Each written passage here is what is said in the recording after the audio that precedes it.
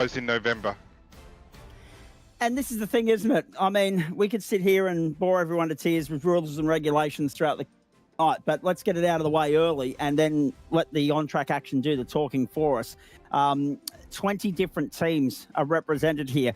Most of them are running, 2, 3, 4, up to 6 entries. Hello to the Vermilion Esports stable. The world's their oyster, but we've had to put some rules in place, mate, noting, like as is the case here in the commentary box, the real world does interfere from time to time. So, yes, it's going to be one class. It's all GT3 Pro. That's not lost on anybody. It's one class. There's no fast repairs.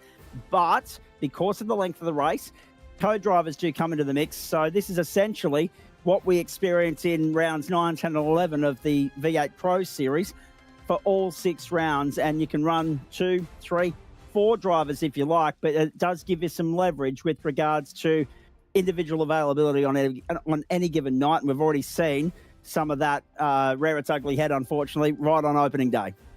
Yeah, absolutely. But the beauty is that we've got so many different manufacturers, and what we've done as a series is made sure that sometimes some cars can be quite heavily favoured. So what we've done was give every team the opportunity to pre-nominate 2 different makes of cars. That way that they're covered off for the whole season. What we want to try and do is encourage close, even, fair racing, and we find the best way to do that. And we're really excited for what's ahead, and it's going to be riveting stuff. Like, this strategy is going to be the most important thing here. The endurance racing, its strategy is key. Let's have a look at the playground for the next few hours, gentlemen. Qualifying session about to get underway. We'll bring it to you live and commercial free. Daytona Beach, Florida.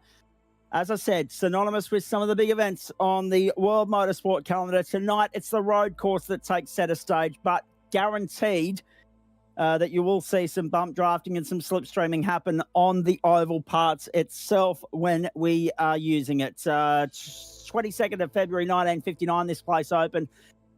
5.729 kilometres or 3.56 miles, depending upon whether you're on this side of the world or over there in the United States, tuning in via SimSpeed tonight. 12 turns, anti-clockwise the direction. Of course, you can see there on the inside, the International Horseshoe, the West Horseshoe, key overtaking points with in the infield section of the circuit. The Le Mans chicane, the bus stop as it's known, will be busy as well. And then it'll be a slipstream duel right around the banking of the famed oval as well. It won't be quite NASCAR-esque. They will fan out through the infield, but expect that there will be, rather, if I can wrap my words around my tongue, there will be plenty of overtaking opportunities available to these drivers tonight. Brenton, let's be perfectly honest, mate. Perfect calendar selection. We go from here. We go to the Fuji Speedway in Japan on May 16. Then, of course, we go to Spa not too long before or after, in fact. The Real World GT Classic goes there for 24 hours. We'll be there for 3. First Friday night of July, 4th of July weekend in the United States. Then we go in August. There it is on screen. I didn't even ask Jay if he had that up his sleeve. I knew he would. That's the faith. That's the level of confidence I had in him. 22nd of August, 3 months after, or 2 months after we're there in the real world, the Le Mans 24-hour circuit, the Circuit de la Sarthe. Then on to COTA, and there are those that like and those that don't like COTA. Neither here nor there. Everyone's on the same playing field. That's October 17, the week after the Real World Bathurst 1000. And then on November 21, the start of an enormous 3 days of broadcasting for us here on these platforms across the Australian Sim Racing Group. The Launchpad 2 Logitech G Pro Bathurst 1000 weekend in the Supercar Series. We go there for our grand finale, and it will be 3 hours on Friday, November 21. That is a great calendar, mate. How difficult was it to, between you and the rest of the organising committee, come up with the balance in terms of the gaps between the rounds for 1, but then also circuit selection for 2, because there are so many at your disposal on the iRacing platform? Yeah, there really is. Circuit selection, look, there was a couple that could have come or gone. Coda's obviously comes to mind, but we wanted to, because you either love it or hate it. Exactly. But same with Sebring. Absolutely. And we have found that Sebring has been a huge success in the V8 Pro Series, and we want to try and have that expansion to Coda as well, Circuit of the Americas. So, yeah, we're confident that in this car it'll be fine. We're doing the full Grand Prix layout, not the little short version, but with the Mount Panorama, with Bathurst, what a fantastic week that's going to be. You actually said it's the first of 3 days of coverage. I've got some bad news for you, Zach. You're going to be doing some overtime, because don't forget on the Wednesday night, there's the co-driver race as well. We'll give you Thursday night off so you can go do your late night shopping. But yeah, from there on, it's going to be massive. Well, I was going to say, there's no guarantee that I've been employed for the Wednesday night as yet. I am here on the Sunday and I'm here on the Friday as well. But, of course, Scotty Rakin and the Sandman will be standing by for that co-driver race, because, as we saw last year, that was such an important part of the build-up to the 1000 itself. A golden ticket on the line, ready for 2025 in the Supercar E-Series as well. Cars out on the circuit for qualifying. It'll be interesting to see the tactics at play here, to see who wants to lead the pack, who wants to follow, and how much space you want to give yourself between cars, because it's going to be vitally important, Brenton, to bank a lap here. It's an all-in session, 44 cars. I mean, there's a lot of real estate to work with, but if you get compromised, 20 minutes comes and goes very quickly. So it's imperative that these guys get out there, find some clear air, and bank a lap early. It really is. This is where teams like Vermilion, who've got the most amount of entries, have got 5 entries on what is essentially a draft track.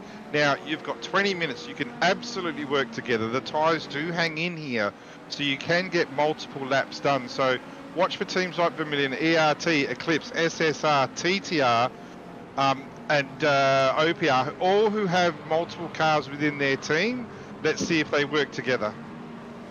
Well, that's exactly right. And we'll have a look at some of the driver pairings and lineups here in a moment for you, ladies and gentlemen, because the star quality, the calibre of the sim racing talent in this country that's coming to the table to play a part in this Friday night motorsport offering has to be seen to be appreciated and believed as well. And I was just relieved, I must say, that a lot of familiar faces to me through my association with the Gentlemen's Sim Racing Club, with the Supercar Series here as well, and other outlets that I've ventured into over the 5 years that I've been involved in sim racing commentary are on this grid. And there's, I know you'll appreciate the reference here, there's a 2-time Circuit XL national champion on the grid as well in Ethan Greg Gold. I had to get that one in early. Hello to all the XL fans out there. Geez, they rock and rolled at Morgan Park Raceway in Warwick last weekend as well. Were you surprised at how quickly the grid positions filled, mate, the interest filled, the expressions of interest were registered for this series? I mean, because of the reputation you guys have got in terms of how well you've promoted and exercised the supercar offering, the Logitech GTPRO Series, it didn't surprise me that the grid positions filled up quickly, and the qualification, the pre-qualification process was ruthless as well.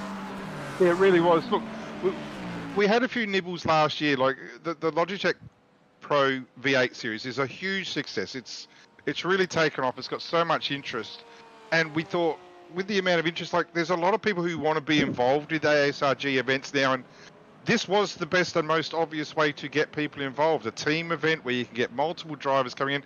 And we've got 6 rounds. Gives them a taste of what we can do, and gives us a taste as to what they can do and what they can produce. So, yeah, look, it's going to be an interesting night. It's going to be an interesting series ahead, no doubt at all. There's going to be some people or some drivers who I think are exceptional in a GT3 who don't necessarily need to shine or even try and shine in a V8 supercar. So the introduction of other Australian and New Zealand sim racers on the main stage is something that's going to be significant for all. Indeed it is. Cars out on the circuit now. There's car number 826 making its way through, and that's the point as well. There were 3 late emissions and 3 recruitments made in the last 24 hours onto this grid. Ladies and gentlemen, that is the Iridium Sim Sports entry. Alex Schuler, Dan Patrick and Reece Tamanui on screen at the moment, making their way around onto the back straight. 15 and a half minutes left in this qualifying session. Then our famous grid walk, and then, of course, we get stuck into the 3 hours of racing itself, locked in for a start time of 8:30 Eastern Daylight Time. 5:30 on the West Coast and 10:30 in New Zealand for those of you playing from further afield. Great to have you along for the ride. Hope you'll enjoy it as much as we'll enjoy bringing it to you. The Gamesman GTPRO Invitational Series. And great to have the Gamesman, let's acknowledge that right off the top as well, Brenton, as the naming rights sponsor. They've been a big part of what you do with the Supercar Series as well, mate, but great to see them taking on naming rights sponsorship with this series as well. And we'll see them maybe at some point tonight decked out in safety car kit as well. Absolutely. So a big thanks to Dan and Victoria at the Gamesman. So make sure, if you need any gaming stuff online or anything like that, or drop into their shop, absolutely support those that support us. Without the support of great sponsors like the Gamesman and Playseat and Logitech and MPI and OG Gear, we can't bring you this. And the guys that are driving around in circles at the moment, they'd be doing something else tonight. So this is why that we can bring this, is because of great companies like the Gamesman who support us. Absolutely. And on the subject, actually, I've mentioned it over on GSRC platforms. Big shout out to the crew at Logitech for helping me out with some new broadcast equipment for 2025. It's working an absolute treat at the moment. We had a couple of teething issues from the outset, but Dan was very good with his time to help set that all up. Interesting tactics at play here as well. You can see a lot of cars not buying into track time just yet. They're planning their run. They're waiting for their moment. And early on, Hayden Veld has gone to the top of the timesheets. Actually, that's a point that we should actually elaborate on right here, Brenton. The star power, I mentioned it earlier, but I didn't elaborate on it. And you and I were talking off air about it, Jay, and Brenton Hobson as well. This field is stacked, and it's in such a way that you've got supercar drivers that are very familiar to our audience through the Logitech G Pro series. You've got GT stalwarts like Matty Dench, who's a 13-time GT3 Pro champion over on the platforms of the Gentlemen's Sim Racing Club, and he's done other great things as well in his time. He's been recently recruited by Orbit Drop Bear. Those guys are going to be ones to watch tonight. There's so much going on with regards to the interest in this series, that you've got guys that wouldn't normally go running GT3 racing trying their hand at it, trying to evolve and grow their skill set. You've got GT experts teaming up with supercar regulars. You've got supercar regulars expanding their horizons. There's so much to like about the driver lineup here. There really is. And I'm going to give a shout out now to those who work within ASRG, and there's a reason I'm going in this direction. It's like you got Brenton Hobson, who just works so hard to get all the media stuff out and do so much stuff. Sean McNamara has really stepped up. To be honest, between Sean and Hobbo and John Van Ree, these guys have put endless amounts of hours to get this to working. There's a little shot of Hobbo right now, Ned Kelly, and then. Yeah, and Jordan, myself, we've been lucky enough that we can do stuff in the background whilst the other guys have put in so much work. And the reason I say that is because this is season one. There's a lot of people out there who have a heavy commitment to the V8 Pro Series, and we absolutely understand and appreciate that. But once they see the success of this, they will probably, hopefully, want to get amongst this. So we've found in the V8 Pro Series, we're up to season 3 now, the standard has risen amazingly from season 1, season 2 to season 3. We are the top of the top. And I've got no doubt that this is the beginning of something that's going to be long term, and it's something that's going to just keep growing and growing and growing. We're riding on board with John Peasnick now, and there's a reason why I'm going to throw it straight back to you. You've got invested interest here as a series organiser, as a commentator, but as a team owner tonight, mate.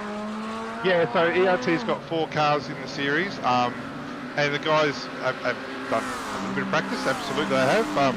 We've got a couple of guys who are generally V8 specialists, like Job Stewart and Hayden Veld, who by chance are 1 and 2 on the grid at the moment, working well together as a team. But then we've also got John Peasnick here, you can see on the screen at the moment, with Reece Gasul. These guys are GT3 specialists. They don't come out very often to play, but when they do, they come out and they do some serious work. They were very, very competitive at the recent Bathurst 12-hour hosted by OSR, which was a hugely successful event. Yep. But expect this car, the ERT 456, to be competitive all season. Onto the main straight now. Early times being logged here across the line we go. We can tell you that Job Stewart's on top. Ben Woods is going to get a 10-second race penalty for impeding car 27 during qualifying as well. So already penalties being handed out already. Race control being put to task tonight. I don't envy them in the slightest. It's going to be a long night for them. I don't like talking to the behind-the-scenes crew on air, but I have to. I've got a frozen timing screen at the moment, so I'm hoping we can sort that one out. Job Stewart, Hayden Veld, and Byron Phillips, the top three at the moment. Zach Ratway-White, who's done great things in the Supercar Series as well. John Peasnick, Dylan Burst, and Byron Pearce. Lewis Greathead, Seth Brown, Kobe Jones, top 10. Marcus Watson, who, of course, recently contested the E-Race of Champions down in Sydney as well. He's in the top 11 at the moment, and Matty Dench is 12th. It's very rare that I talk about Matty Dench and outside the top 10, but again, 3 hours is a long way around here. So 2 questions with regard to that. Thank you, Jay, by the way. Evolution Racing 1 and 2 at the moment. Eclipse Sim Sport 3, Vermilion Evolution the top 5. So 3 in the top 5 for ERT right now as they make their way down the back straight. 1 minute 42.925 the benchmark, but only 8 3/4 minutes left in this qualifying session. Will be interesting to see if there's anything more for the track to offer in terms of pace here. And you've got a time to run perfectly. There's no doubt about that. Brenton, how quickly was 3 hours agreed upon as a duration race distance for all 6 rounds? Yeah, no, it wasn't a problem. Wasn't a problem at all. Based off years ago, there was iRacing used to host a World Championship for GTs, and it was a 3-hour race, and it was a very successful series. No longer happens, unfortunately, but by saying that, it ran for many, many years and was very successful. And also, if you're going to be on a Friday night, you don't want to be racing at 1 o'clock in the morning. So this so unless you're in New Zealand, apologies for those, but yeah, you've got to cater for the West Australians as well. So this was, to us, the best way to go, and 3 hours is plenty long enough for me to be talking about cars going around in circles. And me too, absolutely. There's Brady Myers. So what we're going to see tonight, ladies and gentlemen, is because Brenton Hobson again was offering some insight from regards to the Synergy Sim Racing stable, I'm really, really interested to see just how well those supercar drivers, those supercar regulars adapt in terms of their comparative performance into the GT3. It's interesting, this caper, isn't it, Brenton? You've got a mix of, and we've seen enough sim racing in our time to be able to make this comment and justify it.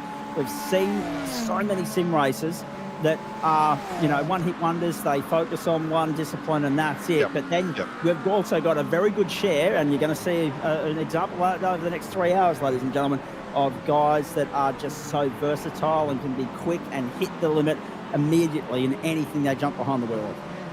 Yeah, it's a big commitment for these guys to do that. If you're doing V8 Pro plus this, and plus Premier Series as well, there's an awful lot of seat time there, isn't there? So it is a big commitment. Like we within a team, we've got some guys, and you mentioned Ethan Brickholt before. Yeah. Yes, he's absolutely registered. However, he's not racing tonight because he's got other. His main focus at the moment is the V8 Pro. But as the series goes on, there's going to be tracks like.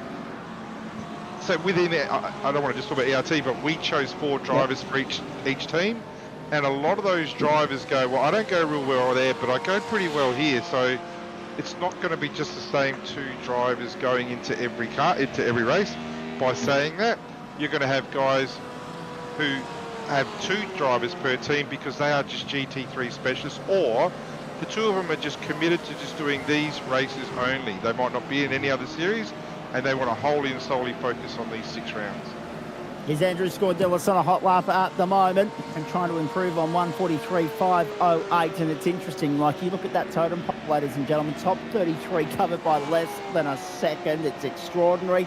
Scordelis in the 397, sitting down there in position number 19 at the moment, trying to improve, trying to stay inside the top 20, but pulls out of it. So no improvement on time there.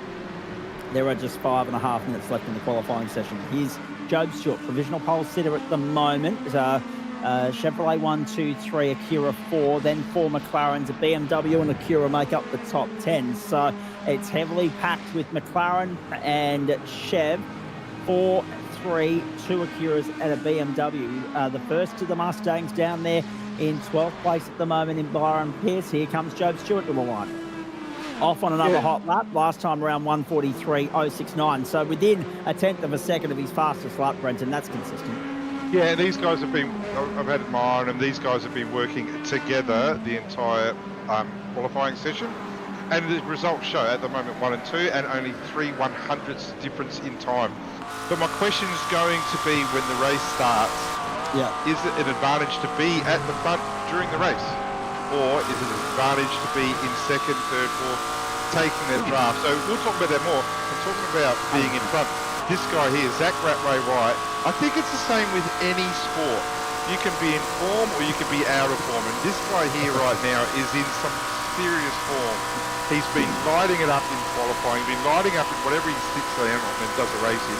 He's been lighting up and performing really, really well and bringing his team right up to the forefront. You're watching it live on the platforms of the Australian Sim Race and Sim Speed as well. First hit out for the Gamesman GTPRO Invitational Series and Friday Night Motorsport in 2025. It is terrific to have you along for the ride. Hope you can stay with us for the duration, but get the coffee brewing because we are going to be here till about midnight Eastern Daylight Time. So if you're not already boiling the kettle in New Zealand, get to it before we go racing here in a few moments' time. Benjamin Brook coming across the line now, currently sitting 43rd. No improvement on that. 1:45.265, only a tenth away, and that's going to be the thing as well. We're going to have to talk about a couple of things here, Brenton, with regards to race strategy. Traffic management is one of those, but I don't want to go any further before we talk about. I mentioned in pre-qualifying, 45 cars on the grid. 40 of them went through the pre-qualifying process. 5 golden tickets were handed out. Mate, tell us more. Yeah, well, we came to an agreement with Mike Carroll and Simon Black at OSR, who run an exceptional race early on in February, the Bathurst 12 Hour, and we had to kick-start this series somehow. Like it's, we had a very competitive qualifying setup to try pre-qualifying to get into this, but we had to incentivise the good guys that can get straight in, and that's exactly what we did with the Bathurst 12 Hour. Top 5, well, it was actually ultimately going to be 5 choices by the ASRG committee as to who gets in. But the way that the top 5 performed, they absolutely earned their stripes, and they were sent an invite pretty much within 24 hours to invite them into the series, and they couldn't say yes quick enough. So straight away we had 5 exceptional teams on the grid ready to go, and that helps us build momentum for what we've got now. I get the feeling after seeing some of that Bathurst 12 Hour as well, one thing that these drivers won't want to see throughout the course of the season is rain, because they saw enough of it during that 12 hours as I understand. Yeah, so they absolutely did, but if the forecast is rain, guess what? They're going to get wet. They're going to have to deal with it. Yeah, exactly. So certainly no rain on the forecast here at Daytona. Can't imagine what it'd be like to be on the oval when it's wet. But who's to say that it won't rain around Fuji and things like that? Because it's pretty much close to their wet season. 100%, and of course you can't rule it out at Spa either. We're on board with Lockhart Brownlee now, going through turn 1. Very wide approach on the exit of that. Let's wait and see if he's on a hot lap. It looks as though he's off again in the Acura, position number 18 at the moment. Car number 692, of course, sharing the driving duties throughout the season with Daniel Yeaman, with Tyson Broad, with Ben Holiday as well. And Lockhart's had some good runs recently, obviously trusted, and that's the other thing as well. I mean, we talk about traffic management when we get to the race. If you're outside the top 20, geez, good luck to you, especially in the first stint and the first few laps as the field's all bunched up. But there would have been discussions had, and probably arguments as well, Brenton, during the lead up to qualifying through the practice session with exactly who was going to be trusted with the task of setting the hot lap here. Yeah, absolutely. And don't forget also, there's so many variations what you can change within these cars. Is who do you do the setup for? Could you imagine Max Verstappen and Liam Lawson stepping into the same car? No. Doesn't work out real well, does it? Well, these guys, not just the top teams, but every team in this series has to find that balance as to what setup they want within that car. Now, generally you would find that the driver that's going to be finishing off the race has a louder voice, but you're not going to get to the finish of the race if the setup's so shocking for the first driver, he's not even going to make it. So there's a lot of things that has to be worked out there as well. Another 10-second race penalty already being handed out. This one to Seth Brown, and Seth, of course, in the Vermilion Esports stable, and driving with Sebastian Varnell, Teo Sorono. He's copped a 10-second penalty for impeding. So it's interesting as well. We talk about the discrepancies, and by the way, there's the checkered flag and qualifying's done, ladies and gentlemen, just like that. Geez, that went quick. If the 3 hours goes as quick as that, we're in for a short night, aren't we? Job Stewart provisional pole, but these last flying laps count, ladies and gentlemen. Hayden Veld, the margin is 1/10 of a second. What has he got left in the tank here to potentially tip or pip Job Stewart at the post off the line? No, he's backed out of it. Righto. So that's it. So Job Stewart will have pole position. It will be an ERT 1-2 on the front row. Jacob O'Reilly in 12th at the moment, trying to improve on a 1:43.256. No, can't do it. And he will stay 12th for the moment. In the end, 2 Chevs on the front row, an Acura with Dylan Burse on the second row. The third of the Chevs, then the second of the Acuras. Byron Phillips is there as well. Oh, Dylan Burse. So 0.1681235. Phillips, Josh Anderson's moved up late. So too Matty Dench. Stuart Ellis has put a forward in the top 10. There you go. Lewis Greathead and Madison Down in the McLarens to make up the top 10, and Seth Brown 11th. How good's that? So many variations of models as well, like the categories. That's exactly what we want. The balance of performance seems to have worked out really well here, and hopefully that will continue through the season. There was a BMW in the top 10 early in the piece. John Peasnick and Zach Ratway White. Zach Ratway White right at the death. Into the top 10, onto the outside of the second row. Have a look at that. Sharing the driving duties with Jamie Christensen for Vermilion Esports. What about that? Zach Ratway White, well done. Well, we're talking about the man's in form, and he has absolutely come through, and that's fantastic, isn't it? That's absolutely fantastic effort by Vermilion Esports. Very competitive, a team that's always on the improve, always striving for more, and P4 outside of the second row. Indeed. We will have our grid walk for you very shortly, ladies and gentlemen. Brenton's going to drag a few drivers in here to have a chat, and we look forward to hearing from them very shortly. Cars will be lining up on the grid, then they'll take off behind the pace car. And once the pace car pulls off, we go racing for 3 hours. There is the grid. We'll, of course, get a second chance to run through it shortly. But Job Stewart, Evolution Racing Team on top. Hayden Veld alongside him, 0.1 the margin, first to second. Second row is going to be Dylan Burse for the Eclipse Sim Sports Stable and Zach Ratway White for Vermilion Esports. Again, we've got a good mix of different teams in the top 10. Byron Phillips on the outside of the third row. The inside is John Peasnick for Evolution Racing. And look at the margins. I'll be interested to see what how much a second covered as far as the field was concerned. Josh Anderson for Vendaval Sim Racing alongside Matty Dench for Orbit Drop Bear Jupiter, the fourth row of the grid. There was some late movement. Denchi, of course, relegated to 8th when Zach Ratway White came through. Stewie Ellis, OPR. They've got a few entries in the field tonight. 6:06 starts from the inside of row 5, and from the outside, Lewis Greathead for Vermilion. On the outside of the inside of row 6, Trans-Tasman Racing's Madison Down. There's a supercar superstar. And alongside him, Seth Brown for Vermilion once more. So, again, Vermilion have got 6 entries here, folks. They're going to be very prominent. There's another one on the outside of row 7. That's, of course, Josh Perwin. On the inside is Tom Seath for One Performance Racing, OPR again. Then we go back to Wayne Burke for Vermilion. And he's, of course, alongside Byron Pearce in the Aretes Esports entry. Of course, they've got co-drivers. What we're not sure of, ladies and gentlemen, is if some of these teams are running 2 or 3. All the Synergy Sim Racing entries are running 2-driver lineups tonight. I can tell you that much. We got the intel earlier. Jake Maloney for simrigs.com, Trans-Tasman Racing, the second of their entries, and Kobe Jones for Summit Sim Sports by Flash Graphics on row number 9. Marcus Watson, interesting to see him that far down. He'll chase his tail tonight. And Lockhart Brownlee, who we're riding on board with a short while ago, make up the first 10 rows of the grid. Then Luke Swan and Andrew Scordillis. This may change too, folks. some of the guys that qualified may not necessarily start the race. I'm sure there'll be constant chatter going on behind the scenes at the moment regarding that. Dennis Gallerick, great to see him back on a GT3 grid alongside Daniel Benefield, one of my commentary colleagues over at the GSRC for 9.5 Sim Sport. And we've got to mention Sean McNamara in a moment. They're on row 12. Row 13, Stefan McCartan and Tim Hancock, only 0.03 covering those two.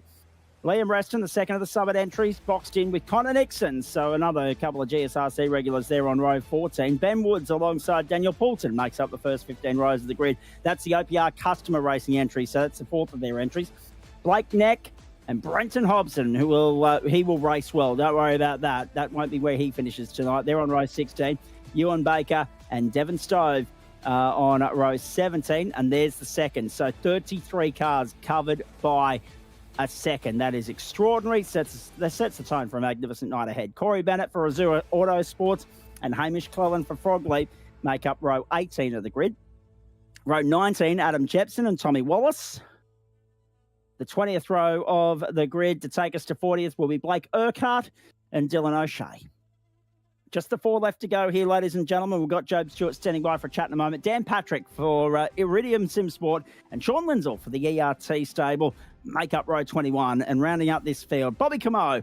Nice to see him as a late addition to the grid. And Benjamin for Frog Leap just racing. That's the red entry. Some of those teams have made it a little bit easier for us identifying themselves by red, white, black, or the planets if you're orbit. So we do appreciate that. Job Stewart is here to have a chat to us on the back of what was an exceptional job in qualifying, mate. It was critical to get in and get the job done really early here because of the amount of traffic, because of the temperature in the circuit and other factors. Talk us through how you and the team feel about, one, the day finally arriving, that we get to finally get this series underway, and B, how the night's faring so far. Yeah, thanks, mate. It's obviously a pretty good showing for the team so far in quali. I think we were first, second, and fifth there. So yeah, 3 cars in the top 5 is pretty awesome. We took a bit of a gamble with the Corvette. I think we're the only team that's got it, and it's seemed to pay off. So just credit to Hayden there in that quali. We worked together pretty well to get a 1-2 for us, and now it's just eyes forward to the race. I've got Matty in the car for the first stint. So yeah, we'll see how he holds his own against everyone else. Actually, you might be able to elaborate on that for us, mate. Just the two of you lining up tonight, or are you running a 3-driver squad?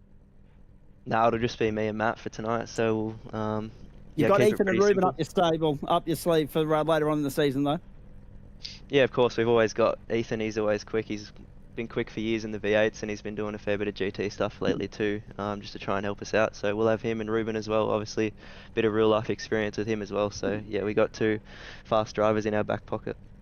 I'm sure Brenton O'Brien's got a question or two for you before we let you go and saddle up. Well, no, I don't want to put my ERT hat on too much. Good job, Job, and hopefully Matty and Lockie go well. Obviously, fuel is key tonight. Are you going to be giving away any clues? I mean, I guess we'll just, I don't know. I don't want to give away too much. I mean, we're probably going to have a fairly different fuel strategy to everyone else just based on the car that we're in. I don't think anyone will be similar. Obviously, it'll be, similar to an extent, but we'll just, I don't know, wing it for the first stint, and then when it gets towards the end, we'll do our calculations and see how we fare up. Sounds good. All right, mate. Well, good luck. We've got Josh Anderson with us as well now, P7 on the grid for Vendaval. How are you, Josh? Good job, P7. Yeah, going all right, mate. Yeah, going all right. Been a pretty massive week, so good to end it with some sim racing. So a bit of a change here. Oh, sorry. Yeah, no, bit of a change here. Not wearing the TTR colours this series. Is there any reason for that? Have you got an inside scoop? Do we need to know something? No, mate. Like we used to, you might know, Vendaval was a GT team in the sim racing in the European side of things back in the day. And Alex and I are good mates. We just thought, like, we were both in the team before it collapsed, and we thought we'd just bring it back. It's a bit of a throwback. We're still, we're in Discord with TDR. Just thought we'd do it for a bit of a laugh, really. So Vendaval, a fantastic historic name, and we were talking about the World Championship for GT Enduros before, so it's fantastic to have you back on board. We're going to have to keep moving though, but we wish you the best of luck tonight. Hopefully everything goes well for Vendaval. Yeah, mate, I used to be good driving these colours, so I'm probably a bit washed now, but we'll see how we go in the race. Mate, you're a superstar, I'm sure you'll be fine. Thanks, mate. Good on you. Good luck, Bye. Josh. See ya. Enjoy. And Wayne Burke's about to join us now as well, sitting down there in 15th place on the grid. So right at the cusp of the start of the mid-pack, Burkey, how'd you find qualifying and how are you set up for tonight, mate?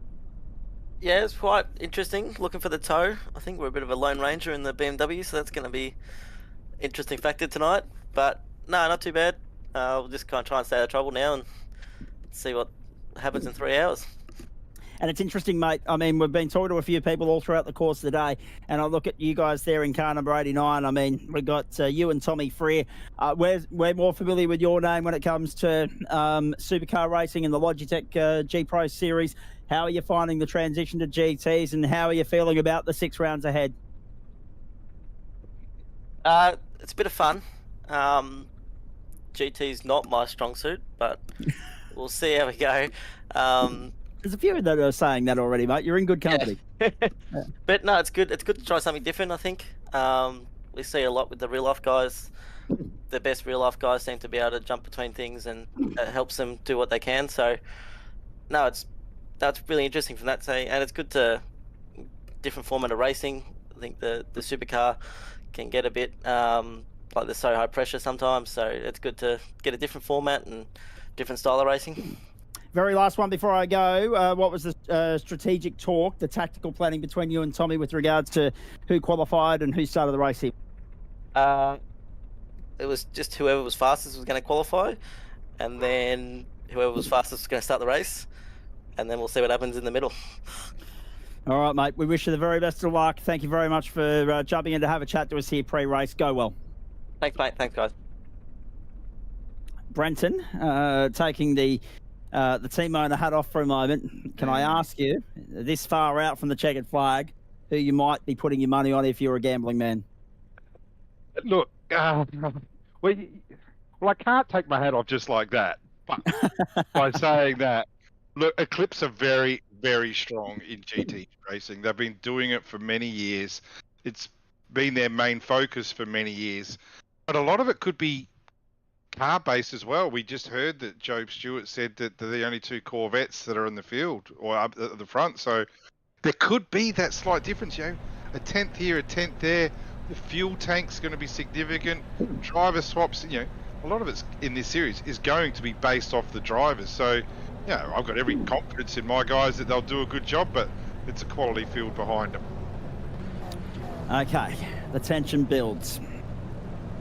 We've got 20 seconds, ladies and gentlemen, before that safety car is going to leave station. It's going to take off towards pit lane, and then we will get this show on the road, and we'll be here until, well, just beyond midnight Australian Eastern Daylight Time. The checkered flag will be due about 11:35 Eastern this evening. Strap in, buckle up, hold on tight. 3 hours of some of the best GT3 racing in the world, ready to explode on the platforms of SimSpeed and also, of course, the Australian Sim Racing Group. The dawn of a new era, an exciting one at that, as the pace car leads us back to the start-finish line. And once it peels off to pit lane, it'll be Matthew Bowler and Lachlan Capel in control of the field on the run towards the green flag. Race controller in position, ready to adjudicate on incidents as they go. We've got manual safety car deployments. What you might want to know as well, ladies and gentlemen, weather conditions, 22 degrees, 38 on track, clear conditions, easterly winds, 17 kilometres an hour, and bugger all in the way of humidity. We're at 2 o'clock server time. We are racing towards 5 o'clock, which is Eastern Daylight Time over there in the United States, and having had the clocks go forward a couple of weeks ago, of course. No fast repairs, manual safety cars, no lucky dog. So there's a few different rules and regulations that we'll pick along the way here. We'll pick it all apart for you. We'll try and make sense of it for you over the course of these 3 hours. And if not, we've got another 15 together throughout the course of the season to do so. We're ready for what will be an historic night in so many ways, ladies and gentlemen. The Gamesman GTPRO Invitational Series, live, loud and free from the Daytona International Speedway. The dawn of a new era, the first of 6 rounds, and it's an ERT front row to lead us to green. Let's go to work. Off and racing. You can see that 2 and 3 wide already in parts, but it's going to be critical that they get to the first corner cleanly and then get through it even cleaner. It's a scramble so far. Congestion and logjam. But ERT hold the way. Bauer, Capel, Zach It's Robo, at the back trouble. already. Massive trouble. 2-3 cars involved. Through the Looks like king. one Turn of the 2 and OPR 3. cars, an SSR car. Dylan Shepherd's involved, unfortunately. So there was a bit of an incident at the back there. Now, up the front there, Another one. yeah, Wayne Burke's another one. So not a great start for Vermilion, but it's the benefit. There's 3 hours to go, and we're on board with Lockie Capel. I know that Lockie Capel is a very nervous starter. Just like a cricketer, some guys could get straight out there and get straight into it. Some are very nervous starters. Lockie Capel is a very nervous starter, so it's fantastic that he's got a teammate in front of him. He can settle in, follow Matty Bowler around, get himself sorted, get some momentum, and get ready to do a very, very long stint. Indeed. We'll have a replay of it in just a moment. And we're going to go on board with Wayne Burke. He was caught up in this incident. There's the green flag. They've already headed towards turn 1. And then you just see the pack back up, check up. And then all of a sudden, trouble ensues as they come through. 1, 2, there's 3, bang. A squeeze job. He had nowhere to go. Nowhere to go in a long race. Could have he backed out of that a bit earlier? I'm not in the driver's seat. It did look like it happened very, very quickly. Even if he did try and get out of it, I think he had nowhere to go. So not a great start for them. This damage didn't look too significant, but any damage here is going to hurt you. It's such an aero track. So, you know, you've got no quick repairs, don't forget. So that's the type of thing where you'll probably have to chip away and get it repaired, and or wait for a safety car, if there is one, and then try and get it repaired there. And that's an important point as well, ladies and gentlemen, as we remind you of the fact that Bowler's converted pole into the early race lead. His teammate Lachlan Cable's gone with him. Zach Ratray wide up one spot already. Dylan Burst, Byron Phillips, Matty Dench has started nicely as well. Let's watch another replay of the start. You can continue to follow the action down on the bottom right-hand side of your screen. 3 wide on the run into turn 1. The sun glare, the reflection on the camera. Oh, geez. And then, unfortunately, all the trouble was going to go to the outside into Dylan Shepherd, unfortunately caught up, as we said there earlier. And Macaulay Jones as well. It's just the smallest touch by Macaulay there, wasn't it? Probably not going to be attributing any blame there. In matter of fact, the stewards, Pete Baxter, has already decided there's no further action happening there. So it's game on. Keep racing hard. And Macaulay, I'll tell you right now, Macaulay loves his sim racing. He loves what the ASRG is doing. If you want to catch up with Macaulay's thoughts, there was a really good podcast with him involved last year, and he was so excited to be involved with this and with TTR, a team that he gets along so well with. It's just the most minor contact, isn't it? And unfortunately, big repercussions for 3 very, very good teams. And then 3 or 4 more compromised in that. A couple taken to the grass. Evasive action was required, but if you were on the inside, you were in no man's land, unfortunately. Matty Dench in 6th place at the moment, trying to set up a move here on the Eclipse Sim Sports entry of Byron Phillips to the end of the second lap of racing here at the Daytona International Speedway. Lap 3 to turn 1 once more. Denty ranging up right at the back of the 69 now. Makes his way through turn 2, turn 3, the run up to the horseshoe in the middle of the circuit. So there's 2 horseshoes, one at the eastern end, one at the western end of the infield. And so far, the leader's not getting away from the chasing pack. So this is following the form guide and the script early, Brenton. Yeah, it is. So let's just have a look at the car 7. The qualifying lap pole position was a 42.851. 42.851. Opening fast lap, so the first lap of racing conditions, a 44.4. So straight away 2 seconds off the pace. And yes, granted, they're going to be carrying a little bit more fuel. Fuel weight is significant at this track, absolutely, but it's not worth 2 seconds. So straight away, you have to think to yourself, are they backing out early? Are they already strategizing to see if they can get to the hour mark? That's the big concern for most of these teams. Get to the hour mark. You don't want to be making that extra stop. If there's a safety car, go your hardest. But strategy-wise, 3 stops is death. So you want to try and draw this out. And that's why I said before qualifying it even finished, do you want to be the leader of this race? You've got 2 ERT cars here at the moment, but do you want to be the leader? Well, I can only imagine the only benefit of being the leader this early, okay, you might show up a little bit more fuel and a little bit more juice, but at the end of the day, as Zach Ratway-White continues his charge, we might just follow this for the moment across the line. Happy to follow, tuck in behind Lachlan Cable for the moment. Across the line we go. On to lap number 4 at the Daytona International Speedway, and Ratway-White is in no man's land down the outside. Byron Phillips has the fastest lap of the race. He wasn't going to get through there. The ERT stable are going to continue to lead this one. It's going to be very interesting to see how long they want to play the defensive game and how long the rest of the pack is willing to play, tuck in and follow the leader. At the end of the day, you want to get to the second hour. You want to get to the bottom half of that third hour before you really want to get the elbows out if you have to. Drive-through penalty for Wayne Burke for contact with the 525, lap 1, turn 4. So Wayne Burke's copped the first lane penalty invoice of the night, and that is a separate incident, but it was only shortly after the first. Yeah. So what we want to do now, Mr. Producer, if you can, Jay, who's the best in the business, we want to go on board of the Dylan Burst car. We want to be in the cockpit view of Dylan Burst car or the Ratway-White car, because we want to see how quickly and how much they're backing out of this to see whether they are saving fuel. I would think absolutely yes they are, and if we listen into the engine, you'll be able to hear whether he's backing out.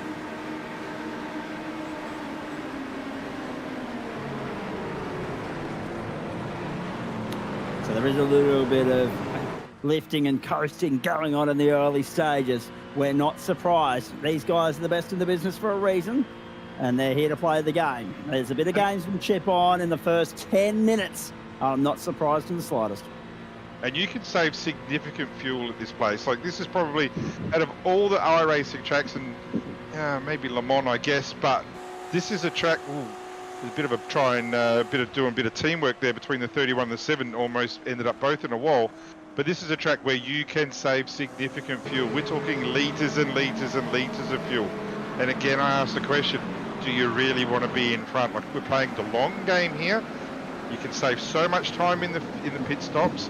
You can draw out seconds as a quicker stop in the pit stop. You get away by a couple of seconds, you're no longer in the draft. But these guys at the moment, like, look at the train we've got. And I've got to say, on the start line, that was a magnificent sight, seeing the 44 cars lined up on the grid. The cars look magnificent, they sound magnificent, and it's one of those ones where, and we said it before off camera, it's like, it's so much hard work goes into putting in a series like this. I've talked about the work that Hybo and Sean and John Van Ree do, but it gets easy as soon as the cars are on the track. Admin will pass over to the stewards, and all of a sudden it becomes their headache. Exactly, and g'day to Sean McNamara as well. He's got invested interest in series organisations, but he's got 395 SimSport entries out there. He doesn't have a role to play tonight as a driver himself. He's got the night off. Oh, that was the incident with Wayne Burke. So, yeah, a drive-through penalty for Burkey. He's not going from bad to worse, and unfortunately, the Vermilion Esports stable entry on pit lane at the moment. So a long way back for them. It could be curtains already on lap 1, which is not what you want to see. The Daytona International Speedway, they do remain classified as finishers if they are if they manage to complete 75% of the leaders' race distance at the end of the 3 hours, ladies and gentlemen. Across the line we go. Here's Zach Ratway-White up the outside, trying to go to second. Can he get the job done? He's there, but he's not at the same time. He didn't have the line, and he quickly had to tuck back in to keep Dylan Burst at bay as well. Jeez, the gloves are off early here. Someone better remind them that it is 3 hours. We're only on lap number 6 of this 3-hour enduro. Whoa, jeez, yep, wheel banging. So the 79 got down there on the inside. Seth Brown got muscled out of it. And that was Byron Pearce forcing his way through on the inside. And it opens up the door as well for Seth Brown to go around for Lewis Greathead to go around the outside, but he wasn't able to get it done. That Mustang is an absolute beast-looking unit, isn't it? And he did just muscle his way through. So moving up that position, and again, look at the different variations of cars we've got there. And there's that little Porsche in the background. We know the Porsche gets stronger as the race goes longer, so keep an eye out for that. And that's just prompted me with 2 questions for you once we do get to a point in the race where we do get to take our breath, like a safety car, for instance. Here's that move again on the inside. Well, he was there. He was right up on the inside. So, I mean, no excuses really. I don't think he has a case to answer for, but then again, I'm not the stewards, I'm not the adjudicators. So if there is a case to answer for, I'm sure they'll be looking at it. Through the buck drop at the end of the back straight. And you can see why he's made that move, because you look at the gap in front. There's a train in front that's drawing away. He probably felt that he was getting, held back a little bit. So now he's the one that's got to push the air. He's the one that's got to do the work. If you're going to take the chance and muscle past someone, you better be able to back it up with some speed and catch that group in front. And right now, as you can see, there's a bit of bump drafting going on. There might be a change from position up front. Lead change. Zach Ratway-White from third to first on lap 6 of the race. Brilliantly done. Zach Ratway-White leads the field for Vermilion Esports. The Evolution Racing team, Matty Bowler, Lachlan Cagle, slip back to second and third. You just saw on screen as well the 5-second penalty coming the way of Marcus Watson to go with the 10-second penalties that were handed out during qualifying as well. So there's going to be some arithmetic required after proceedings wrap up tonight to give us the official results. They will be provisional as these cars cross the line. That was beautifully executed by Zach Ratway-White, and he wants to lead from the front now. He's had enough of tucking in and following. He wants to push on. Yeah, Vermilion's a hungry team here. They want to be leading. They want to be taking the front of the pack, and they want to test their pace to see what they've got under the hood. So he's drawing away, and the lap times have not come out of the 44s. So every lap's been in the 44s. We know that the qualifying was in the 42s. Let's see what Zach Ratway-White wants to do. Like, the ERT guys have controlled this race for the first 6 laps. Now it's up to the Vermilion car to set the pace. That was a nice move on the inside. Oh, geez, the 3 down there on the inside squirting its way through. But then that's why Watson picked up a 5-second penalty, because the car that he was executing the overtaking manoeuvre on was fed a little bit of grass. And that's just not on in the early stages, according to race control. There seems to be a zero-tolerance approach from race control in the early stages, so they are setting the standard for which to expect them to follow for the rest of the campaign. Being right on board at the end of another lap. Lord, steep. This is steep. He's Byron Phillips down the inside. He's chasing. So he's just displaced Matty Bowler. He's chasing Dylan Burst, his teammate, through. Bowler's going backwards, so Capel's got through. Capel has gone through back into second spot. Oh, geez, now Matty Dench is getting elbowed as well. That's not normal. Dench doesn't normally get the elbows out when he goes racing. I think he's going to have to tonight. That's John Piesnick there with him at the outside. Through the kink at the end of the back straight, the dog leg. So the gloves are off. It only took him 14 minutes, Brenton, but the gloves are off. I'm not sure if these guys read the memo to think that it's going to be about a 103-lap race, 104-lap race. We're on lap 8. Guys, we're on lap 8. Let's have a think about what we're doing here. There's a long way to go. It's fantastic to see it. It's great viewing. It absolutely is. And I'd love it to keep going. So get your knuckles out. Get the elbows out. Don't get your knuckles out, boys. Get the elbows out and keep going, because this is fantastic. So we head along the back straight once more. You can see there on the top right, left-hand side of your screen that we've still got 2 hours and 46 minutes of this, and if it keeps up at this intensity, ladies and gentlemen, you're not going to have a chance to get off the couch and stretch your legs and grab an extra one from the fridge and whatever else the case may be. It's hard to take your eyes off it at the moment. So much going on, hard to know where to look. Super producer Jay doing a magnificent job of trying to stay across it for us. Here goes the Vermilion Sim Sports stable. So you've got Byron Pearce on screen. He's being hustled by Seth Brown. You've got Josh Purwin up there in front of him, and Josh Anderson as well. So 9th, 10th, 11th and 12th at the moment across the line. We spoke to Anderson pre-race. He's had a good start so far. He's managed to make his way forward. He sits there in 9th position right now. So not a bad start, a clean run. And John Piesnick's just made light work of Matty Bowler as well. So he's gone up into 5th place. Piesnick's on a charge. Ratway-White, the leader, 0.2 the margin at the front of the field. Here's the chase in the mid-pack though. And the first of the Summit Sim Sport entries to the back of that train, that is Kobe Jones. They've got a little bit of a gap then back to Stephen McCartan. Up the outside, Denchi got elbowed out there. Wide, and light work was made as they went through the infield. So Dench got a little bit compromised there by the fact that he had no room to move. They were 2 by 2. He then tried to go up on the outside of the 7. And we'll keep watching this one. He's out too wide there, but it's going to be okay. He's going to be able to gather that up. and stays 7th for the moment. He's got Stuart Ellis closing in on him as well. He's trying to go with Matty Bauer. That was unsuccessfully executed, that overtaking manoeuvre, so he's tucked back in for the moment. Peasnick trying to skip clear. It's only, but what the problem is here now, Brenton, is the top 4 have given themselves a buffer to play with. They've got a little bit of distance over the next pack. Yep, so there it is on screen. So the pressure now is on the Peasnick car. He needs to make that gap. We're looking at just about 2 seconds, 1.5 seconds. But with the top 4, of which 2 of them are in the same team, so Eclipse are playing a really, really smart card here. They're a P3 and 4. Last lap they decided they wanted to split these ERT cars up. The ERT cars were starting to look very comfortable. Eclipse put their nose in, and now look at them here. 3 and 4 making a move into turn 1 again. And doubling up, or at least trying to do so. From the inside, yes, Eclipse Sims Sport are going to go 2nd and 3rd. So Ratway White's under pressure now because ERT have lost out to Eclipse. They ganged up 2 for the price of 1. Burst through to 2nd, Phillips to 3rd, and Capel now 4th. Have a look at the discrepancy in the different manufacturer spread in that top 10, folks. You've got a McLaren leading away, Acura 2 and 3, then the 2 Chevs, then an Acura, another Chev, the first of the Fords, and 2 McLarens making up the top 10. So what's that? 3 McLarens, 3 Acuras, 3 Chevs, and a Ford in the top 10. So it's very competitive between 3 different manufacturers at the front at the moment. Tom Free gets back out on the circuit after that disastrous start for Berkey.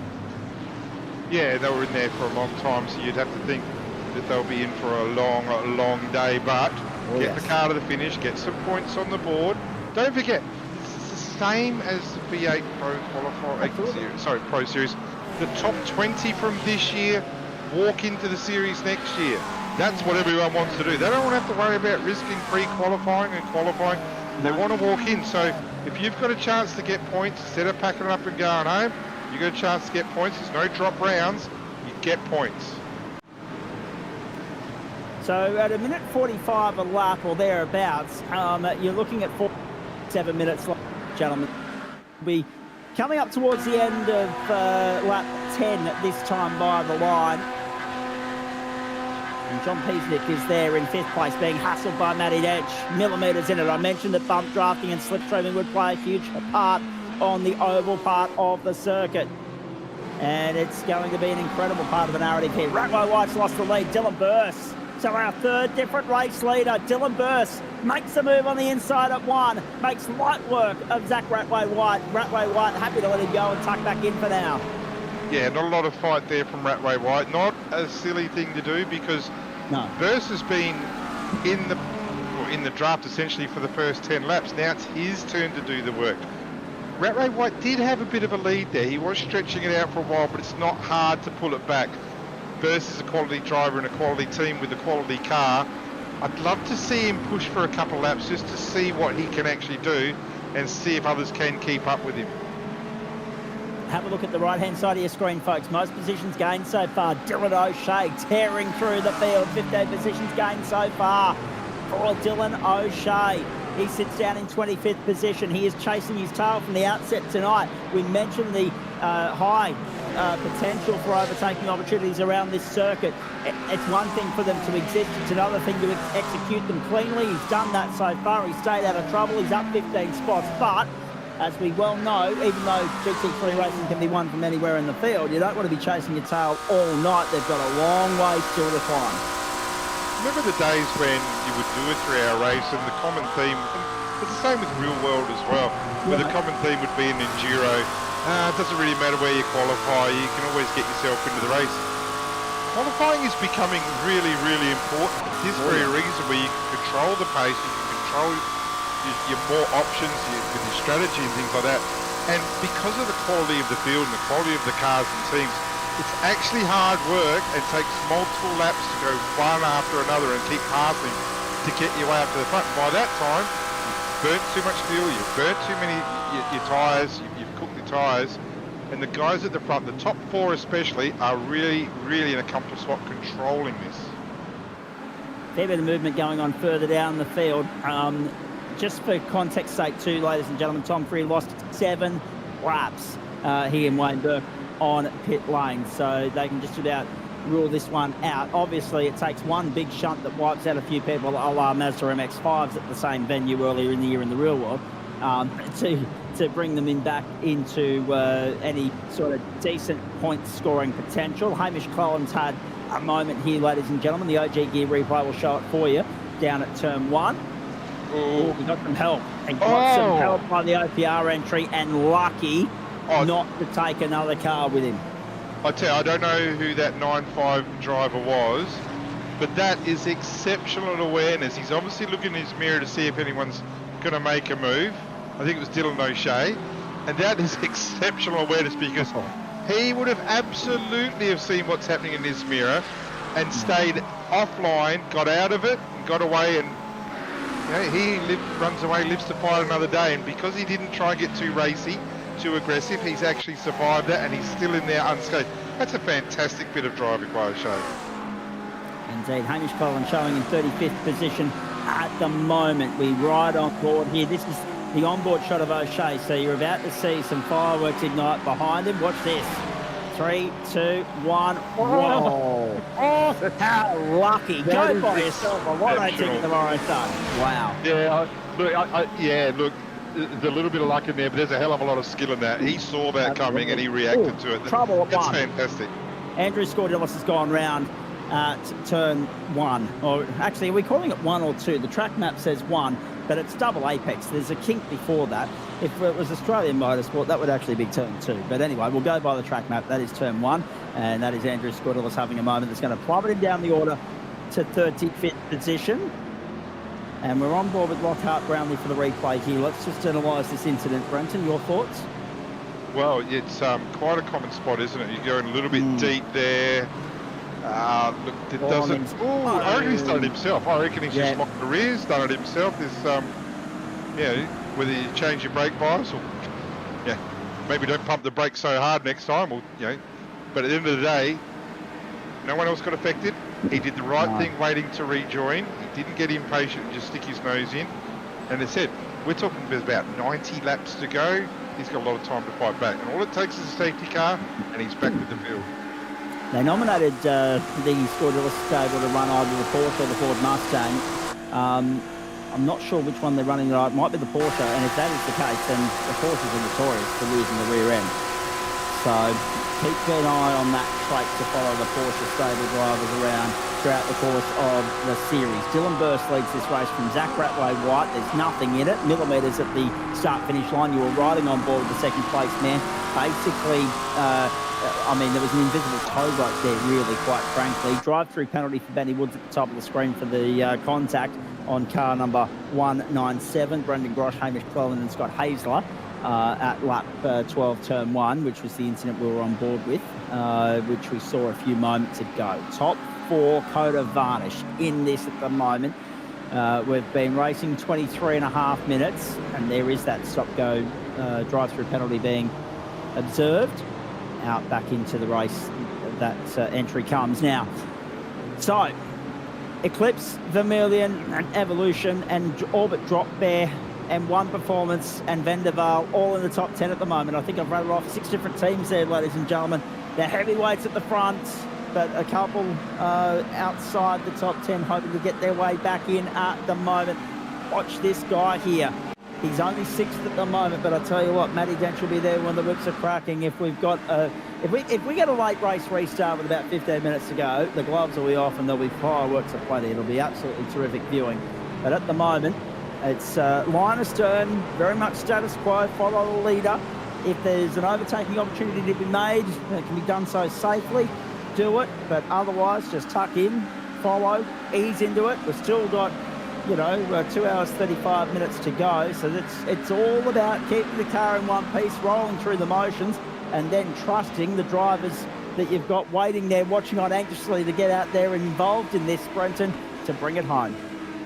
So a couple of things that I can see from up front. Number one, if you're Dylan Burst, are you comfortable with Zach Ratway White, who's not a teammate, bump drafting you? You'd certainly be comfortable with your teammate, but do you trust the team behind you to bump draft properly? Obviously they are, because it's still happening. Or is Dylan just going, look, just cut this out, I can do my own race? The other thing I do see is that John Peaslick is busting his guts out on the infield to try and get this gap smaller between the teammate, the 31, the ERT 31, and himself. He gets it just under a second, and then they hit the oval, and the top 4 get in the draft, and they drive away, and they gain a 10th and a half, and then John has to pull it back. The thing that John's missing out on here is that because he's pushing so hard, his fuel is not being saved at all. And you'll see the top 4 in front, he works so hard. At the moment, my JRT saying he's 0.97 behind. I'll give you an update by the time they turn into turn 1. It'll be a lot more than that. Indeed it will be.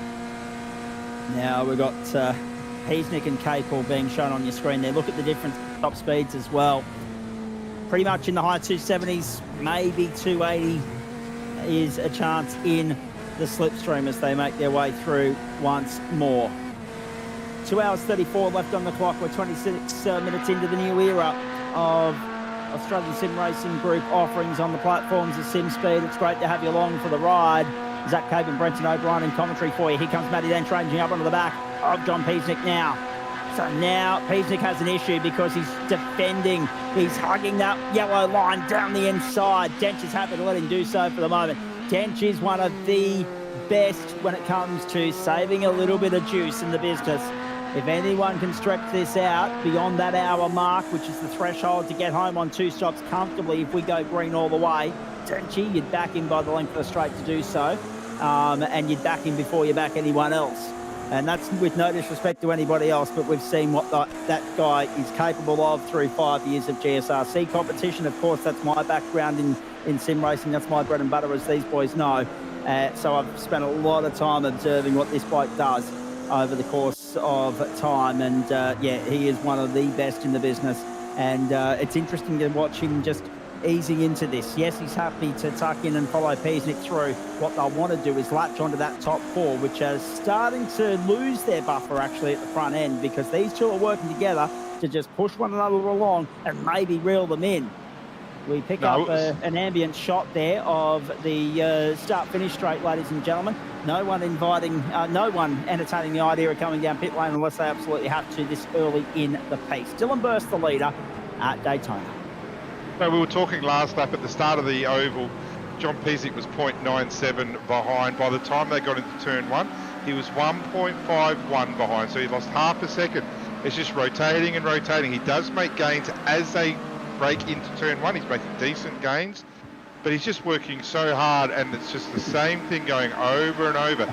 If he can just gain that 0.2, 0.3 and be truly in the slipstream, he'll be on them, no worries at all. But at the moment, he's working way harder than he needs to. I'll tell you this for nothing. Dylan Burst and Zach Ratway White. Zach would want to hope that Dylan doesn't cough. Mm-hmm. He was right up the drain pipe going through the start-finish control line here at the Daytona International Speedway. So he's very happy to sit there and follow and let Dylan do the heavy lifting in the early stages. All these guys will be on the radio to one another. They'll have team spotters looking out for them, advising them of the ins and outs of the race, talking tactics with them on the move. And if we do get a safety car, you better believe that conversation will ramp up significantly as well. Absolutely. One thing we don't know about the series and about the cars, well, we've got a little bit of knowledge, but certainly not in the hands of these pro drivers, is the tyre life of each of the cars. Yeah. Like, we don't know whether the Corvette's going to have better tyre life than the Acura. We don't know whether the Acura is going to have better tyre life than the McLarens. So as the race goes on, we're half an hour into the race so far. We've done 17 laps. I'm about to go across the strike now for 18. So we don't know the tyre life. I don't think they're pushing real hard. Fastest lap of the race so far is a 43.8 by Byron Phillips. Yeah. But they're all he's the only guy that's been in the 43s. All the rest of them have just been steady 44s, which we know is 2 seconds off the qualifying pace. And that's including the fact that they're all in draft. They're bump drafting and things like that. So they are still not going hard. Not at all. We're just picking up the battle for 9th at the moment, which is 7 deep. Josh Anderson, Josh Perwin, And I apologise because I probably fluffed the pronunciation of that earlier in the piece. Seth Brown's in there as well. Byron Pearce, Lewis Greathead, Daniel Betterfield and Kobe Jones. To turn one we go. Anderson leading this train of cars at the moment. Pearce was very wide. Brown and Purwin, the two teammates, happy to tuck in and follow. So Vermilion quite prevalent in the top 15. They've got 6 entries in this field. One of them in trouble early. That was Wayne Burke. But 1, 2, 3 at least in the top 15 at the moment. Make it 4 with Lewis Greathead. He's only a couple away now. He's that last car in that 5-car train. Seth Brown, Byron Pearce have lost, Daniel Benefield and Kobe Jones, I should say, have lost touch with that first 5 that we were looking at. And then you go down, the next of the Vermilion entries is outside the top 20 at the moment. So they're going well. They've got Zach Ratway white flying the flag for them in the top 10. You've got Purwin in the top 10 and Brown trying to fight his way in. And with 6 entries in the field, Brenton, they would be dissatisfied if they didn't at least have 1 or 2 contenders in the 10 at the end of the night. Well, you're exactly right. But the thing that surprises me, and we do know they've got 6 contenders, is that they didn't all run the same car. We know that the Burke 3 car was in a BMW. So whether that's a comfort thing for Berkey, because I would say that, well, as Berkey said, that he was he qualified the car, he was going to start the car, we now have Freer in the car. But it's surprising that they didn't all run the same car. So there's obviously a reason. And look at this. This is check your engine temperatures, because at the moment they're going through the roof. There's not a lot of oxygen right there. No, and that's Byron Pearce trying to latch on and go with them as well, but that's Brown and Purwin all over the back of Anderson. Cheap suit, Cable, the fastest lap of the race at the front of the field. 1:43.824 to turn 1 we go. Linus Stern follow the leader through there. Anderson going well, sitting 9th at the moment. Stewie Ellis has got past him in the early stages of this race. Car number 606 to the first of the horseshoes we go. Brown, Pearce, Greathead all behind them. Watch Daniel Benefield as well as we go here. There's no, it's not lost on anybody that knows Daniel Benefield's creature comforts.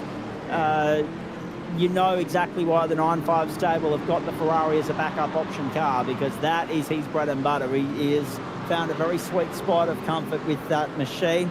Of course, they're also at the 9.5 stable going to try their hand with the Acura. So the Acura is car A, the Ferrari is car B. And that's another option. That's another discussion point that I want to come back to when time permits, to just take a breath here, Brenton, because I feel as though if we get talking about the nitty-gritty, all hell's going to break loose. Speaking of which, here we go to turn 1. So the 692 that you're following there is the Orbit Drop Bear entry. And we are watching on the run down to turn 4. Good overtaking opportunity there from car number 22. So very nicely done to get the job done there on the inside. That's, of course, the Trans-Tasman simrigs.com entry. Trans-Tasman Racing, Brady Myers, Emily Jones, Jake Maloney, and Ross Russo behind the wheel there. And back to our leaders at the front. Look at this. If we get a finish anything like the first 20 minutes, Brenton, you and I are going to have a very good night in this booth. There's no doubt about that. Past half an hour, ladies and gentlemen, 1/6 race distance. And barely a hair's breadth between them at the front of the field. Exactly what the form guide suggested. So we saw some really bad news for the position 5, so for Matty Dench last lap. The bad news is that Lockie Capel did the fastest lap of the race. So that gap's now gone out to 1.7. Matty Dench has made a move past John Piesick, so now it's Matty Dench setting the pace on 5th place, trying to make the gains on this top 4. So bit of strategy in the background. I'm not sure whether John let him through or whether Matty's just gone, we need to get moving, because like I keep saying, these top 4 are very comfortable, and I love the work, not just because I'm ERT, but I love the work that Lockie Capel's doing. He's sitting there patiently. He's sitting there with some exceptionally good drivers in front. Not that Lockie's not a good driver, he is. Like you said, he's a nervous starter, but right now he's doing exactly what a team manager would ask him to do. Yep, that was the 33 entry Summit Sim Sport. Kobe Jones making the move there as well on replay. And the 33, that's that's the first of the Synergy Sim Racing entries. Watch the wheel control on the Porsche here as well, ladies and gentlemen. Whoa, tank slump on a bit in the Porsche. As I said, the loose rear end of the Porsches. It will come up and under out of you more times than not. And the position lost as a result on the exit. So did all the hard work, got by, and then lost it on the exit of turn 1. Now, let's have a look at this. Zach Ratway-White still content to just tuck in and follow for the moment. Still got to contend with Byron Phillips behind him. Lachlan Capel as well. Matty Dench there in 5th position. Then John Peasnick is 6th. Matty Bowler 7th. Stuart Ellis, Josh Anderson, Josh Kerwin make up the top 10. Acura, McLaren, Acura, Chevrolet, and Acura the top 5. So 3 Acuras, then 2 more Chevs. Then you got the first of the Fords, Stewie Ellis, then 2 McLarens to make up the top 10. So again, still 4 manufacturers dominating the top 10 at the moment. It's interesting too, Brenton, not lost on anybody that McLaren was the car of choice in turn 4 of competition last year, season D, as they call it in iRacing world. Acura's the new toy to play with this season. No surprise to see them at the forefront of this field. But it's going to be interesting to see what happens internally within the iRacing framework, with regards to balance of performance updates and other little bits and pieces that get applied as the season plays on, and whether these teams are going to be still happy with their 2 car choices at the end of the season when we get them out panorama. For iRacing, it's not the first time they've ever done it. It won't be the last time to do it. They bring out a new toy, in this case the Acura. The BOP, they do get it fairly close. But if you want to spend a bit of money on the Acura, it's a little bit better. We saw the dominance of the Acura at the Bathurst 12 Hour. Sure, a Mustang came through quite strong at the end to top 5. But yeah, there's little changes with the BOP that are happening throughout the season from iRacing. At the moment, I'll be honest, right, it looks like they've got it right. I know it's a draft track, we get that. But at the moment, it does look like it's right. Absolutely. Acura McLaren, Acura Chevrolet. Interesting. I must say, I've called 10 weeks of GT3 racing over on the GSRC platform. There's not been a hell of a lot of love for the Chev Corvette throughout the course of the season. It has been Porsches, it's been Fords, it's been even, of course, the McLarens and the Acuras. So it's nice to see a Chev in good contention here and in strong contention. They got 3 contenders in the top 10 in the early stages. You're watching SimSpeed's live and exclusive coverage of the opening round of the Gamesman GTPRO Invitational Series, the dawn of the new era, the Australian Sim Racing Group, and what a venture this promises to be. Of course, expanding the horizons beyond the V8 offering. The supercars, of course, that 12-round championship continuing in a couple of days' time, in fact. So a tight turnaround between Sebring and round 2. More on that a little bit later when we look ahead towards what's coming your way as far as the ASRG suite of programming is concerned. And don't forget the Paddock podcast as well, with Brenton Hobson at the helm. They'll be updating that regularly, new episodes between now and the next time we reconvene on a Friday night, which will be a trip to the Fuji International Speedway, an Oriental Friday night when we go to Japan for round 2, Friday, May 16. That's going to be a busy weekend for me, don't worry. I'll tell you why a little bit later on. In the meantime, we need to focus on the fact that Zach Ratway-White is SMSing Dylan Burse across the start-finish line once more. Across the line we go at the end of 38 minutes of play down to turn 1. So Burse doing the heavy lifting at the moment. Trenchy's still holding up that second pack. He's got Peasnick, Bowler, Ellis breathing down his neck. So it's 2 packs of 4 and then that pack of 5. The top 13, when you look at the overall gap, 13th to 1st, 8.1 seconds. Extraordinarily tight between the top 15 this early in the piece. There's the 9.52 entry, of course. Sitting there with Daniel Bannerfield behind the wheel. We go back to Connor Nixon in 17th place in the Orbit Drop Bear entry. Old mate Hobbo's got his way to the top 20 in 19th. We expected nothing less from the great man, Brenton. No, nothing at all. And he's got another 13 There he is. There he is. Got another 13 positions to make up before he finishes in his traditional P6. Last lap, again, more bad news for Matty Dench. Last lap, the top 4 for the first time, all cracked the 43s. 43.988. 43.989, 43.930 and 43.993. They drew out 0.3 of a second on the Matty Dench drop bear car last lap. So now the gap's gone from just under a second, it's blown out to 2.8 and it's going to be forever expanding. Indeed. Now, I must admit too, ladies and gentlemen, I did get my wires crossed there a few moments ago, and I do apologise for that one. I mean, there are two Summit SimSport entries out there that what you might have already picked up on, and I'm still getting my head around some of the I dotting and T crossing, etc., that's going on out here at the moment. Of course, when you look at Summit SimSports, they've got their two entries. You've got 25 and 55. I read the 55 as a 33, I think. Anyway, it doesn't matter. There's the 25 was the one that we're talking about. That was, of course, Toby Jones. The Synergy Sim Racing stable, they've got 033. They've got also car number 88. And the other one that they've got out there is 14 in Ewan Barker and also Adam Briggs. Synergy were actually really kind to us because they offered up the information, the intel that we needed. The Damon Mulqueen, Brenton Hobson lineup, just the two of them tonight. No Glenn Postlethwaite, he'll be no doubt watching on and cheering them on. Brady Baldwin sitting out this one in the entry that he's sharing with Damien Johnson and Dennis Gatherick, and Ewan Baker sharing with Adam Briggs, with Jordan Ross watching on the sidelines at the moment. There's Lockhart Brownlee in 21st position. Just, I mean, it's amazing, isn't it, how tightly bunched up this field is. We haven't had a safety car yet. We're 41 minutes into the race, and still, I mean, you're hard-pressed to find clear air at this point. Don't forget, in qualifying, the top 33 cars were separated by less than a second. 33 cars less than a second. It's amazing. Especially first race series. First time these guys have competed under these conditions, but it just shows you the quality of the field we've got. And it's going to continue on. And yes, we know that the draft is strong and it draws them closer, but you know, right now, the field is not that spread out. We can look at that map there. There it is.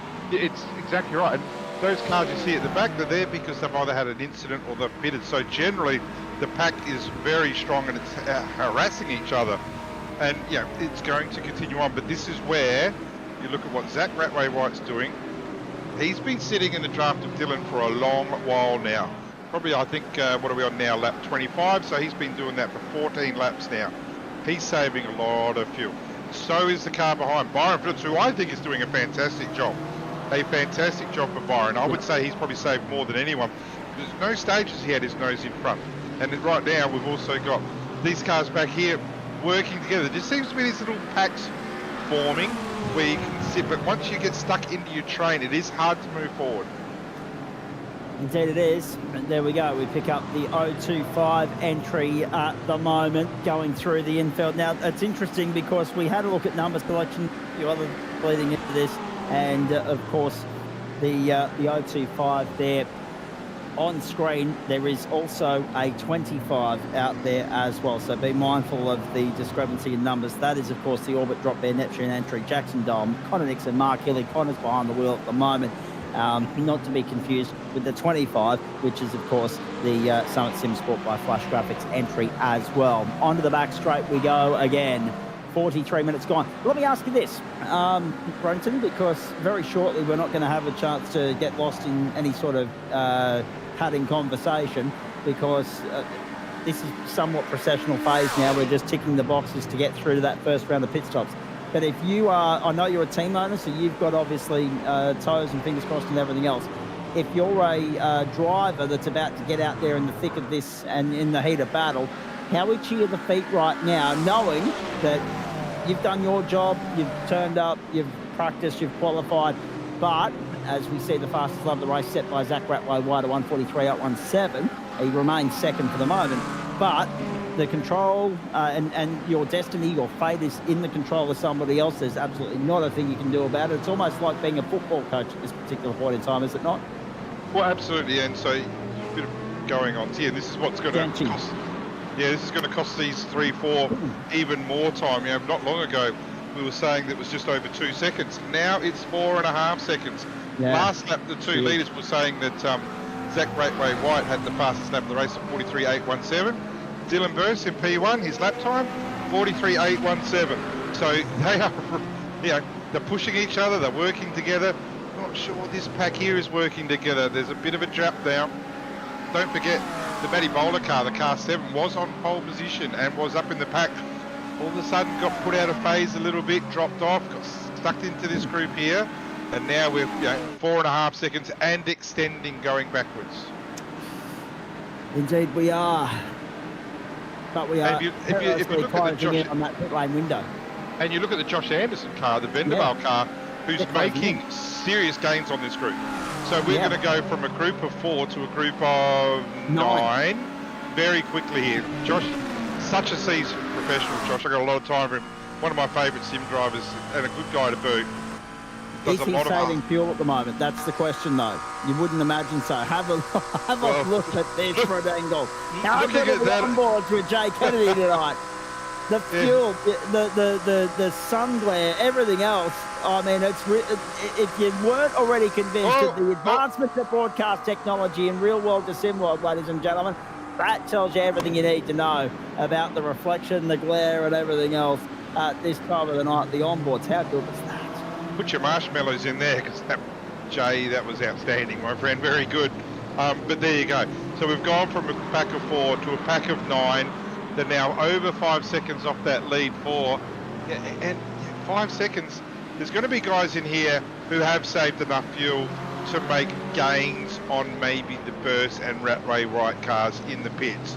But it ain't going to be 5 seconds, you can be sure. So these guys are going to have to start working out who's going to be the leader of the pack and who's going to push. It looks like it wants to be Matty Dench. I know he made a pass before to get himself there, and it looks like for the first time he's actually stretched out. But let's see if Matty Bowler can get into that draft. He's only half a second behind, so you'd like to think that he'll get into that draft pretty quick and be game on again.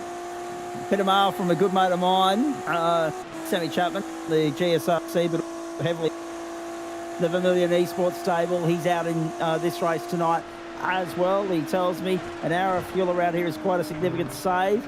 He's expecting anywhere between lap 31 and 33 for pit stops. We're at the end of lap 27 this time by the line. So, I mean, yeah, that's 4 laps. You're not even going to get to the hour mark if you get to 31. If they're keeping pace, which won't quite be enough on his calculations to do the hour.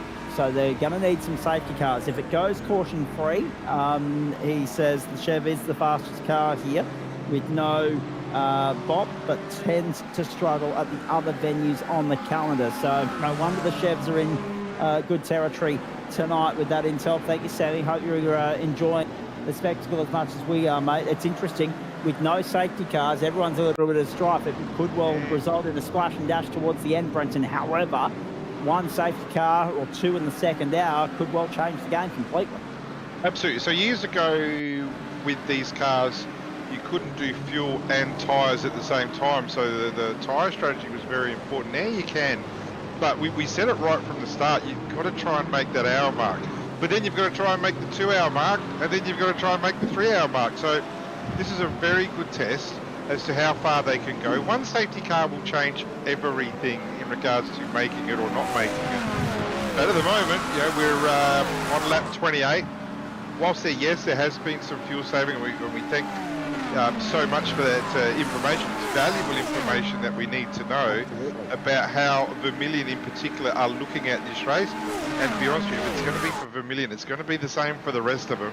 So, there's going to be some smart players out there who are going to be hanging in, discipline, staying patient and saving fuel. And right now, I've said it right for the last 15, 20 laps, Zach Ratway White, Byron Phillips and Lockie Capel are right in this, up to their neck, because they're so patient. Dylan Burse, he wanted to lead the race, he is leading the race, but does he want to continue leading the race? Oh, look at the flamethrower. Just appreciate that for a moment, would you, as we head down towards turn 1. We ride on board with Zach Ratway White. This is one of the aspects of the McLaren that we absolutely love, ladies and gentlemen. Watch him go, hard at work. John Peasnick, the fastest of the race now. 1:43.667 in the Chev. Very nicely done. They're trading barbs as far as those fastest laps are concerned here. Chapo's intel is interesting because, I mean, I love the mathematics, but it's not my strong point, Brenton. So, I mean, if we're talking 145, 144 race pace, I know we're in the 143s at the moment, but to simplify it for everybody, 145 and 2 is 3.5, 3.5 times 2 is 7, right? So 7 by 4 is 28. and 7. So 7 by 4 is 28. So that gets me up to 49 minutes. Therefore, you're looking at 32. If we're in that 31 to 33 lap range, it's either going to be 54 and a quarter minutes, 56 minutes, 57 and 3/4 minutes before we come to pit lane. Again, 4 laps every 7 minutes. 7 by 8 is 56. So they're inside the hour, and that gets you to 28. 8 by 4 gets you to 32 laps. So we're inside the hour based on a green flag run. And I'm not sure anybody anticipated a full green flag run in the first hour, given the depth of this field and the congestion early on. But that's exactly what we've got. And still, the top 4 continue to push one another along at the end of lap 30 here at the World Centre of Racing. So we're on to the end of lap 29. We're on to lap 30 now as they make their way down towards the first corner. And it is still the 2 Eclipse Simsort Stables entries, Running 3, Vermilion 2, and Evolution 4, 5, Orbit Drop Bear 6, Evolution 7, One Performance Racing's best contender is Stewie Ellis in 8th. 9th place belongs to the Vendaval Sim Racing entry of Josh Anderson. Then the 2 Vermilion Stable entries, Josh Perwin and also Seth Brown. And we have picked up the Orbit Drop Bear Neptune entry of Connor Nixon, who's dropped back to 18th now, behind the Simrigs Trans-Tasman Racing entry of Jake Maloney, and in behind them is Hobbo, just biding his time, just sitting there patiently. Blake Urquhart to pit lane. So there's your first scheduled pit stop, and he's not the only one. So you lost me at the word as well, ladies and gentlemen. So if the cars disappear momentarily, it's a driver change. So you lost me at the word mathematics, but I did write every single thing you said then, give or take the first and the last sentence and everything in between. But I think what you were trying to say in short is that they're not going to make it. So yeah, essentially by those numbers, yeah. The proof's in the pudding that there's a couple of cars. So there's a couple of cars in pit lane right now, and that tells me already. So the 2 hour 8 mark. So they've done 52 minutes of racing, and already we can see some cars pitting. We've got 4 cars in the pits at the moment, and it's going to be full fuel. 43, 35, and 525. You're right. It will be an absolutely full to the brim fill on pit road. And interesting to see how many also do driver changes. So, and the GT cars that they are. Here we go. Yep. So pit lane activity continues here, folks. So that's the Evolution Racing entry of John Peasnick coming to pit lane. And Matty Dench released for another lap. I told you Dench would be all right with the fuel save, and that might be strategic. He might not mind being 6.5 seconds off the Dylan Burst, Zach Ratray, Whites, and Byron Phillips and Lachlan Caples of the world right now. He might want to be able to get an extra lap out of this stint. So quite a few cars have fitted now. The ERT 456, the TTR Maloney, Rain Campbell, Marcus Watson. There's quite a lot of fitted. So pit lane time is going to be quite long. I'm just trying to get a time. So about a minute 4 for a full refuel. So it's a long time in the pit lane. About anything between 33 and 40 seconds stationary. So a lot of strategy going on. Now that you know you can't make it to the hour, do you then fill up? Yeah. Is there any advantage in filling up, or do you just say stuff it, we'll commit to a 3-stopper, run a bit lighter, which we know running light here is an advantage. Now, a lot of people out there in viewer land will be happy to know this is probably my one and only race commentating, because after this I go back to being a spotter. So if I was in the ERT chat right now doing strategy, I love it. Maybe I'd be saying, if you're not going to make it to the hour mark, don't commit to it. Try and get some light fuel, get a quicker stop, get out there and do some light running. There we go. And both the Eclipse cars are fitting. Right on cue, simultaneously to pit lane. Dylan Burst, Byron Phillips, here we go. Zach Ratray White's going to lead another lap. 32 laps gone, 31 laps gone, so it's about on par with what Sam Chapman was saying. 31 gone, we're on 32, we're in the window. Pit lane activity erupts. Josh Anderson, Kobe Jones, Daniel Benefield, all in as well. That's actually quite surprising. Not so much surprising that Burst has to pit because he's been pushing air, but surprised that Lockie Cowie's now in the car. Look, to be honest with you, that's probably a team thing. So that way they can run. But right now, right now the interest is on the Vermilion and the ERT car. Now I know Lockie's very good at saving fuel, very good at saving fuel. Is the Vermilion car going to make it all the way, or is it going to cough at the end? Because right now Lockie Capel has put himself right on the back of the car. And they're also going to contend with some lap traffic as well, as you can see, Brenton. So Jack White and Lachlan Capel are on their way down the back straight. The question is it this lap or next, mate? No, you'd have to think they'll be boxing down. It's quite a significant difference. We've had our first cars in 3 laps ago, then 2 and obviously a last lap. Some differences there. We can see that Josh Anderson they are out of the way now. Yep. So they've come out together, and we've got Jackson Evans in the pit as well. So it's fantastic to have Jackson Evans in this series. I'm looking forward to seeing and talking about him a lot as the series goes on. 42, 41, 34, 41, 42 seconds. They're both in. That's not surprising, but 42, 41, 40 seconds. That seems to be about the stationary time for a full stop at the moment, folks. Hamish Clellan spent a minute 41. Look at that. Right into pit entry. Getting it all crossed up on the entry to pit lane. That's unlike him. Following him in, of course, Stuart Ellis, Matthew Bowler, Seth Brown, Josh Kerwin, Byron Pierce, Lewis Greyhead. This seems to be the right time to have the cameras on the pit lane, ladies and gentlemen. Lachlan Capel, Jamie Christensen has already jumped aboard the 17 Vermilion Sim Sports entry. Oh, well, it's all happening at Daytona. Look at the crowd. They're on the edge of their seat. We're on the edge of our seat here in Central Commentary. Hope you are as well. Let's watch this pit lane entry from Matty Dench. He's got it all checked up. Will it cost him in the long run? Look at the gains. I don't know. Oh, well, there's your 4 wide. Interesting to see how Matty went there going across the pit entry. He was certainly carrying some speed. Here's the 2 Eclipse cars working well together. Driver changes everywhere at the moment. Joe Stewart's come in. Jamie Christensen's come in. Hayden Bell's come in. Harrison Lillis has come in. A lot of driver changes. Dylan Burst has stayed in the car for his second stint, so he won't be finishing the race, and Lockie Cowie has come into that car. So some differences in pit lane here.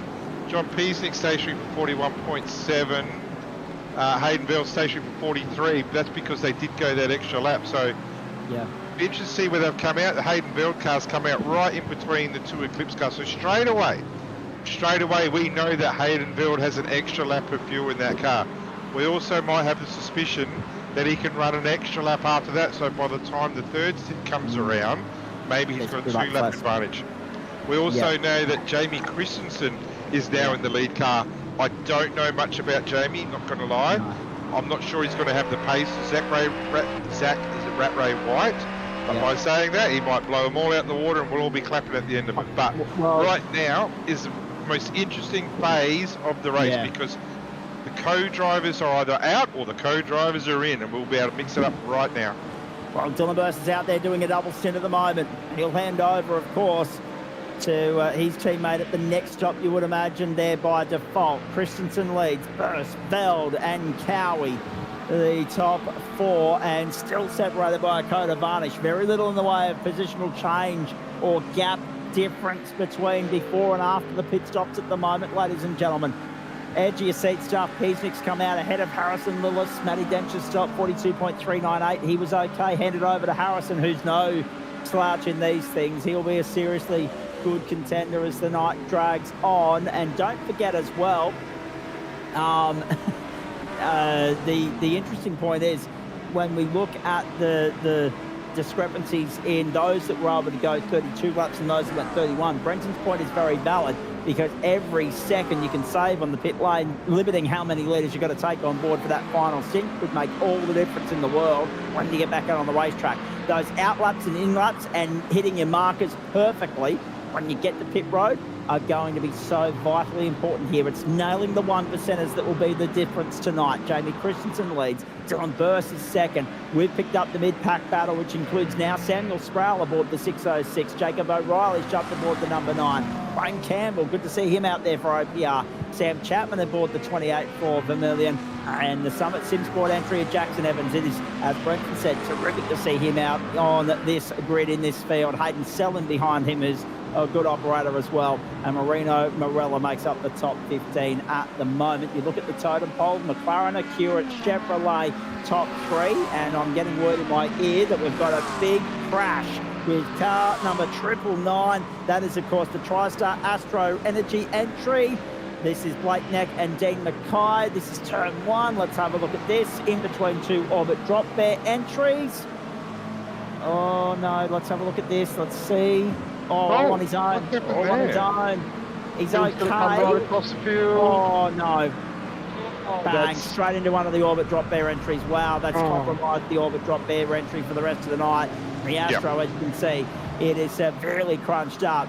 The good news, I guess, Brenton, is they've been able to limp those ones away from the scene of the crime and get them back to pit lane under their own steam. So no safety car boards and flags as yet, but we've had our first big shunt since the opening lap. No, and he was just a passenger, wasn't he? Obviously lost a bit of traction on exit, and then once it's on the grass, it's away it goes. You could see he had his foot on the brake. He was doing what he could to pull it up, but that's not stopping anywhere. And unfortunately, there's always an innocent party involved, and that's significantly ruined their day. Whether he can get this back to the pits or not, it looks like he should have the ability to. He's just gone Just gone straight to the bus stop. He's bypassed the bus stop rather than trying to navigate his way through that. And this is the Orbit Drop Bear entry that got incoming. Poleaxed in all of that. It'll be interesting to see what sort of damage that car is carrying at the moment. And it's on pit lane as well. Tyson Broad, oh geez, he can't take a trick at the moment. He was, of course, at the forefront of all the carnage, the action, and the positional battle for in and out as far as a berth in the Pro Series was concerned during that 4th round of qualifying at Winton. He's had one hell of a year so far, but he's on pit lane. That is not where he wants to be. There's no doubt about that. Tom Seath goes through to 38th position as Broad and Mackay drop down to 39th and 40th. There's another car limping down in no man's land at the moment. So that might have been a blue flag being adhered to there. Blake Urquhart, 42nd at the moment, a lap down. The full send Simsport entry, the 324, Hayden Calnan, I should say, is a lap down. And Hamish Cleland also showing a lap down at the moment, down in 43rd. Tom Freer has got back out there. He remains 7 laps down. So no retirements as yet. And we've picked up... Oh, no! Not a great couple laps of drop there here. Does he pull it up? No. That was... there he is. We'll get another look at that incident, I'm sure. That's the 14 for Synergy Sim Racing that was in the company of that car. That's Adam Briggs, the Orbit Drop Bear entry behind that. We're looking down the order at the moment. I haven't got a reg on that number just now, but it was Tyson Broad again. So that must have, but I'm just trying to piece the puzzle together here, boys. Am I of the belief that that was after the contact with the incident at the Horseshoe? Yep. So that was the aftermath of that. So that car is unfortunately on pit lane for a significant portion of time because, Brenton, as we know, there are no fast escapes here. There are no tows to pit lane. It is either get there under your own steam or message race control and have them take the appropriate action from there for you. But there are no fast repairs waiting for you on that pit lane. So however long it takes within the iRacing server and system and software to repair these cars, you're stuck. Absolutely. So up the front, Jamie Christensen doing a good job. 44.4 last lap is consistent with the rest of the field. If you're the car 7, you're the pole position man, you're Job Stewart, you know that you've got the right car under you. You know that you're a quick driver in a quick team. But you can't do anything with that speed right now. You've got Josh Anderson in front of you, and then there's a gap between Anderson and John Peasnick. There's the gap just there. Right now, if you're Job Stewart, are you pushing Anderson up to get to your teammate? I'm not sure if anyone remembers Kathy Watt back in the Olympics as cycling, but she certainly stepped on a few feet when she didn't help her Australian teammates. What does Job Stewart do here? That might be a little bit of the answer right there. He's made a move on Josh Anderson. We know that he's quick. Whether he gets up to John Peasnick or not, we're not sure. I would think that he would. But then he's going to bring that pack up with him. A very good evening to one of our Stephen Sandman Club tuning in tonight. We kind of need a Logitech hub for Sandman, a gamesman hub actually in this case, for Sandman as far as this series is concerned, because no doubt he's sitting there on the lounge at home enjoying every piece of it, enjoying the launch night as we all are. But just watching it makes him want to get involved, and that's exactly what we wanted to hear, Sam. Then we'll see you for the next round when we get to Fuji, I'm sure. Here's Hayden Cullen in the pit lane now, so that 3-2-4 entry is still looking a little bit worse for wear. Yeah, that's had its day, hasn't it? And Hayden will be there for a while, if not forever. Yeah, that car's pretty cooked. And straight away, and it's so good to have Sandman watching the races, as well as everybody else. It's fantastic that our viewer numbers are already strong, but already there's a call for the ASRG to run a NASCAR series, to run a Formula One series. Yeah. We'd love to. Just how much time have you got at your disposal, Brenton? Just how many troops are there ready to, do the heavy lifting to make all that happen? Plays into the wall and gone! That's the replay from before, so that's quite a common place. Lock the rears, put too much steering in, and there's your result. Look, so I will talk on behalf of ASRG. If someone wants a NASCAR series, if someone wants a Formula One series, come and see us and be happy. We will not turn our back on it, but at the same time understand that it's a full-time commitment. A full-time commitment getting these two series up. If someone's happy to put their hand up with a NASCAR series and run under our umbrella, we can absolutely talk. Absolutely we can. But for now, let's just get the GT stuff going. It's working really well. Oh dear, and hard to think here's like Donaldson in trouble as well. We're 1 hour and 7 minutes in. The incident's starting to creep in to the 3 hours of Daytona on a Friday night. Great to have you along for the ride. It's a bit of a hairy ride for some of our contenders right now. This is what happened to Eli Donaldson down into the bus stop. Curb, was it? No, on the exit? Yes. Oh, just snapped. Oh, and he got a little bit of assistance to finish it off. It was already turning on him, but he got a tap on the way through, I reckon. Now... Yeah, I've got to say the OPR cars are, I'm not sure how happy they would be with their performance so far. They've got a car in the top 10 in 9th position. Also, Rain Campbell. I think Rain Campbell's a quality steerer. Don't know the bloke from Bar of Soap, but I think he's a quality steerer.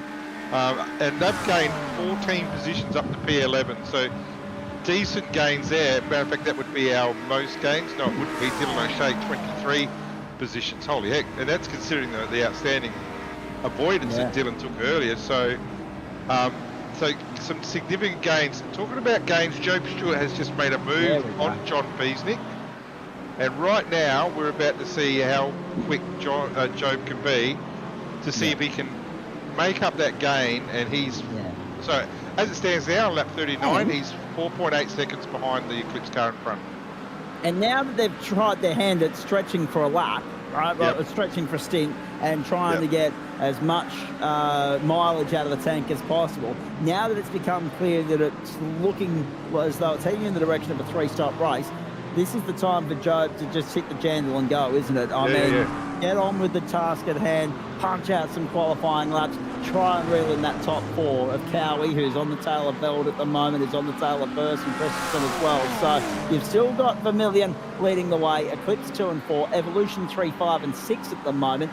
Vendaval, Orbit, 1 performance, and the third of the Vermillion entries rounding out the top 10. McLaren, Acura, Chevrolet, Acura, then the next 2 Chevys. McLaren, Acura, Ford, McLaren making up the top 10 at the moment. So it's a top 10 dominated by 4 different manufacturers, but that's probably what we expected to see. We were told reliably that the Chevy's going to be strong at this circuit. And now, I guess everyone's going to have the same mindset now, Brenton. There's no point in fuel saving. Yes, you've probably got to be conscious of tyre wear and other things, but now you can just get on with it, because it all looks like as though if we don't get a multitude of safety cars in a real hurry, we're going to be coming to pit lane a 3rd time tonight. Oh, I'd love to get your friend, is it Chapo, to give us some info about tyre wear. We won't be getting that because he's in the car at the moment. Oh, he's in the car? Well. That was Christensen trying to get down on the inside of Dylan Burst. In fact, that's Burst around the outside to go back to the lead. So Christensen is there, and now under pressure from Veldam. Coming back to you, Brenton. Let's have a look at this. Burst has gone back to the front, and Christensen, of course, the Vermilion stable, prominent here right now, but instead of being 2 and 4, it's now 1 and 4 for Eclipse, and it was around the outside to make it all the more impressive. Yeah, so Burst needs some company here. We've seen the pace that Christensen's doing, 44.8 last lap, isn't cutting the mustard because they know that Job is coming at them. So Burst has just gone, we need to start setting the pace here. We need to pick it up. Otherwise, our group of 4 is going to turn into a group of 6 very quickly. Sorry, group of 8 because we've got... Go on. That gap is down to 3.8. Sorry, mate, just to cut in there. To verify your point, he is coming with a wet sail, and it's now only 3.84 seconds, so it has decreased. It was out to 5.6, the difference between that pack at the end of the first stint.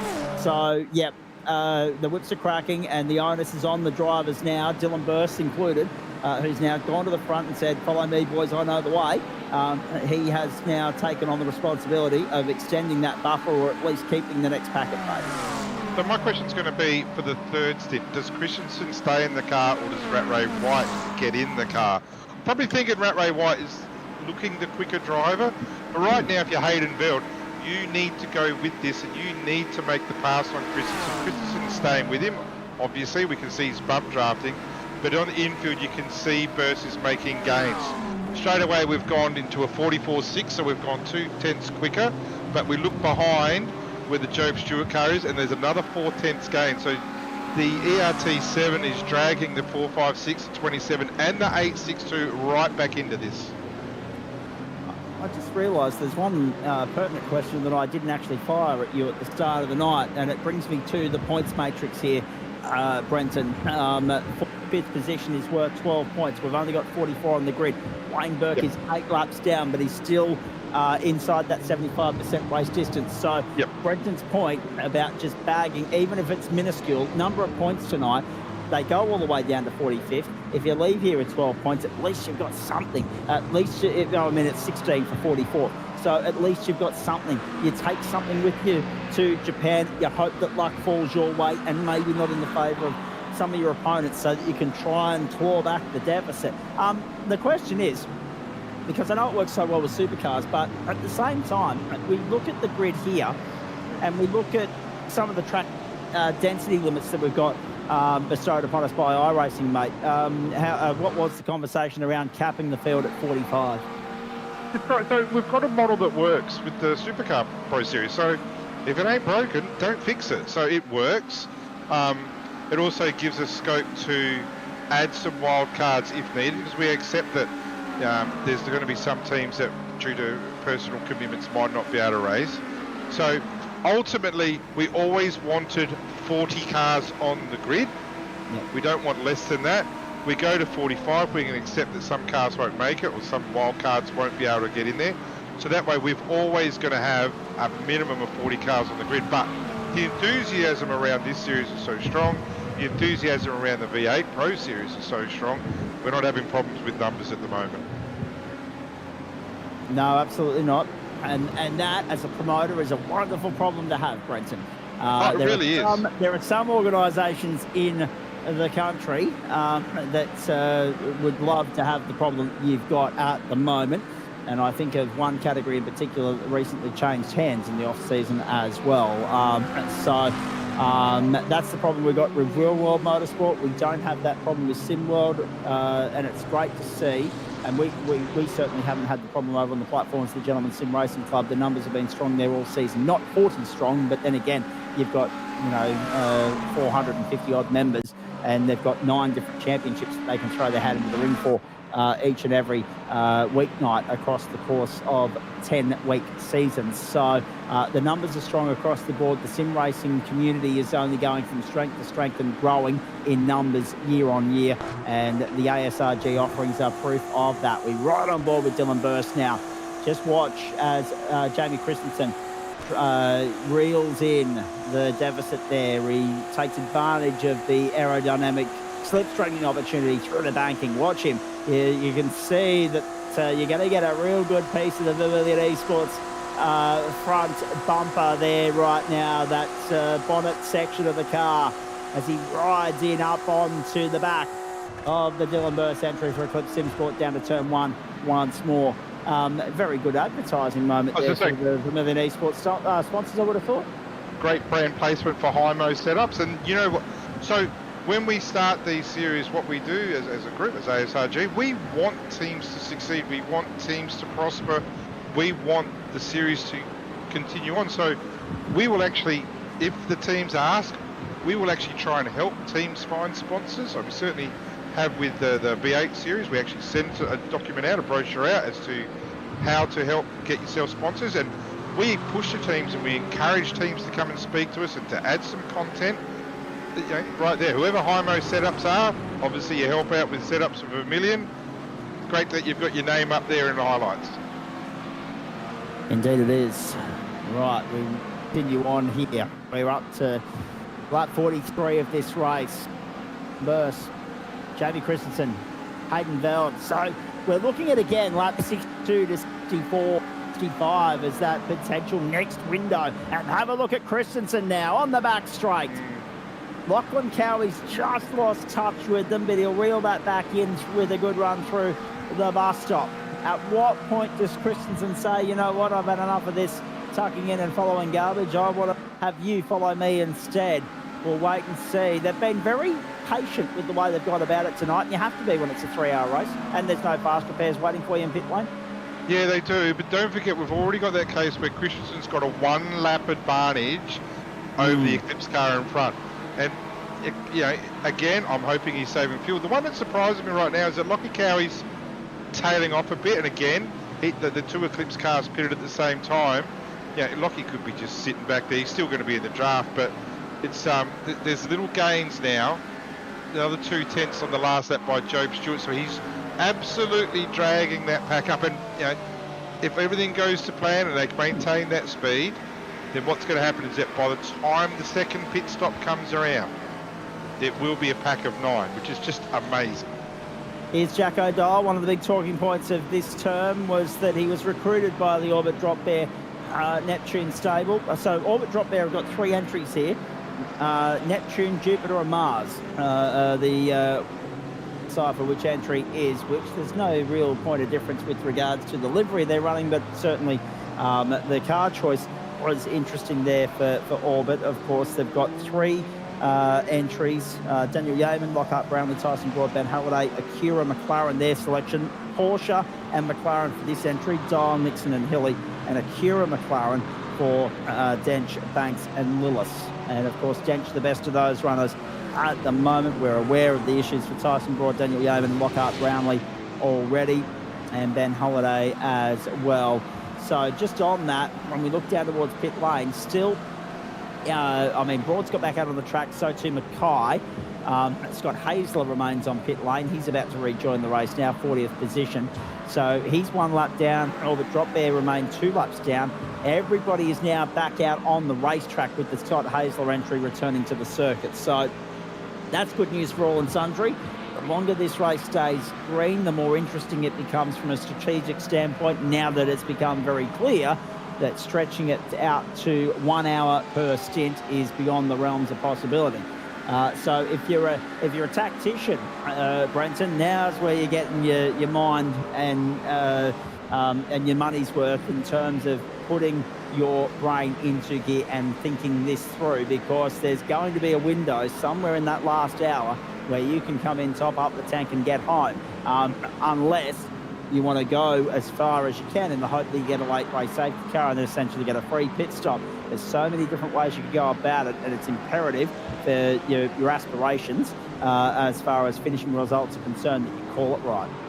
Eventually you're going to have to commit to your strategy. So, you know, the easy play, the conservative play, the safe play is just to run it dry, go again. That's the safe play. You've got a chance though. You've got a chance to take a little bit less fuel. And I'm talking, you know, put in 60 litres and then run a short stint on light fuel, get new tyres on it, and run away from the field. You'll have to pit again, obviously. You're committing to a 3rd stop, but you will make significant gains, so long as there's no safety car that comes in and stuff your plan up, which you can't plan for that. No, that's right. But maybe consider running a light stint, committing to getting to about 45 minutes to go in the race, boxing again, and then filling it up from the 45-minute mark, because you know you'll make it home. So down the back straight we go once more. We picked up our old experienced mate, Brenton Hobson. He's got Reese Wakefield for company. Sebastian Varndell and Jackson Dial just a stone's throw away from them as well. That Hobbo with Damien Mulqueen behind the wheel now. Damien Mulqueen, 16th place, car number 88. So they've continued to make inroads. And here comes Dylan O'Shea. Pressing along, Reese Wakefield as well, Sebastian Varndell, Jacko Dial, they're off in the distance. Dial a little bit further along than the previous two. Down to turn one once more. It was interesting having the discussion with Hobbo. It was very simple. Team leader pulled the trigger, made the final call, pulled rank if you like. Brenton, we look at where car number 88 is at the moment. They started well down in the order. They had the Ford Mustang or the Acura.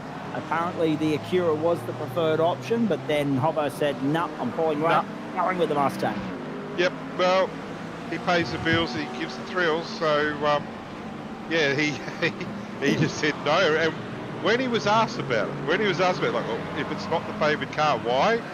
It's totally transparent. He goes, well, it's the most familiar car to me as a supercar, because that's where he does his miles at, so he's obviously comfortable. 100%. Yeah, and it's not a bad car around here. It's showing some genuine pace. In the right hands, and it's always in the right hands with Hobbo, it is a competitive car. And you know, the car 88, Damon does an outstanding job. Good co-driver and doing a good job. Now, you've got the 9.5 car, Dylan O'Shea, who's made up a bazillion places. He's made up 23 positions. The car in front, Damon's car with Hobbo as well, they've made up 16 positions. These two teams work together. Like, they'll set up their little test sessions together in the Pro Series. They work together. I'm not saying they share the same setups, I don't know that, but they are quite often in bed with each other, so they're working together here again.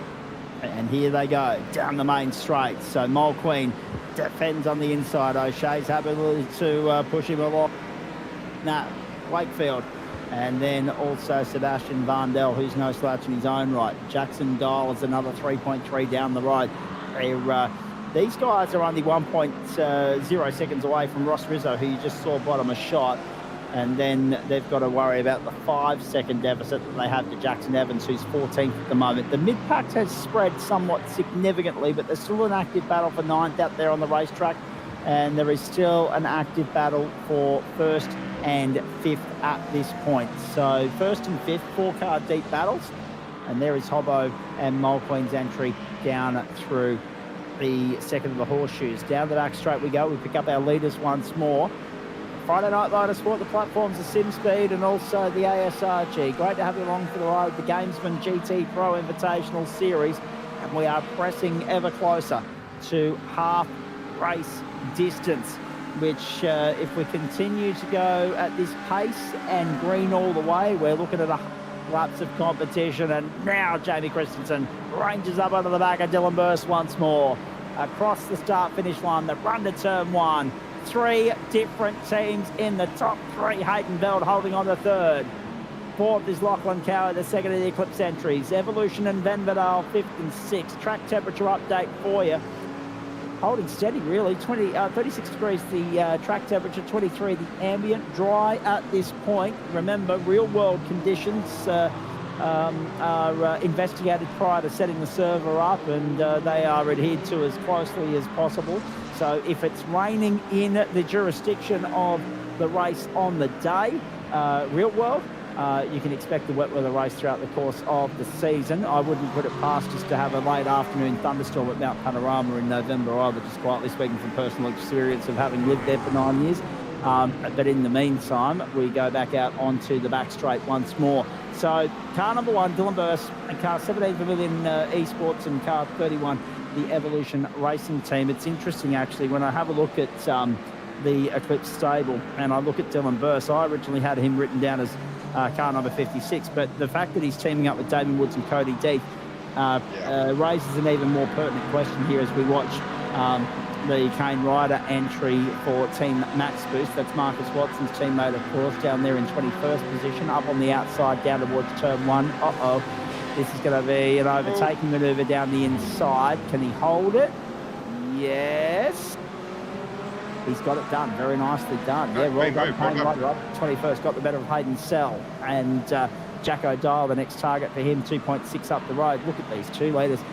When I was talking about 56 being car number 1, that's based on the spreadsheet that we all said earlier in the week, gentlemen, courtesy of Sean McNamara. And hello to the great man, no doubt, tuning in either with his friends that he's hanging out with tonight or after the fact on replay. He's used to a delay. He lives in Queensland quietly, but that's another story. The reality of the matter is that Dylan Burse has Damon Woods and Cody Death as teammates. My question to you, gentlemen, because you are tapped into the iRacing server, I am not, who's listed as his only co-driver tonight, because if he had both of them on deck, there's no way he would have been double stinting, I wouldn't have thought. No, I wouldn't think so. But at the moment, there is nobody else. He's only in there by himself. There's nobody else has joined in. Yeah, so that's going to be a story in itself. So correct. Every other car has got their co-driver ready to go, except for the car number 1. Now that doesn't mean that Damon or whoever is in the background in their own little private server right now. We can do that in Sim Racing World. We can just jump into a car somewhere else and come up and do some testing. That could be the exact thing that's happening right now. But the risk of that is, what if there's a safety car right now? Exactly. There's a safety car right now. You're not in, and you're going to have a pit stop. So one thing I will say, that there's a little bit of a story developing here with the top 3, and I say that deliberately. The top 3. The top 3 are pulled away from 4th. So Dylan Burse, well, does he make a decision here? Does he go hard and drive away, or does he try and back the other 2 up to bring his teammate back in? Because for the first time, Lockie Cowie is no longer in the draft, and the Job Stewart car is only 2.5 seconds behind. And so more to the point, that Job Stewart entry, that was inside 4 seconds behind. It's now 4.4, 4.5. So the fact that Dylan Burse has gone to the front extends the point that you were talking about. Yes, they've lost Lachlan Cowie as well, but they've also extended the buffer to that guy there, Job Stewart, who is a real threat for obvious reasons. Yeah, but what's going to happen now is that once Job, and I'm making the assumption that once Job catches up to Lockie, it's going to leapfrog. He's going to gain a second. He's going to get a free second in draft. So he gets within a second of Lockie. We're on lap 17 of their stint, probably another 10, 11 laps to go. So he's going to draw up. He's going to draw himself up, gain that second in the draft, maybe get past Lockie, maybe not, but he's going to make ground there. And like I said before, he's got an extra 2 laps advantage on the Peacenik car behind, and an extra lap advantage on the Burse and Lockie car, the Cowie car. Correct. So it's all happening here. It's terrific to have you along. Hope you're in. And also this pack that was... distance is about to reach us too, Brenton. 2.5 minutes from halfway. Yeah, it seems to be going so quick. I know. I've got I've got an unbelievably good lead commentator that does a lot of the work. Trust me, makes me look... Actually, no, I'm still pretty average. But that pack behind used to be 5 cars. Now it's 2.5, 3 cars. And I say a half, because I reckon Ando's starting to struggle to hold on to these guys as well. So last lap by for... Here we go. So last lap for the Eclipse Sim 1 was a 43.996. For the Vermilion 17 with Jamie Christensen, a 43.996. Hayden Bell to 44 flat. So we're talking about point nothing. But for the first time, over the last couple of laps, Jamie Christensen's now half a second a lap slower than the top 3. He's half a second slower than the car behind. So everything's pointing towards the Stewart, the Peacenik, and the Anderson car making gains. Unfortunately... There's also another interesting development here as well within that top 10. So it is the car behind, Harrison Lillis, in 8th place. Now, that had Matthew Dench at the helm, and Dench was running as high as 6th at one point.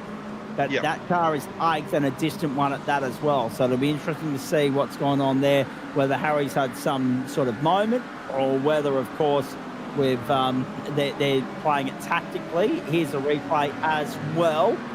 Scotty Mackay. So Car number 54. He's already been in the wars tonight, if our memory serves as well. So I'm going to run defense for Scotty here. Probably about 20 minutes before the race started, he found out he was racing. So did a solid job in the Vets series last night. Did a pretty good job. Split one of the Vets, and that's his main game. Doesn't do a lot of GT driving, but geez, he was enthusiastic, looking forward to it. And now he's going to find himself going a lap down shortly. But again, collecting points for the team. They've got a couple of good drivers. 100%. Yeah, so this is a team that's got Josh Thomas, if and when he's ready, can jump in. Very, very good driver. And Marcelo Rivera, I think Marcelo's also possibly available here. I should know. But the fact is I don't. But there looks like there's a little bit of damage. Yeah, Scott McKay, Bailey Fred, Sean Lindsay are all registered there as well. Bradley Vaughan's even listed on this thing so too. Bailey and Brad Vaughan, that's right. But they've both got real world commitments this weekend. There we go. Moving to one side. Well done, Scotty. But he'll get points for the car. Yeah, absolutely he will. That also highlights another point, mate. To this point, we've run green for 90 minutes and 33 seconds. So there we go. Halfway distance, come and gone, right? And there are only 8 cars that have lost a lap or two along the way. Some by incident, some by just sheer pace. 36 cars remain on the lead lap. And should we get a safety car and bunch everybody up at some point, that means that there are so many people still in genuine contention, not just for outright position and track position, but battles along the way too, and those precious championship points. Every single one of them is going to make a world of difference at the end of the year when we get the Mount Panorama. But there is nothing in the way of a wave around for every single car that's a lap down as per the regulations. It's only for anyone that may be parked between the safety car and the race leader. So Absolutely. therefore, if a safety car should come and you're a lap down, but you're behind the leader, bad luck. Absolutely, but if you play your game properly, safety car comes out, the expectation is that the leader will pit, stay out, and then become the car between the safety car and the leader. Get your wave around, gain a lap, take a pit stop. You're not going to lose a lap in the pit stop, you'll make gains overall. I will also say for guys like Scotty Mackay, and there's a few of them in this that are racing tonight, it gains some experience in a quality field as well, and it makes them hungry to race again in a series like this, or the V8 Pro Series. Gain some experience, and they will only get hungrier, they will only get faster. And so it's great that we've got guys like Scotty who's just improved so much in the last 6 to 12 months, and he'll continue to improve. We've also got a really good battle happening here. I think it's the Ross Rizzo car. Ooh, it's a pretty deep there. Ross Rizzo, fantastic driver. Has left us for a while, and he's obviously well and truly entrenched back. And again, this is the type of thing where Ross used to drive the old car of the future, supercar. Hasn't taken up the Gen 3 at all, from what I understand, but is more than keen, looks like, to jump into a GT car, so it's fantastic to have him back. Wayne Burke's still sitting 8 laps down at the back of the field, 44th place at the moment. The Hayden Callan entry, which ended up in pit lane as well with some damage. It is 5 laps down. Dean Mackay also damaged, 4 laps down. Tyson Broad's had a moment. He's 2 laps down. So is Scott Hazler. But Blake Urquhart, Robert Crisdale and Scott Mackay remain 1 lap down at the moment. Damien Johnston's got his hands full in a battle here I just saw with Matt Arnold and Ben Jeffrey as well for 30th position on the racetrack. And we are riding with Dylan O'Shea in 16th right now as we cycle lap 54 of the car race. Fastest lap of the race for Job Stewart. There we go.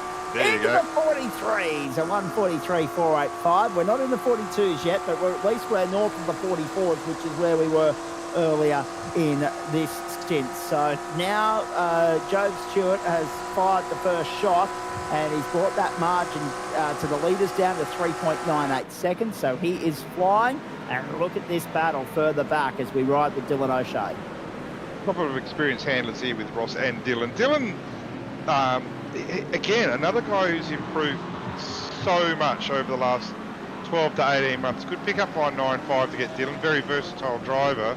Love what he brings to the table, and certainly enthusiasm is one of those things. But we can also see on the other screen that Job Stewart is there. So now Job needs to make that move and get it done as quickly as possible on Lockie Cowie and bring some passengers through with him. So Lockie's dropped off significantly from the pack in front. We're talking about Job getting that free second. If you remember, he was about 5.2 seconds off of the lead. He's got that free second now, but now that he's there, he can't drop back and lose that free second. No, Cowie, sorry, Brenton. Cowie's already. made a moment through the bus stop. Job Stewart's going to fourth around the outside.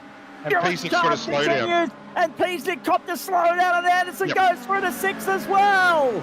Critical lap, this 54th lap. Absolutely it is. So you can tell Peasic had to slow down. Went straight to the high line. He went straight high at Daytona. It's the best way to clear. You can keep your momentum up, but you do lose that time. But you keep your momentum up. You go to the high line, you get rid of your slow down penalty. But right now, for the first time, Job Stewart's gained a spot. He's up to P4. Let's look at the clock. 4 seconds to the lead.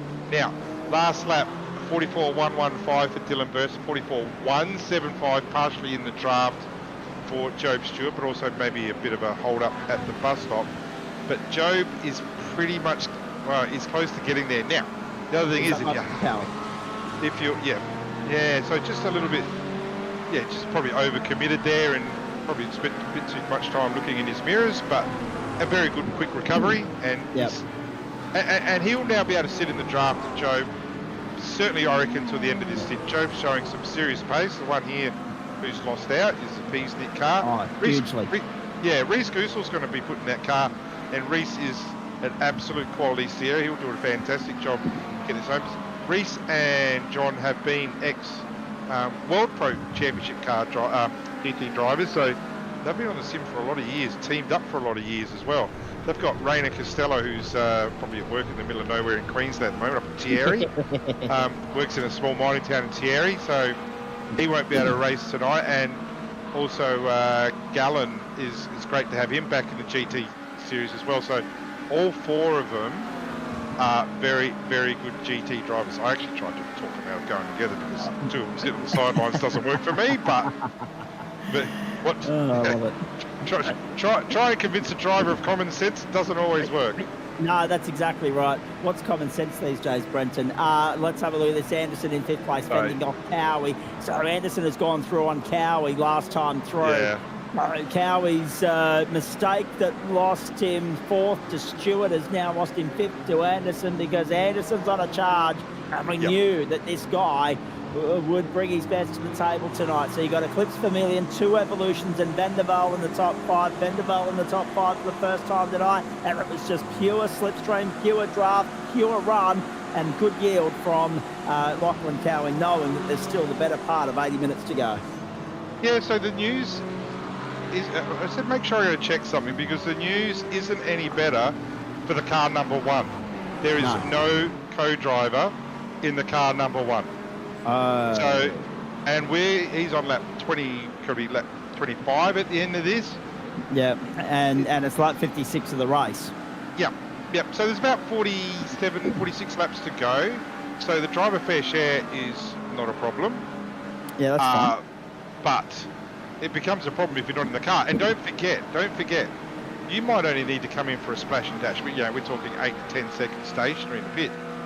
If you're doing a driver change, you ain't going to be stationary for 8 to 10 seconds. You're going to hemorrhage time. So right now, if you're Jamie Christensen or Hayden Veld, Joe Stewart, Josh Anderson, you're actually starting to think, there's nobody in that car. How hard do we need to go? Yeah. So, if anyone out there is listening in Eclipse land, you need a co-driver. Well, that's exactly right, because it's instant disqualification, is it not? Because it falls foul of the regulations if you don't have a co-driver. Yeah, we'd hate to see the first night of school overshadowed by controversy, but then again, that's motor racing. A bit like the common sense discussion, a bit like everything else. I've always said that if you like your motorsport, you've also got to like your politics. 1 hour, 21 minutes and 13 seconds to go. Dylan Burst is the leader. There's a big asterisk next to that one at the moment until we see a co-driver join the server. No, so we've just got word from Eclipse that Keith will be there. He's just got home from work. He's going to be there in 2 minutes. So there you go. Cody Deck. Yep. So goodness. That clears that up very Nice quickly. converted. Yep.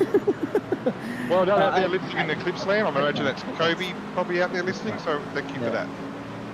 Indeed. So, crisis averted for them on the first night of the term. We pick up Damon Mulqueen in 17th at the moment. He's lost out to Reece Wakefield and Dylan O'Shea. Dylan's gone through to 15 and Reece to 16. The other point as well, Brenton, and it's extraordinary, the correlation as we have a look at that overtaking manoeuvre. So that was Mulqueen losing out to Wakefield. Antic Simsport going through to 16. And Varndell now right on his clucker. It's interesting for mine, and it's poetic timing, really. It wasn't even planned this way that we're having this discussion now. We're talking about driver changes. Well, look at where the time's at, mate, where the better part of 56 and so we're about 44 minutes into this stint. We're at the most about 12 minutes away from that second round of pit stops having been gone, come and went, based on what we saw first time round of that 56-minute run time, and we are still green. So that's not going to extend the life of the stint any longer, you wouldn't imagine, if everybody's filled it to the brim first time round, which you imagine they would, all in the attitude of going as far into the race as they possibly can before that second stop. And then the games will start, because everyone will start thinking, well, we've got a plan for third stop anyway, so do we go short, do we go long, do we try and get some clear air, what do we do? I think it's a no-brainer. I think short field. That's just me. I haven't had a chat with my guys. I'm too busy entertaining myself here, but I would short field. And us as well, mate. Yes. Yeah. So, thank you. I would short field, because you're not going to make it. So where's the benefit in carrying a heavy tank around for the next 50 minutes and then doing a splash and dash? If you're going to put new tyres on the car, use them. You know, don't you dare come to the finish line with tyres that are only a few laps old. There's no point in that. You're wasting an opportunity. So the thing is that there's a couple of cars here. So the Dylan Burst car we know, and the Josh Anderson car and the Lockie Cowie car, they're going to have to show their hand, because they went one lap shorter in the first stop. Let's make the assumption that they're going to go one lap shorter again. The only car I'd probably question is the Job Stewart car, whether he has to come in on the same lap now, because he's been going hard without assistance for quite a long while this stint. Yeah. But they'll show their hand whether they're going to go long or short. So, and this will be deliberate from Jamie Christensen, you would think, tactical. Absolutely. Extend that stint out an extra lap again, and then that gives you some good leverage going into that final round of pit stops in the third stint into the fourth, and they'll be quite happy with where they're placed at the moment. No one came here to muck around. They've all strapped themselves in, buckled up, held on tight. They're here and they mean business, and we're seeing that in the early stages of the season. Remember, we've got another 15 hours of racing at 5 iconic venues to come. 2 stops in America, 1 in Japan, 1 in Belgium, 1 in France, 1 in Australia in this series. We finish on our home turf on the same weekend as the Bathurst 1000 for the ASRG, and that is going to be awesome viewing. We hope you'll join us for that. And don't forget, of course, we talk about the Wednesday night being the entree. The Friday night is one of the main courses. The Saturday, you get your qualifying and your top 10 shootout out of the road. And, of course, some support racing in there as well. And then Sunday, the big one. So it is an enormous weekend for all involved. Remembering that we'll be here till midnight on the Friday night. And then backing it up for about 9 o'clock in the morning on Sunday. So that is a huge weekend and very little sleep for anybody that's involved. But we wouldn't have it any other way. It's going to be Christmas for motorsport fans in the virtual variety. Eclipse Sim Squad, and you mentioned good old. The name escapes me at the moment, and it shouldn't, because he's a good mate of mine, Rainer Costello. Thank you. Rainer Costello is a great little steerer. He's a good little operator, not just in real world, but sim world as well. We want to say good luck to all our mates that are competing in the Australian Karting Championship this weekend in Port Melbourne. We want to say as well, good luck to everybody in Queensland contending with another band of rain coming through. Some of them have got absolutely nothing to do tonight, Brenton, because all the local sports just about being called off for the weekend. So hopefully they are making the most of the free time they've got and tuning into our coverage of the Gamesman GTPRO Invitational Series. Pit stop time, Adam Jepson, 5 minutes and 50 seconds. I'm not sure what that one's all about, please. We'll a bit of structural damage. Okay, so that's the Bluebell Racing Team entry, dropping down car number 525 all the way down to 43rd position. 6 laps down now, and Hayden Callan is the beneficiary of that because he's moved back to 42nd. Well, we do hope the Queenslanders amongst us are enjoying the night, and hopefully tomorrow, for those that follow the cricket, hopefully tomorrow you're not quite as up and about as you are tonight. Well, actually, aren't you glad? Aren't you glad you got voting rights for that in South Australia? Because if it was up here, it'd be a bloody washout, Brett. Absolutely. Well, I do live in Victoria. I do live on Phillip Island, let it be known. But yes, the gateway to hypothermia. Yes. Yeah, absolutely. So yeah, been here a while now. But yeah. So well, for those who are in Queensland, welcome. And what's it there now? It's only 20 past 9 your time. So don't rub it in. Yeah, that's right. Don't do McNamara's job while he's not here, please. Well, you're right. Every other state we can see the future. Yeah, correct, absolutely, including my family down in the beautiful New South Wales Hunter Valley. 20 past 10 Eastern Daylight Time, 20 past midnight on a Saturday morning in New Zealand. I bet you're burning the candle, getting the coffee brewing for another cup before you go to bed here, ladies and gentlemen. We're just easing into this. We're all going to be running on adrenaline at the end of this night, and then we've got to worry about trying to shut down and go to sleep and get some adequate shut-eye. And, of course, over on the West Coast, well, it's dinner time over there, so what great prime-time entertainment for you. Pit stops underway. John Peasnick, the first one in the second round of pit stops. Okay, so let's see what card John plays. I'd imagine there's going to be a driver change. There will be. Reese Goose will get into the car. The most interesting thing here is how long they're stationary for. So generally stationary in the first stop to fill with tyres, let's just call the average 42, 43 seconds. Yep. Let's see what the Beasley car does. Let's see if they play their hand and go light, or let's see if they go conservative. There's nothing wrong with going conservative in round one. You're collecting points. But there's an opportunity. Say you put 5 laps less fuel in, then when everyone else takes their stop, you're going to come out on the back of them and using their bloody their draft to stay up there. But it looks like they've taken the conservative route, 42.1 seconds stationary, so they have filled it up. I'm just waiting because our chat thread, our Pro Series broadcast messenger chat thread, has the great man Sam Man type message that we speak. He'll have taken the bait on our comments about future in Queensland and whatever else.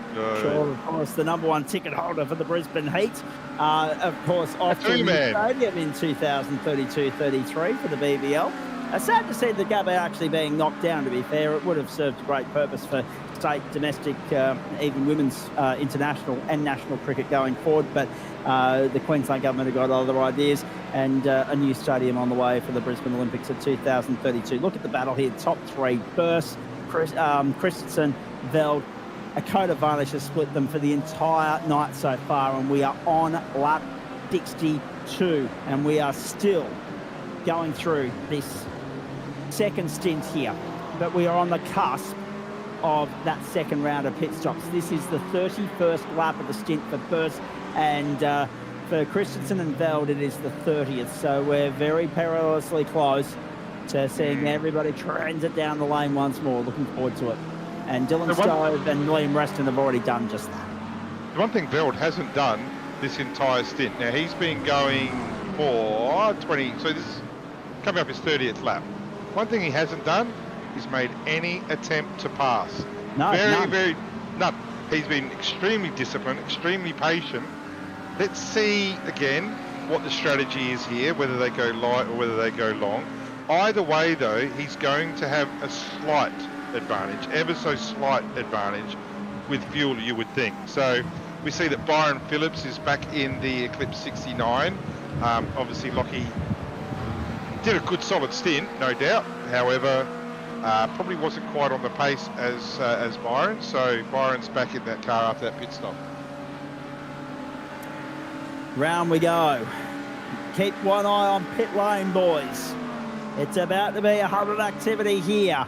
Burst, Christensen, Burst is in. Burst is the first one to peel off. We're not surprised by that. Veld and Christensen go on to lap 63. The World Centre of Racing, Daytona International Speedway. We're Do it in as well. 1 hour and 11 minutes away from the end of this one. 1 hour 49 minutes run so far. Stewart in as well. Josh Anderson. Oh, no. Wow. Josh Anderson gets a black flag for speeding in pit lane. His charge is done. Can you believe that? And that's about 40 seconds too. It's a chunky penalty that iRacing throw at you. Oh, that's done. You. Yeah, it's done. I think it's probably way too harsh. Agreed. But, yeah, that's ended his days for this event. The thing is that stands out is that last time both the Eclipse cars pitted at the same time, we were able to work together. This time Dylan's flying solo as he comes in. So I'm not sure if they've done a driver swap. I haven't seen them do the swap yet at all. So he's going to be doing a lot of laps here. So it's so interesting for mine to see that you're right. Dylan's back out there again. So they short field. So to see that David Christensen and Hayden Veld are 16 seconds ahead of Harrison Lewis. That's the big buffer that they've put on between them and the second, third pack of cars. Go for it, Brendan. So the most important thing that's happened here is that both Burt and Stewart have both short field. Burt has gone 27 seconds. We know why that is, because they need to create time for their second stop to get the driver change. The third Job stop, Stewart, Job Stewart, who doesn't need to do a driver swap, did a 24-second stop. Now, I would think that what they've done, they've looked at the burst car, and as soon as the burst car's off the jacks, then they're going to go, bang, we're going to go, and we'll be with you. So, very, very strategic move by both cars. Very strategic move. Let's see if it pays off. They've got a little bit of traffic. Actually, no, in the clear of the traffic already. So they're in the clear. Now, the other car we did see pit already, both cars, Byron Phillips and the Reese Kusu car, they fully filled. So they took 42 seconds on. So they've dropped 18 seconds in pit stop alone. I don't think they're going to make that up, because right now these guys have got light fuel, new tyres, working together uninterrupted. They will be driving away. So this is where the race at. We know what's happened to Josh Anderson, unfortunately, with the slowdown, with the speeding in pit lane. This is where the race is at, these two cars. Absolutely it is. So Christensen, Veld, Stewart, Detch, and then it's interesting to see that Christensen and Veld have gone on to lap 65. This is a long run from them. Urs is third. Fourth is Job Stewart. Fifth is Detch. So that's playing out on pit lane. Phillips is going to come through and take that. Jacob O'Reilly is in pit lane as well. Reese Goosel has come through. He's jumped up at a 6th spot now. The interesting thing for mine is Alexander Bird has taken control of the entry that Josh Anderson was piloting for the first, better part of 2 hours. And those guys have dropped all the way down to 21st position. That's a real cruel and costly blow. And Hayden Veld's going again. Now, remember what I said only about 2 or 3 laps ago. What hadn't Hayden done the entire race? He hasn't raced. He's been sitting there patiently, saving fuel, and now he can... And this is where you stick the boot in. This is where you need to go fast.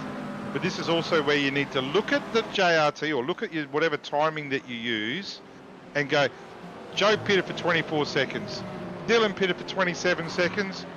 We're going to go 26 seconds or whatever, and we're going to stay with these two and stay in draft. That's what I'm hoping anyway. Oh boy, it's ramping up in intensity, ladies and gentlemen. Don't move a muscle, don't touch the dial. Stay tuned here on the platforms of SimSpeed and the ASRG. We are far from done at the World Centre of Racing. Welcome to some of my friends and colleagues who've been tuning in to the GSRC broadcast that will be wrapping up about now. The Le Mans Hypercar Series at Le Mans, of course, wrapping up tonight. Aidan Luthwaite, the champion there. The big news, and I don't think I'm breaking rank by revealing this, is that he's been recruited by the Orbit Drop Bear stable as well for next term. So that's a big coup for them. But Christensen did his pit as well. This is the old Ratway white car has pitted. Christensen has stayed in the car. So that, to me, is a bit of a surprise. Jamie did a really good stint. I didn't think he had the pace originally, but once he got stuck behind Burst, he was quite comfortably able to keep up. So well done to him. However, again, I think there's a strategic error with these guys pitting long. I honestly think there was an opportunity to be aggressive here in pit lane. 2 of those cars have taken it. Hayden Veld's in the pit right now. Right now, I wish I was in the ERT Discord saying, this is what you need to be doing. I'm staying here, biting my lip, but hopefully they'll look at this and see an opportunity to be very, very fast for the next 20 laps. It's one of those nights, and I said it to you blokes before we got going as well. You just don't know where to look this evening. Hobbo pleaded with me. He said, don't give me any spoilers from the AFL. I don't want to know. Although as a Carlton fan, maybe you do me a favour and I don't bother watching the match and depress myself even further. I haven't revealed any spoilers with regards to the NRL, but I did tell people at the start of the day, if they do watch what we normally do on a Friday night, they have 2 screens at their disposal so they can watch this and the GSRC as well. Big Friday night of motorsport in the sim racing world. Watch Loving this. Loving this. They come round. Loving the aggression. Coming back out onto the racetrack, right at the front of the train. He hasn't raced all night, but he's now going to lead it, Brenton. Yeah, loving the aggression on the pit stop here and the strategy. So, 27.3. Yeah, so 27.4 for Burst, plus 3 laps. Dylan Burst has done an extra 3 laps, and they both did 27 seconds pit stops. Heavy advantage to the Hayden Veld car here, because he was patient. Look, it's an enduro, it's not a sprint. As exciting as this race has been, at the moment, dare I say, the smartest guy is leading, but that doesn't mean he's going to be the quickest guy. We're certainly not handing him any trophy right now, but right now he's done an exceptional job. These 3 guys need to go. They need to go now. They've got a significant advantage. They've got 15 seconds back to Jamie Christensen, who is all by himself. He has no friends to help him. Back further, it's Byron Phillips, who is all by himself. You've got 3 cars who were first, second and third on the grid, I believe, from my memory. There's a reason they're at the front right now. They were aggressive with their pit strategy. They weren't going to be just sitting back. They've seen what the Burst car did. The Burst car and the Stewart car both played their hands early. Hayden and help me out here. I'll help you out. I thought you were on a roll. I thought you were going, I wasn't. Lockie Capel. Lockie Capel. We're talking about your team, of course, the Evolution Racing team. Yeah. I was about to say Lockie Cole, the other Lockie. No, it was my birthday the other day. I'm old, all right. Getting joke. I'm going and by the way, many happy return for that too, by the way. Yes. Thank you. Yeah. That's unusual about the candles, because there wouldn't be enough candles to blow them out. I was going to say 9 times getting barbs during the broadcast, but producer Jay in the ear with the comedy festival, which is underway at the moment, very on. Hayden Veld, Dylan Burst, Job Stewart. Job Stewart now right in this race as well. We knew he would be. Evolution 1 and 3, Eclipse 2 and 5, Vermilion 4. Game on at the World Centre of Racing. Can you believe we've not had a caution yet in the opening round of the season? Exemplary driving from all and sundry tonight. But, gentlemen, we know this cape and we know how it works. The closer we get to the checkered flag, the more onus there is on getting the job done, pressing forward. So the aggression is expected to intensify over the course of the final hour. So we know here that the last stop, Job, was 3 seconds quicker in the pit. So he was stationed for 24 and Dylan was stationary for the 27. We know that there's a 3-second advantage between the two. But do we know there's a 3-second advantage? Because how much fuel did they both put in? Did Job save 3 seconds extra of fuel in that middle stint? I'm not so sure he would have, because he was pushing very hard. And even right now, he's helping the Eclipse car move up. I'm not even sure you need to be doing that, Joe, because you've got a teammate out in front at the moment. So what we're doing is, this group is going to be a quick group. It's already looking at last lap. A 43.9 for Hayden, 43.7 for Dylan, 43.787 fastest lap last time round for Job Stewart. And then we're getting chunky with deep 44s, 44.4, 44.4, 44.2. So these guys are making their move now. Nice move there on the inside. I think that was Tim Hancock on the inside. Damon Queen. So that was 16th. Mile Queen slips back to 17th. The dead giveaway was that it was Mile Queen that we were driving on board with the Synergy Sim Racing entry. And there we go. In the bottom right-hand side of your screen, Tim Hancock.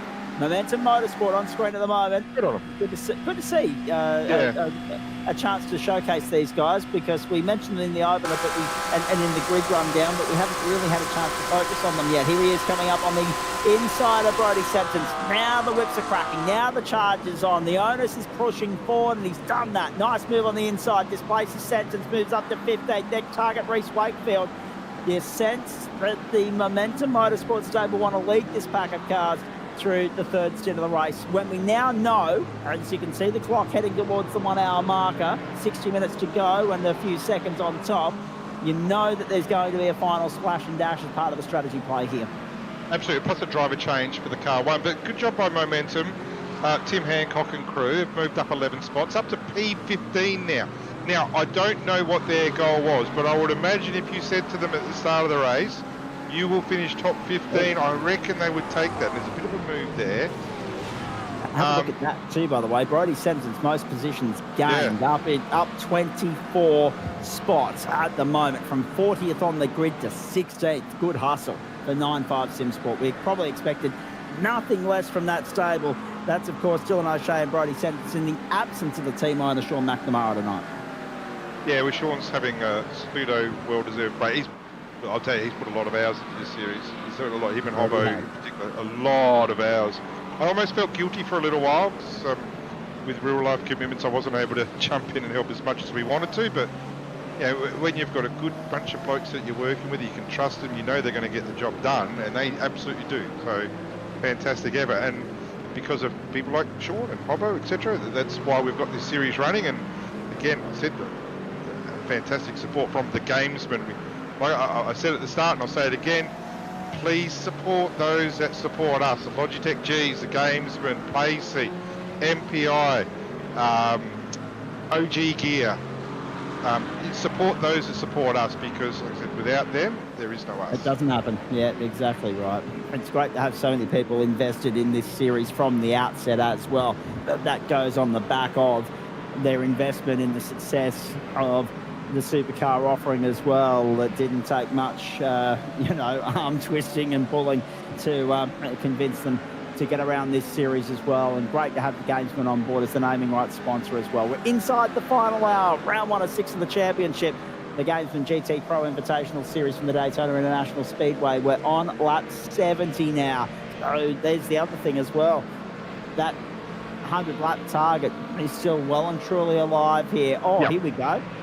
Down the inside, positional change. Pierce, O'Reilly, and Pierce as the beneficiary of O'Reilly getting a slowdown. So the number 9 for Vermilion slowing down, and we saw that earlier with the Chev Corvette entry.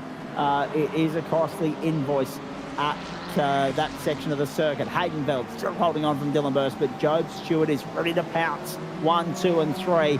The Evolution Racing Team, ERT, well represented in the top 3 at the moment. They've got first and third there, and you can see Stephen McCartan's one well worth highlighting as well, up 18 spots. So we mentioned Brodie Sempton's up 24. McCartan's had a solid run as well. Car number 51 for the OPR stable, of course, and the OPR stable got 4 entries on this grid. McCartan's teaming up with Jake Edwards, Ryan Campbell, and Darcy Inwood this season. So the top 3 are averaging half a second a lap faster. So by the time they do their pit, so it's obviously going to be a shorter stint now. By the time they do their pit and get on some new tyres, a lot of it's going to be traffic orientated where they come out, of course, but they will come out significantly in front. I want to give a shout out to the car 79, one we haven't seen or spoken of now. The car, the Arate Esports, Esports, I probably should know. But Arate, they have Arate. What a good job they've done. Byron Pierce in the car at the moment. Haven't shown them a hell of a lot. I'd like to give them a bit of a shout out. Number 1 for supporting the series, getting involved. Number 2, getting themselves in the top 10. Now they've gone up. They've gone up 7 spots. Oh, here we go. New leader. Dylan Burst to the outside, Haydenveld to the inside, still trying to hold on. Here comes Job Stewart as well. Stewart down the inside and Burst and going to second. It's millimetres in it. A Dakota Varnish as they go fell to the dog leg. Stewart's got up the inside running as they head up to the West Horseshoe at the back of the circuit, but he has to yield for the moment. Then he dives down the inside. Job done on the inside, maybe. Have a look at this. Burst to the outside, no. He has to tuck in and follow. Stewart is second. That was under threat from Burst. Withstood that pressure. It opened up the door for Job to pounce on Dylan Burst, and now we are tier 1-2 at Daytona. Yeah, that's fantastic racing. Not sure they need to get this involved. They need to stay fast here. They want to get a gap behind them. This will take time away from them, we know, but it also might be a long-term game with the ERT guys working together. I think Hayden's probably the third fastest out of this group in front, the group with him, but I also think Job's probably the fastest out of the three of them. Don't forget, the Job Stewart car at one stage was over 5.5 seconds off of the lead. They've strategized their way back into the front group. They've driven fast and consistent to get their way into the front group. Let's see if they can keep pushing this advantage. Our producer Jay Kennedy was focusing on the bitumen there a few moments ago. Right, let's follow this battle to turn one again, because the fireworks ignited here last time round, but not this time round. Veld, Stewart happy to let his teammate lead from the front for the moment. I don't think that'll last terribly long, just quietly. But there's been a fair bit of debris and dirt kicked up around the racetrack tonight. Debris has been a huge talking point since updates to the server, and there's another example of it, in around about late November, early December. But we haven't seen too many people trip up on it yet tonight. No, so there was a change with the amount of debris and rubber build-up from iRacing in the last update. It was gone from an insane amount to probably a bit more of a realistic amount. But yeah, we're talking, yeah, absolutely. So we're talking 44 cars have done, how many laps are we up to now? We're up to 71 laps. Now. Yeah, so there's a lot of cars doing a lot of laps. So the rubber debris is actually, well, there it is. It's a bit of explosion there. So I'm not sure what type. I'm not sure if they're running Bridgestone Yokohamas or Dunlops. I've got no idea. Pirellis. But there's an awful lot of them lying around on the road now. They've worn the grass groove out, actually, of that small patch west of, or to the driver's left of the Ribble Strip runoff area. There's been a fair bit of whipper stripping going on at the bus stop tonight. Round we go, 53.5 minutes to go. So if we go green all the way and there's a pit stop thrown in for good measure, what did I say earlier? 7x4 and 7x7, so 49. So that's 28, 29. Probably no more than 30 laps when you consider there's pit lane transit in there as well. So we're on target for that 103, 31 laps probably. We're on target for that 103 that you were talking about if it went green all the way. That seemed ambitious, but I tell you what, it's within striking distance now. You wouldn't have betted against a safety car tonight, but again, you just never know what to expect when you turn up here. Down to turn one, the 51 to the inside. Yeah, so Reese is, I'm not sure if that's for position. Yes, it is. So good move by Steppen McCartan there. So that car. So we were talking about OPR maybe being slightly disappointed in their early performance. Certainly coming home strong now. That was the same with the Bathurst 12 hour. The Mustang just kept on getting involved at the end. Didn't see much of it at the start, but when it was needed at the point end, when track temps came down, it was certainly there. And it's the same with now. So Reese has dropped off a little bit overall, down to P7. I'm sure they wouldn't be too unhappy with that. But a really, really good effort here by the OPR 51. Strap in and buckle up and hold on. 52 minutes here at the World Centre of Racing. Heading on what time? It's a right on the platforms of the SimSpeed Esports Network. But there is no doubt about that. Through we go. Top three, Coda Varnish, 0.3 of a second. The third one of those is Dylan Burst. He's lost toe. He's lost contact with the top two for the moment. The Evolution Racing team have taken off at the front of town. 0.6 of a second now back to Burst. Christensen is a very distant fourth, 17 seconds down the road, but they went a full stop. They went to 41 seconds. So too did Byron Phillips. So too did Reece Goosel, and I'm having a look down to see where Matty Dench is. He went the full stop as well. Yeah, so they're planning an extremely light stop on the run home. You seem to think that that wasn't the right way to go, Brenton, and this is why you call the shots. This is why you play spotter and you're involved in the tactics with regards to the ERT team when you're not here in the booth with us, and we do appreciate you, of course, stepping in to fill in for both Scotty Rankin and Lockie Mansell, who are unavailable. And Scotty, of course, tuning in whilst he's driving home from Sydney to Grafton tonight. The interesting point for mine is it's all about car weight, isn't it? And if you're carrying a full tank, you're carrying more weight. So if you take half a tank now, half a tank at the next pit stop, you're doing yourself a little bit of a justice in the weight department. Don't forget, you're getting on new tyres earlier as well, and you're going to use all those new tyres in the next stint. So tell me, if you're taking full fuel last time around, where are you going to gain that time back? You're just not. These guys have done exceptionally well. Again, they're consistently half a second a lap quicker. What used to be, 13 seconds last time I talked, it's now close to 18 seconds. So these three are driving away. And also right now, what we might be seeing, your friend Chapo mentioned it before, there might be an advantage with the Chev. And if there is, we're seeing it now. And if these two guys can continue to work together, they will start pulling away from Dylan Burst. Now, we know Hayden, I think, has a fuel advantage over the other two. But right now, Job is doing a great job working together with Hayden and maybe pulling apart Dylan Burst and Eclipse Sim Sports, because right now, for the first time, it's over a second. And rut traffic still playing its part here as well. So the lights are flashing. Get out of the road. We're coming through. Good to see a BMW out there, though. It's very good to see a BMW.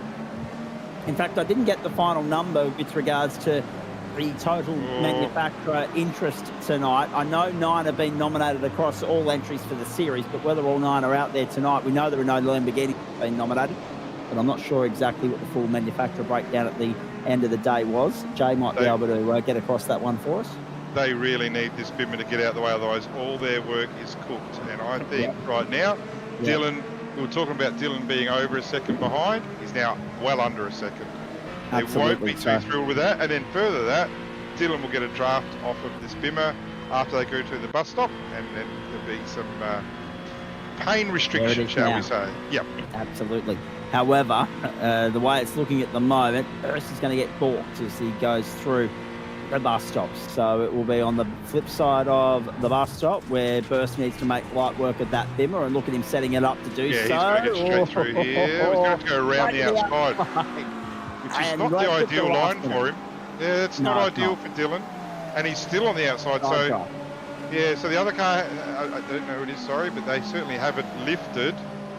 It's not ideal for Dylan here. And I don't think that Bimmer's got a bit of stick to it too, so he won't be too happy with that.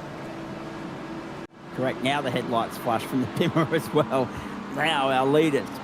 ERT 1-2. There goes Veld and Stewart.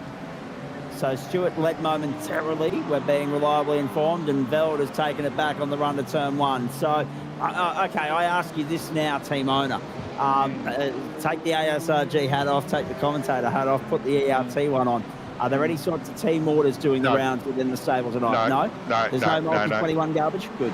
No multi-21, or in the end multi-1-2. There was neither of those. So, no, we don't do that. Look, don't get me wrong. There have been times in other races where if someone's behind is faster, we, crazy not to, we actually ask them to move over. And in fact, the last V8 Pro race, probably for the first time ever, we actually asked Ethan Grigalt to get out the way for Robbie Gibbs to get through, which is extremely rare, if ever. That just shows you the improvement in Robbie Gibbs. But no, certainly. But this is opening night, ERT is testing the waters. We're not traditionally a GT3 team, so the guys have done a sensational job, not just driving the car so far, but picking the right car for this race.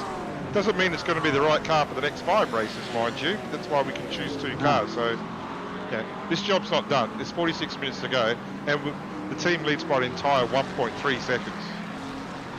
Correct. Corey Bennett just coming back out onto the racetrack now as well for the Azure stable. So that's an interesting one. We'll follow that with, I did see his name late addition to the entry list, actually, earlier today.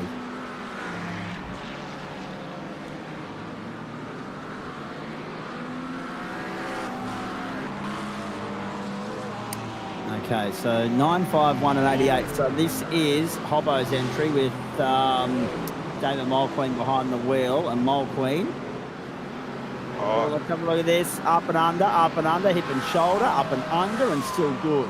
Yeah, 37 holds on to 18th for the moment. Yeah, nicely done, very cleanly. So that's that Azure SimSport stable, Autosport stable entry. Was that car number 9? I saw the name Corey Bennett. I saw the name Corey Bennett pop up on the screen. I'm just trying to get the rego number on that. 11. Azure Autosports now. Oh, hang on. That's a moment for 9.5. Oh, good save. Good save as well. Probably saved us a safety car, did Brody Sentence just now. That's and don't worry. There's talk. There's chatter. When is it coming? We want one. We need one. We don't need one. Well, no, I'm not saying we do. I'm saying there are competitors messaging me, hello Sam Chapman, saying we now need one. We're in a position where I need a safety car to get back into this race. So, Brody Sanders drops to 21st position. Connor Nixon, a beneficiary of that. Marcus Watson back in behind them as well. That battle pack is stacked with talent at the moment. So Brody Sanders down to 21st position, trying to keep in touch with Connor Nixon. This was a monumental save. Let's have a look at this through the bus stop. Just got it all crossed up, all out of shape, but watch the tank slapper. So that was the overtaking manoeuvre. There's the tank slapper. Did a real good job saving that. That could have gone absolute to Narnia. Now, one thing I will say, Mr. Producer, probably hasn't been mentioned, we've got a fantastic crowd watching. If you go to the grandstands at Daytona, it's a packed house here to watch our series. So look at that in the background. It's absolutely amazing. Terrific. Terrific. Yeah, give us a crowd shot. Now, so you can tell that's race awareness from Damon Mulqueen right there.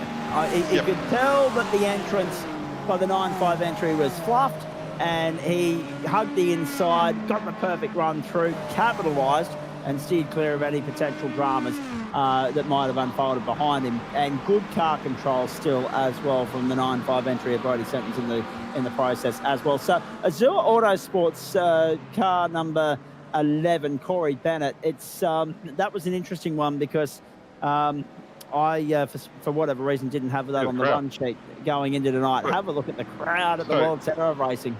So we did a special $10 entry because it's our first race, and look at the crowd. They've all showed up. It's just paid for your commentary invoice for the night, Brenton. It's fantastic. Have a look. Not quite, but it's getting close. I was taking a chop, but anyway. Have a look at the crowd. It's fantastic. Also, I'll ask you this one. Service settings on the day, I know that's a prerequisite within the supplementary regulations. We see World Sports Car Racing here, the Rolex 24, we see it go into the dark. Was there any discussions had about whether we do take this thing into prime time or not? There absolutely was. There absolutely was talk to do that. And it's proven that it does work. However, sometimes with a broadcast, and Jay would know this, it doesn't quite look as good when you're just watching headlights. So we're actually thinking of doing it at sunset, which would have looked spectacular. But we thought the more consistent way to go would be just to do like I said, it's race number 1. We didn't want to get too experimental. We want to know, we were probably conservative. As the series goes on, we can actually start being a bit more inventive. Oliver Patterson and Rob Carmichael were listed down in that Azure Autosport stable. It's the first time we've actually really mentioned those guys all night in car number 11. Here's Hayden Veld still leading the way, and Job Stewart's right there. They've put 2.2 seconds between themselves and the Eclipse SimSport entry of Dylan Burse. This is magnificent. Vermillion's Jamie Christensen is 4th, then Byron Phillips. Stefan McCartan's had an almighty run. Byron Pierce is still in there. Reese Gusell as well in the Chev. Down to the bus stop. And the ultimate pressure being applied. Teammate on teammate. The ultimate showdown here.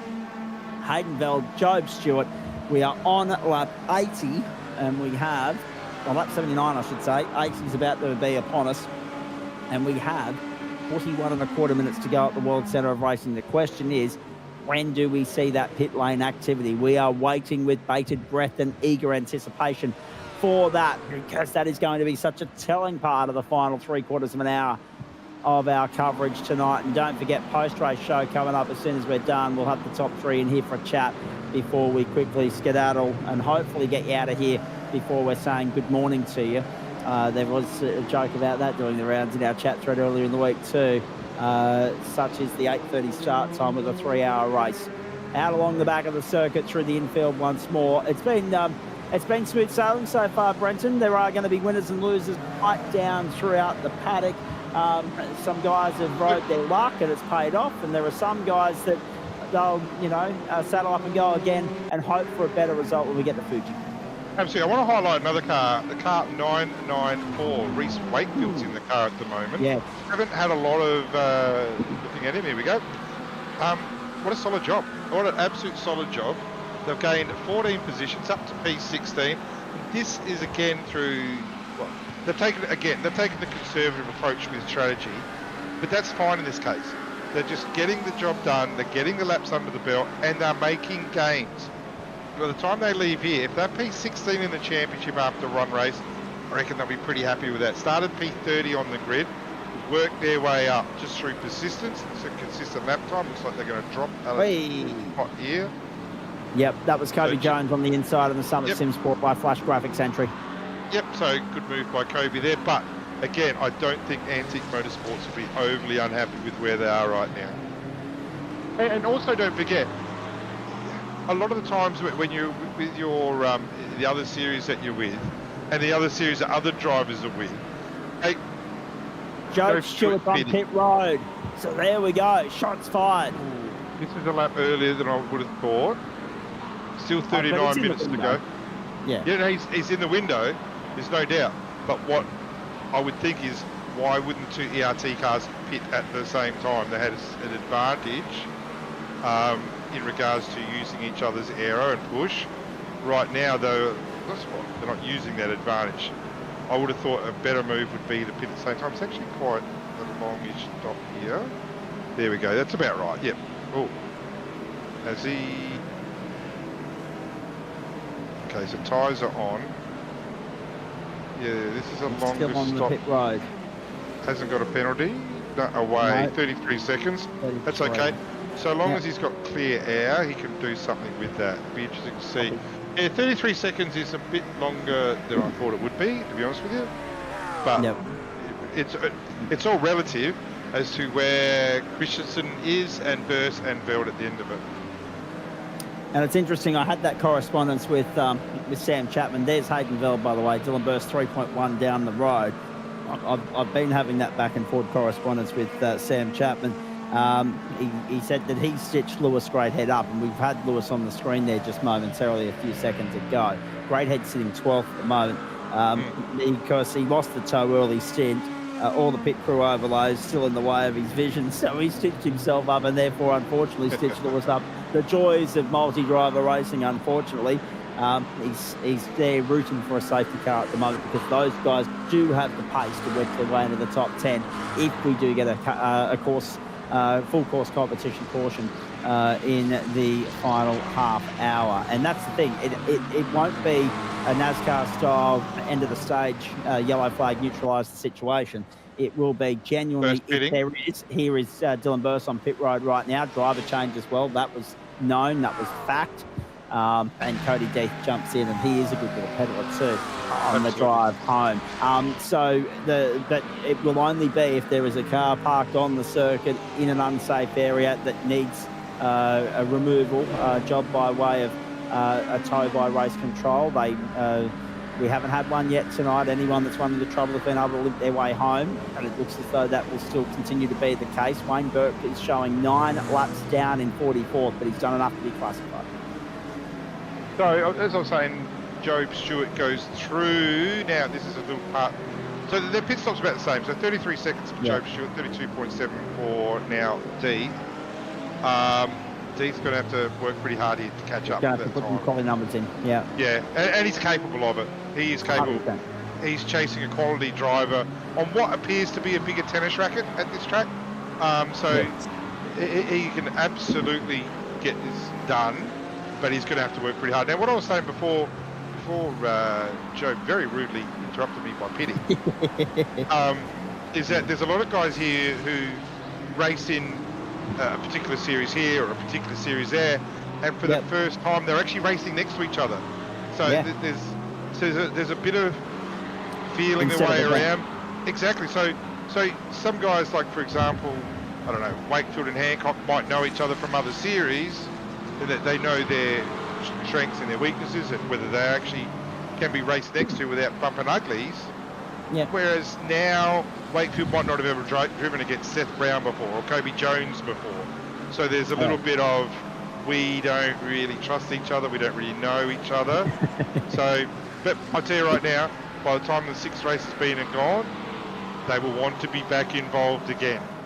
Yeah, they will be very well acquainted by the end of the season if they aren't already. Here's Matty Dench. Now, that's the other story for mine, the fact that they went the full stop.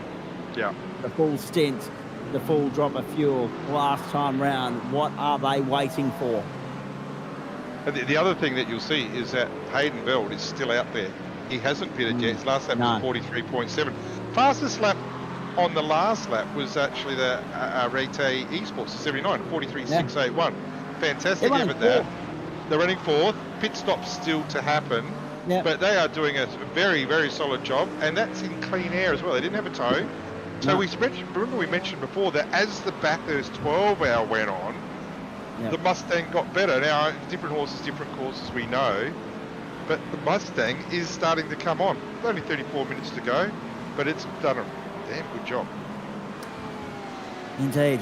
So Evolution Racing, Vermilion Esports, Eclipse Sim Sports, Areti Esports and Evolution Racing Team. But we are aware that there are some that are already racing to the checkered flag. Job Stewart has 3.1 over Cody Deeth. We look further beyond that. 3 stops also for Stephen McCartan now. He's come in unnoticed by us. He's there in position number 21 in car number 51 for OPR. Looking further afield, 3 stops also for Liam Reston. So Jackson Ray Hunter and Liam Reston, some now showing a lap down. And in fact, top 26 still on the lead lap. But once this field cleanses, the number will be a lot higher than that. And because we've also got to have a look at the bump drafting going on here down the lane straight. You've got Synergy Sim Racing's Damien Johnston's already stopped, and everyone below him has stopped at least 3 times. Some due to damage, some because it's strategic, because they haven't run into trouble just yet. Matty Dench under pressure from Jacob O'Reilly, and 994 Reese Wakefield. We're just being told that there's a little bit of a need to have a look at. This is the OG Gear replay. Oh, in the ball. And that's going to be significant aero damage. Whenever a bit of carbon fibre makes contact with concrete, nothing really works out that well. They probably got away with it, but I would imagine that there's enough damage on that car that it's going to have an effect. Tim Hancock to pit lane on that note. 994 Reese Wakefield continues on. We've also got, I'm just having a look down the order, it only appears as though the Momentum entry pit lane, nobody else at this stage. Leader in pit on lane. lap 84. Here comes the leader, Hayden Veld, right on cue. What a good stint. This will tell us everything. That has been the perfect stint from Hayden Veld, hasn't it? Really, to be fair, as a team owner, you'd have to be happy with that. Yeah, a lot of maturity, a lot of patience. Yeah, it has. And don't forget, we also thought he had a fuel advantage over the other 2. So he's gone an extra 3 laps already. He was 3 seconds lower at the last pit stop, if memory treats me right. So if all goes well here for Hayden, as Christensen now takes over the lead, if all goes well here, he will come out with a bit of an advantage. And he's still stationary at the moment. So we know that Joe Shute was 33 seconds. And there we go, Hayden Veld. 27 seconds. So that is significant. That's 6 seconds you're just not going to find in 31 minutes. And he has got a huge advantage as a result of that Veld And- leads the motor race at Daytona. And newer tyres and the clear track. On corrected order at least. Yeah, absolutely. So we've still got other cars to come in. We know the Christensen car took another 14 seconds of fuel over this car. We also know that the Eclipse 69 did the same, as did, so did the ERT 456 Jupiter as well. They all went heavy, but the best strategy, and we're looking at it now, was to go a little bit lighter and not get racy. And that's the thing that so far Hayden has done well. But now for Hayden, the race does start, because he's got himself 6.5 seconds on Joe Stewart. They don't need to work together anymore. Now it's just a matter of getting the job done on 4 lap newer tyres, sorry. It's heavy advantage car 31. Car 17, Zach Ratway White, Jamie Christensen. Will Ratway White jump back in to finish this race? That's the next question. Car 17 leads at Byron Phillips second. The other Byron I just saw jump into pit lane a few moments ago as well. So there's been a couple of pit stops play out that last time round. We didn't pick up all of them. The key one was Hayden Veld. He's come out on corrected order in 6th place as we come back across the start strike. 30 minutes to go, ladies and gentlemen, 5/6 of the way there, and we have completed 85 laps. So the car 606 is right on the back of Hayden Veld, but it's a different race. So the car 606 hasn't fitted yet, but on the lighter tanks is certainly a little bit faster, but hasn't made a move.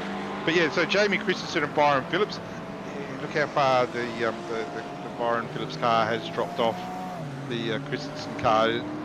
A good effort at the start. You know, these guys are P2 at the moment. Pit stop still to come. They're in a quick car. They're a quick team. It's round 1. You get yourself from top 5, top 10. Not like your championship's dead by any means. It's still well and truly alive. So, you know, get your points, maximise what you've got under you. Because if what we hear, the Corvette is the favoured car here, doesn't mean it's going to be the favoured car for the next 5 rounds.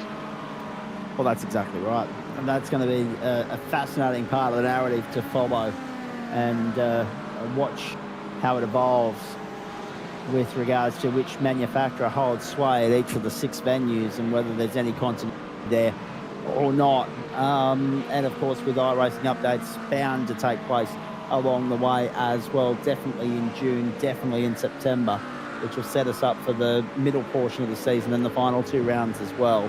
There'll be little updates applied internally that is beyond the control of the ASRG.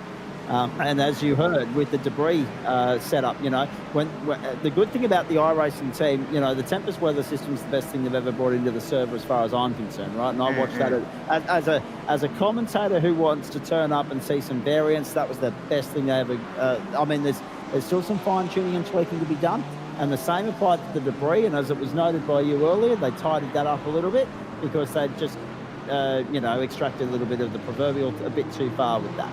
They've jagged it back, and the product is the beneficiary. Same with the cars. They'll continue to chip away at that. They don't always get it right, but at least they've got their finger on the pulse, ready to, you know, activate changes when needs be.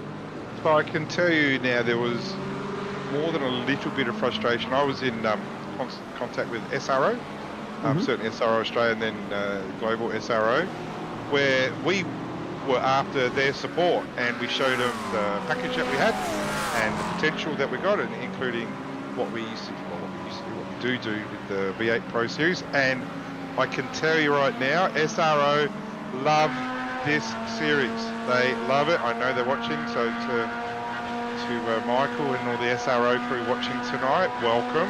Fantastic you're here. However, their hands were tied. They couldn't support us because SRO Global had made a commitment to Assetto Corsa, which it's a conflict. They couldn't come over to us yet. So hopefully when the Assetto Corsa contract with SRO is null and void, you know, we will be expanding even more. So I know SRO love what we're doing. Absolutely love it. And no! No. Big one on the main straight. Can you believe that? What a save But I tell you what, Reece Goosel's ended up in pit road and all sorts. And it will be a penalty as well, either for unsafe Absolutely. entry or speeding. So that is going to done. be race over. So that's going to be a massive penalty. At minimum 45 seconds plus interest. So yeah, What's like what happens here? Like if you are pitting, you'd have to ask why you're so wide to start with. But correct. yeah, so there's a penalty coming there. Yeah, and not sure who's right, who's wrong there. Looked as though Goosel was coming across to try and cover off Dench. Maybe didn't time the run. I don't know. If you are pitting, I would think probably move over to the left a bit more, make your intentions clear. Yeah, that was very unfortunate. I'm not sure. Here it is. Yeah, I'm not sure replay on board. I'm not sure there's much more that Dench could do there. I'm not sure he could do anything there. No, and he did no man's land as well. Yeah, because not only was Goosel pitting but crossing over, but he's also going to have to start decelerating. So, yeah, I wouldn't think. Well, ultimately, the stewards will be looking into that, but I wouldn't think that there'd be too much for Dench to worry about there. It's unfortunate, as I'm obviously putting my ERT hat on. It's not what I want to see, but no, not at all. But you know, if you're going to call a spade, not a bad pirouette across the line there. You certainly get a speeding and pit lane penalty, absolutely. But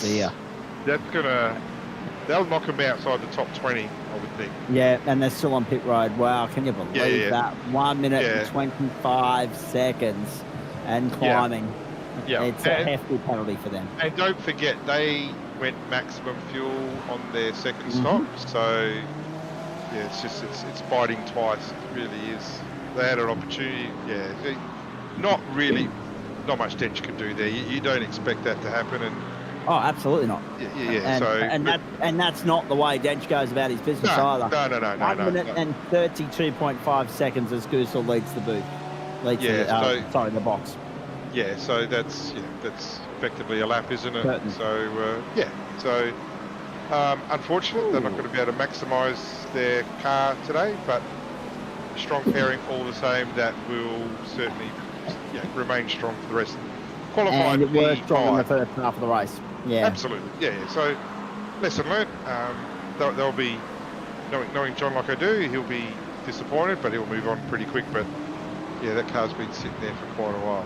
Good fuel saving strategy. Sit in the pit lane.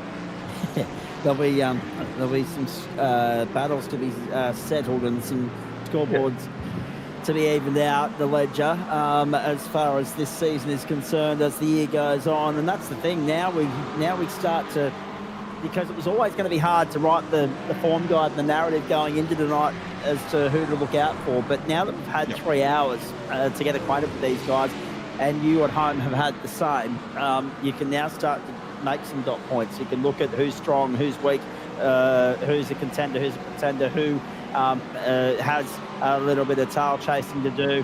And here's Haisler with a moment on the back straight, heading towards the bus stop. This wall scrape, if you don't mind. And then gives, jeez.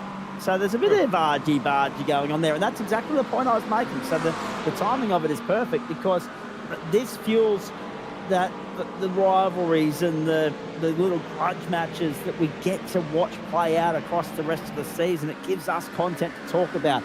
That's what tonight has really set up for the rest of the season, and I'm already looking forward to May 16. That's an extraordinary weekend of motorsport, because and an extraordinary weekend here in Ipswich as well, because the Queensland Motorsport Australia Circuit Racing Championships are on at QR just down the road on the Friday, Saturday, Sunday. So straight back from there on the Friday, in the booth Friday night, back out there to commentate XLs and Prod Sport Saturday, Sunday, and then I've then got another family assignment to attend to. But the reality of the matter is, the Ipswich show is also on here that weekend. How big a weekend is that going to be in Ipswich? My goodness gracious me. Oh yeah. Maybe I'll have to set up at the show and broadcast the Friday night from the show. I don't know. Just so that we can introduce the people of Ipswich to the art of sim racing. I don't know. There's an idea. Jamie Christensen, Byron Phillips, I don't know about Ipswich. I don't know about Ipswich show though. Oh, black flag, Matty Dench. Oh no! Black flag, Matty Dench. What for? Is that an iRacing? It's an iRacing black flag, we're being told by Jay Kennedy, and that'll be the incident point limit of 30 points. That's something we hadn't even had to touch on yet, Brenton. No. Well, And now we do. If it is that. Wowee! We're going to get some intel from our internal control very shortly, and we'll relay that to you. Incident limit. It is incident limit. It is therefore across the finish line for Matty Dench, and that rubs him out of contention as well. Well, boy! It really does. It really does. And that raises my attention to if there's any other cars that are in. It's not something I ever considered would be a problem here, but I can tell you right now, without giving their cards away, there are some cars that need to start driving in the centre of the track and staying away from the white lines, and they certainly don't want to be touching any other cars. So, well, that's an absolute shame for Dench. That 100%. They put themselves in contention for a solid finish. They weren't going to win the race, we know that, but they were setting themselves up for a solid top 10. I think, correct me if I'm wrong, is that just a drive-through for a iRacing black flag? Yes. Affirmative. Being a clean, exemplary driver like myself in the vet series on Thursday nights, except for last night, I don't normally feel the wrath of the stewards like that, but I love it. I think last night in split 2 I was, well, if on a good night, I'll be 7 laps down, absolutely. Last night, before they even got to the start line, my car was pointing in the wrong direction, but I did recover. For those of you that are playing along at home, the silent assassin who did the drive-by on Brenton then was Jay Kennedy saying, "You're not really out, aren't you?" So that's why Brenton made the comment in reply. I keep forgetting no one used Jay, which is a good thing. Exactly right. I just wanted to clarify that. Patrick getting Scott jealous are also on pit road as well. You can tell we've been here a while, can't you, gentlemen? It's getting sillier as we get closer to midnight Eastern Daylight Time. 19 and a quarter minutes to go. We're on the home stretch of Daytona. We've got a couple of contenders that have been rubbed out of it. Here comes Byron Phillips back out onto the racetrack in the Acura. So the first of our long stoppers from top 2. So this is going to be the most interesting, is where he comes out in comparison with the Hayden Bells and James Stewart's and Cody Deeds now. So we're in the window, Yeah, absolutely. So he pitted long in the first stop. He's been carrying around a massive belly of fuel for the last 30 laps. So look at this. So he's gone from 6 seconds behind, 5 seconds behind. He's now 24 seconds behind. Yeah. The 3 that took the chance and that were aggressive are down the road and gone. Yeah. 9.52. Daniel Benefield falls foul of the same rules as Matty Dan. The incident point limit has been expired there, and Benefield will be coming to pit lane. Actually, we're being told it might actually be, it might actually be a pit lane issue for that car. So it might be a stop and hold on pit road. We'll follow that with interest. Oh, okay. That'll explain it. 118 kilometres an hour on entry to pit lane. And just for verification, gentlemen, what is the speed limit on pit lane tonight, please? 88. Just a casual 30 k's over, if you don't mind. Yeah, that'll do it every day of the week. Bad luck, Daniel Benefield. Actually, speaking of which, if you're a team manager there, you're getting a little bit agitated because that's a lazy mistake. Sorry, Dan, but that's a lazy mistake that you don't need to do. An aggressive pit entry is going to gain you, what, half a second, a second? If you get it wrong, it's going to cost you 40. What would Scapey say? Risk versus reward. There is no reward there. That one will be constituted as a insert word here up as far as Daniel Benefield is concerned, and I'm sure that Sean McNamara will have the same view on that. Watching on from home, that's David Mulqueen. I reckon you'll find. Coming in from 13th at the moment. Now, does he stay in the car, or does the great man B. Hobson jump back in for the final stint? Let's wait and see. It might be Mulqueen taking it to the check. Well, you wouldn't think there'd be enough time to cover both fuel, tyres and a driver swap, so you'd probably think that he stays in. Yep. 16 and 3/4 minutes to go. We've had fun here so far on the platforms of Sim Speed. It's been an historic night for so many reasons. It's been a pleasure to be a part of it. The launch of a new era for GT3 racing on the iRacing platform in this country and for the ASRG team as well. We hope you've enjoyed it so far and that it whets the appetite to come back and join us for the rest of the championship. Scott Hazler now coming around onto the main straight into no man's land, going to pit lane. Oh, coming in hot. No. So I mean, he's stolen a little bit of draft, and then he's in no man's land, and he's gone back up onto the racetrack. Well, all the other thing is that he thinks he might not make it, and he's gone out for another lap, and he might not make it for fuel. Yeah. So it's something to watch for sure. So I would think he will make it, but yeah, it's been we're down to the last 15 minutes now. So it's been very, very interesting. Been a cracker of a race. I'm just interested with that drive through. It looks as though Matty Dent's has got back out there in sixth position, 36 seconds down. The leader is now 18 seconds up the road. We are still expecting him on pit road, and so too Jacob O'Reilly as well. But don't forget, I think with the Dench car there was a drive-through, but he hasn't actually done his stop yet. No, that's right. Correct. So he's going to feel a lot more pain yet. Yep. There he is, under 2 stops thus far, and oh yeah, that one's going to hurt. Really, unfortunately, for Matty Dench. It'll be a short stop around, 12, 15 seconds. Short and sweet, yeah. But it's a long pit lane, and when everyone else is doing 280 down the straight, he's doing 88. And there's another car. It's, we'll be looking at swoons tonight as well. After Anderson's pit stop went awry, second time through, and it's been a recovery mission Bird so far, and he's back inside the top 15 as he rejoins us back out on the racetrack now. So one mistake by Ando has cost a top 4 tonight. They were certainly quick enough, and we've seen other cars fall away. I would have thought a top 4 would have been there for the taking for him. Indeed. Here comes Jacob O'Reilly to pit lane now as well. Now we're starting to get to the end, ladies and gentlemen. We're starting to get an idea of where things are. Job Stewart, Hayden Veld, the margin first to second on corrected order is 6.9 seconds. So, well, credit where it's due to Hayden Veld. He's taken off and left Job Stewart behind on this final run. Here comes Dench for his final splash and dash now. Inside 14 minutes to go.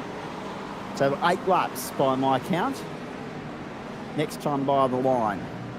We'll find where our race leader is.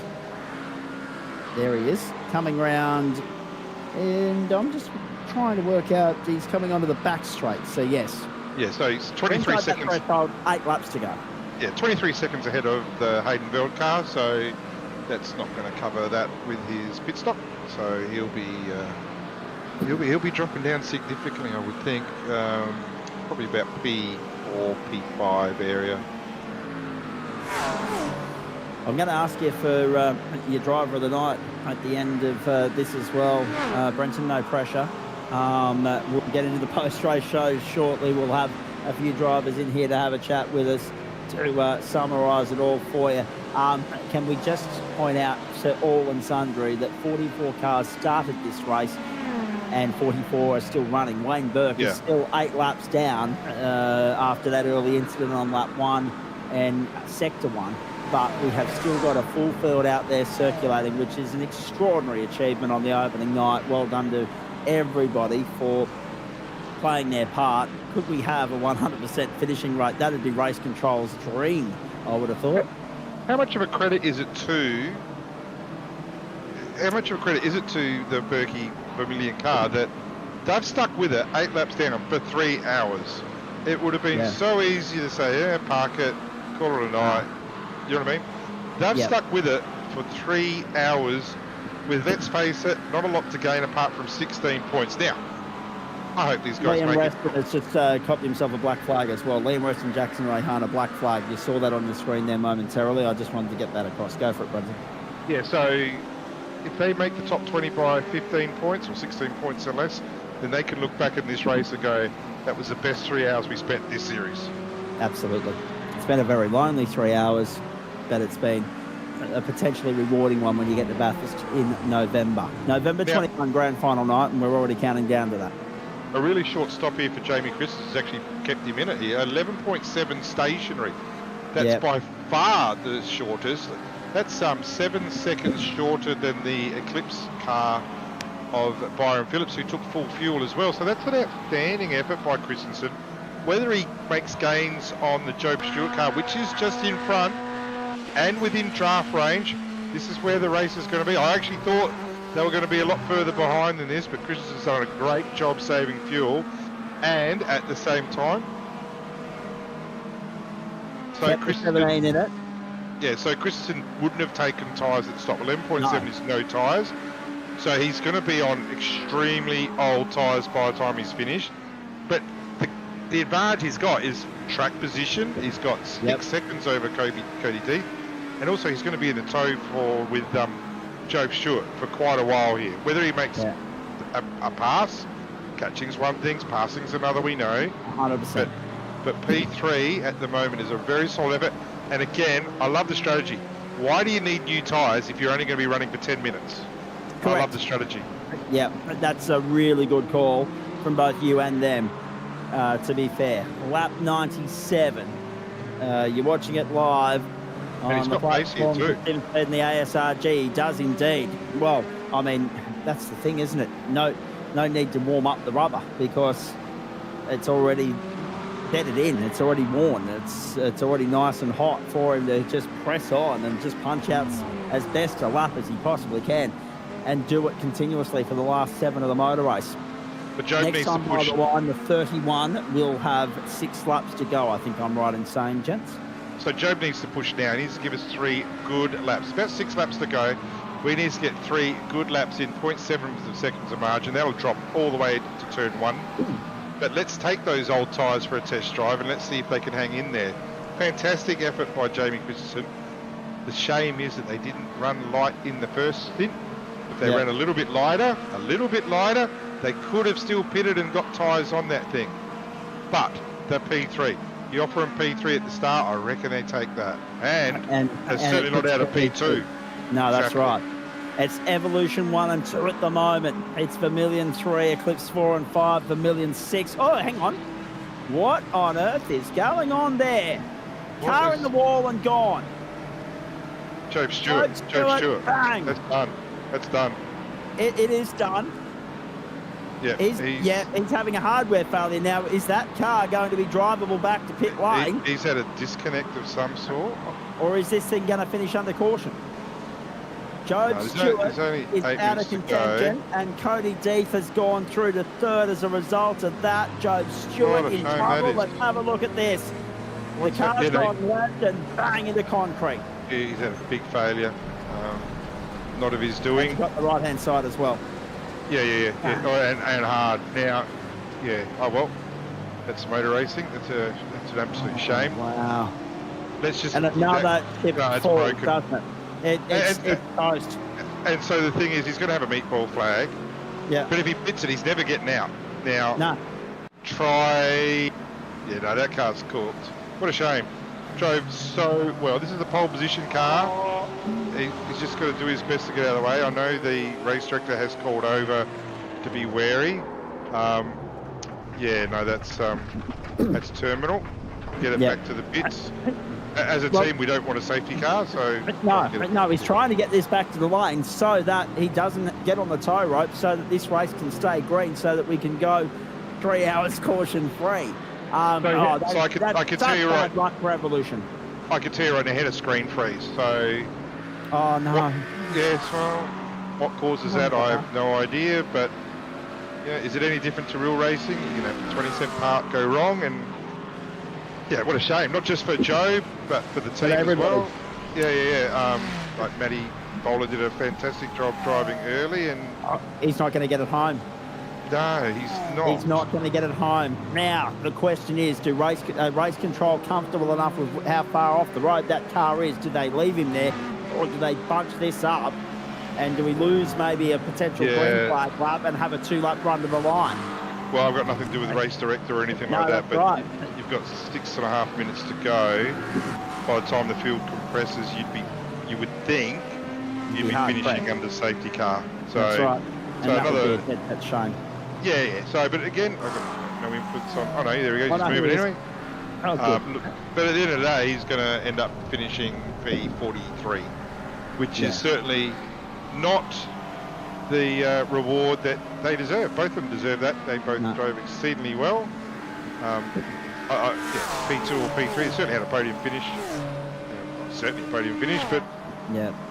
yeah, it's a tough gig. Doesn't matter if you're Oh, on it's the a sim heartbreaking game sometimes, mate. I feel for Well, you. Absolutely. No, yeah, but it's not just if you're on the sim, but if you're driving around Morgan Park last weekend, it can be just the most minor problem. And, Dylan Shepherd's on pit road too, and I'm not terribly sure why. I think it might be his last pit stop. We'll find out. I think it's a scheduled stop. Copy. It's a very late one in the piece. But right now, if that just shows you that anything could happen and probably will. Oh no. Don't need to be going that quick, I wouldn't think. I think that's just frustration now, and I don't blame him, quite frankly. No, I agree, because, like I said, him and Matty drove unbelievable, and they're not going to get the reward that they deserve, but there we go, he's got it it is back what to it the is, line, and well he's played. going to make, look at that steering angle, he's literally upside down. Yeah. It is stuff. Oh, the guys drove brilliant, not just is he going to make pit He got it lane, in. He got it in. Yeah. No, they didn't just drive fantastic individually, but they drove really well as a team. So I know it's a small consolation, and yeah, woulda, coulda, shoulda. Absolutely. Lap 100, gentlemen. By the end of this, we'll have completed 100 laps. We're past the 500-kilometre marker. It has been an extraordinary night, an historic night. I mean, that is heartbreaking for ERT, but this is so heartwarming for them as well. Hayden Veld, car 31. What a performance this has been by him and Lachlan Capel right throughout the course of the night. Their teammates Bo Albert and Robbie Gibbs will be cheering them on. I know Bo was asked to jump in for Scott and Lockie, and that's why Brenton ended up here, is because Bo wasn't available. So he'll be cheering them on when he gets a chance to watch this, sit down and enjoy it.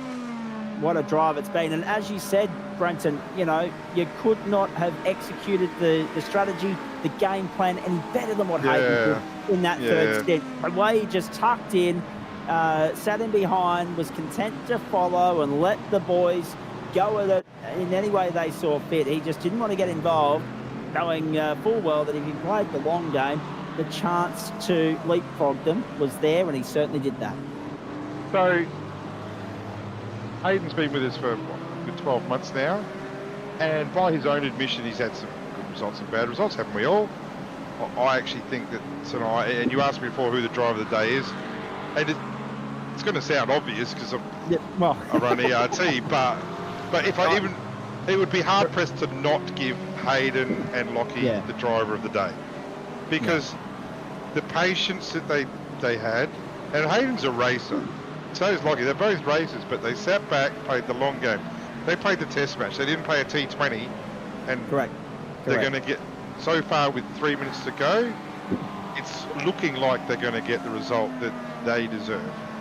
Brenton, you're welcome here anytime. The more cricket reference you keep getting into the broadcast, I'm all for it. Now, look at this. Right, we've picked up a battle outside the top 14. 15th is Connor Nixon. 16th is Marcus Watson. We know that Marcus Watson is an aggressive racer. He'll be trying to set up an overtaking manoeuvre here on Nixon, but Connor will defend as is his right this late in the piece. 2.5 minutes to go. Watson up the outside. This is for a place in the top 15. He's recently been recruited by Team Max Boost. He's up on the outside of Nixon, but Nixon shuts the door cleanly. Right, now Watson will reset and go again. Nixon's there defending the line. Watson dives down the inside. Nixon left the door open ever so slightly, temporarily, momentarily, and that's all that Watson needed. But Watson lost the run. He lost the momentum on the exit of the horseshoe. Nixon gets him back. The gloves are off in the battle for 15th in the final stages at Daytona. Yeah, well, we've got just a minute and a half to go, and look what they're doing. They're still getting stuck in. All for one position, 15th and 16th. Yep. That's how desperate these guys are to make that spot. Gain every point they can. these points will count later on, so why not make the most of it? Now, Nixon gets the run out along the back of the circuit. We're under lap 102. So Hayden Veld should see the white flag next time by the line. If he hasn't already, I'll wait and see. He's just behind these blokes at the moment. So Veld, oh, actually, that's a fair point, actually. When you look at this, right, it's not 21 now on the lead lap, and Watson is inside Connor Nixon. So we had 30-odd on the lead lap after the first hour. It's now whittled down to 21. So there will be a white flag in the air this time by, and it will be for Hayden Veld. These guys have got 2 laps to go. And Watson's going to make the most of every opportunity he has, you would think, Brenton, to try and get 15.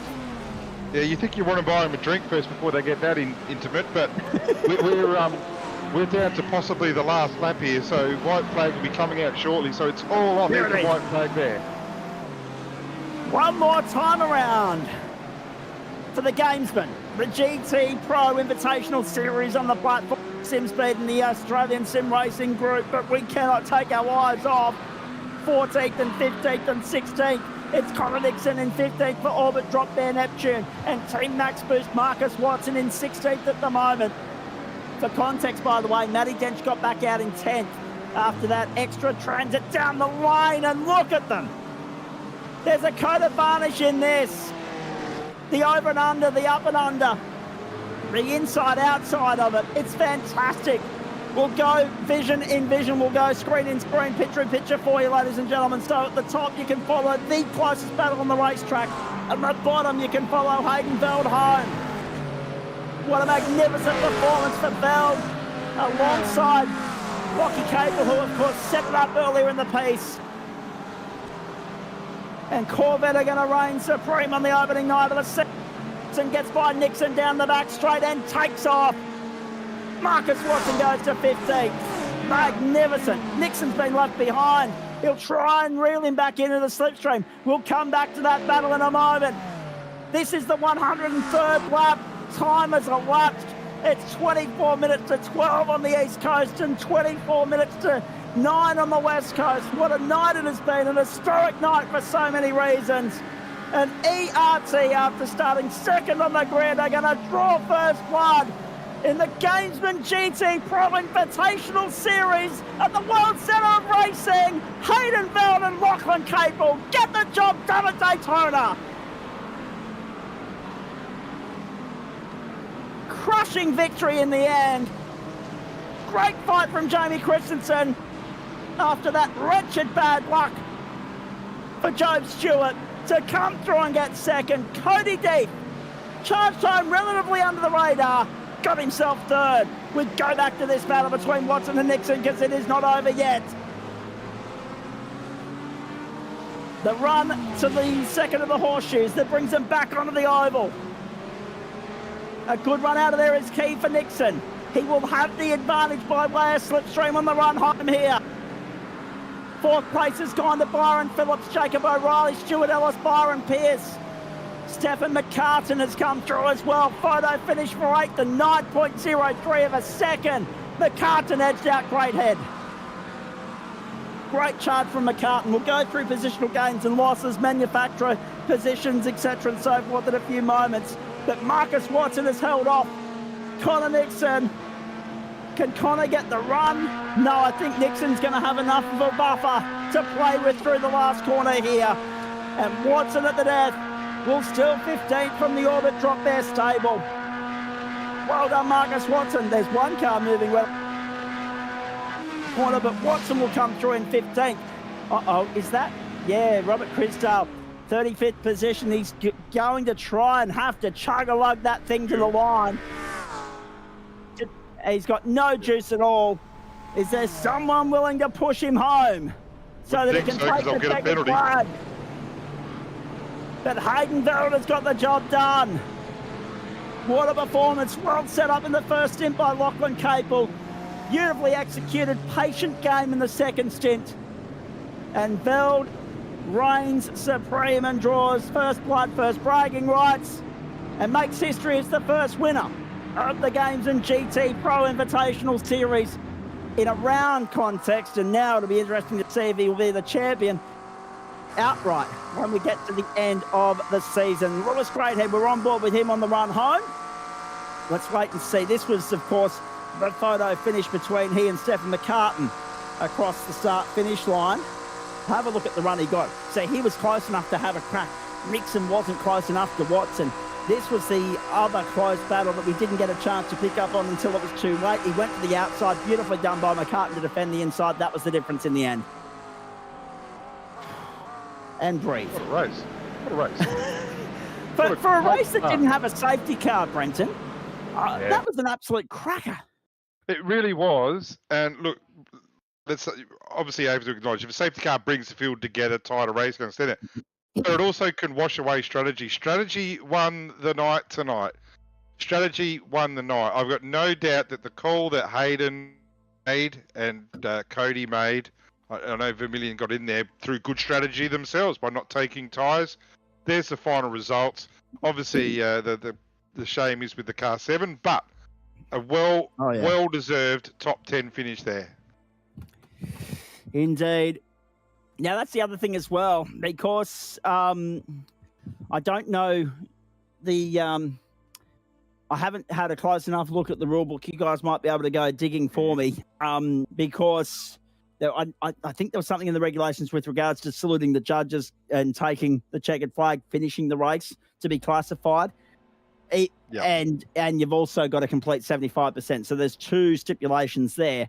That could be a little bit of an issue for car number 7. You feel for those guys. They're 4 laps down, and they're actually ahead of the likes of Adam Jepson, Hayden Callanan, Wayne Burke, that have all come home. 43 cars took the checkered flag, unless, well, I'm not sure actually, did Robert Crisdale manage to get across the line? We didn't actually see whether he actually chug-a-lugged it to the control line or not. We'll follow that up in a moment. 7 point.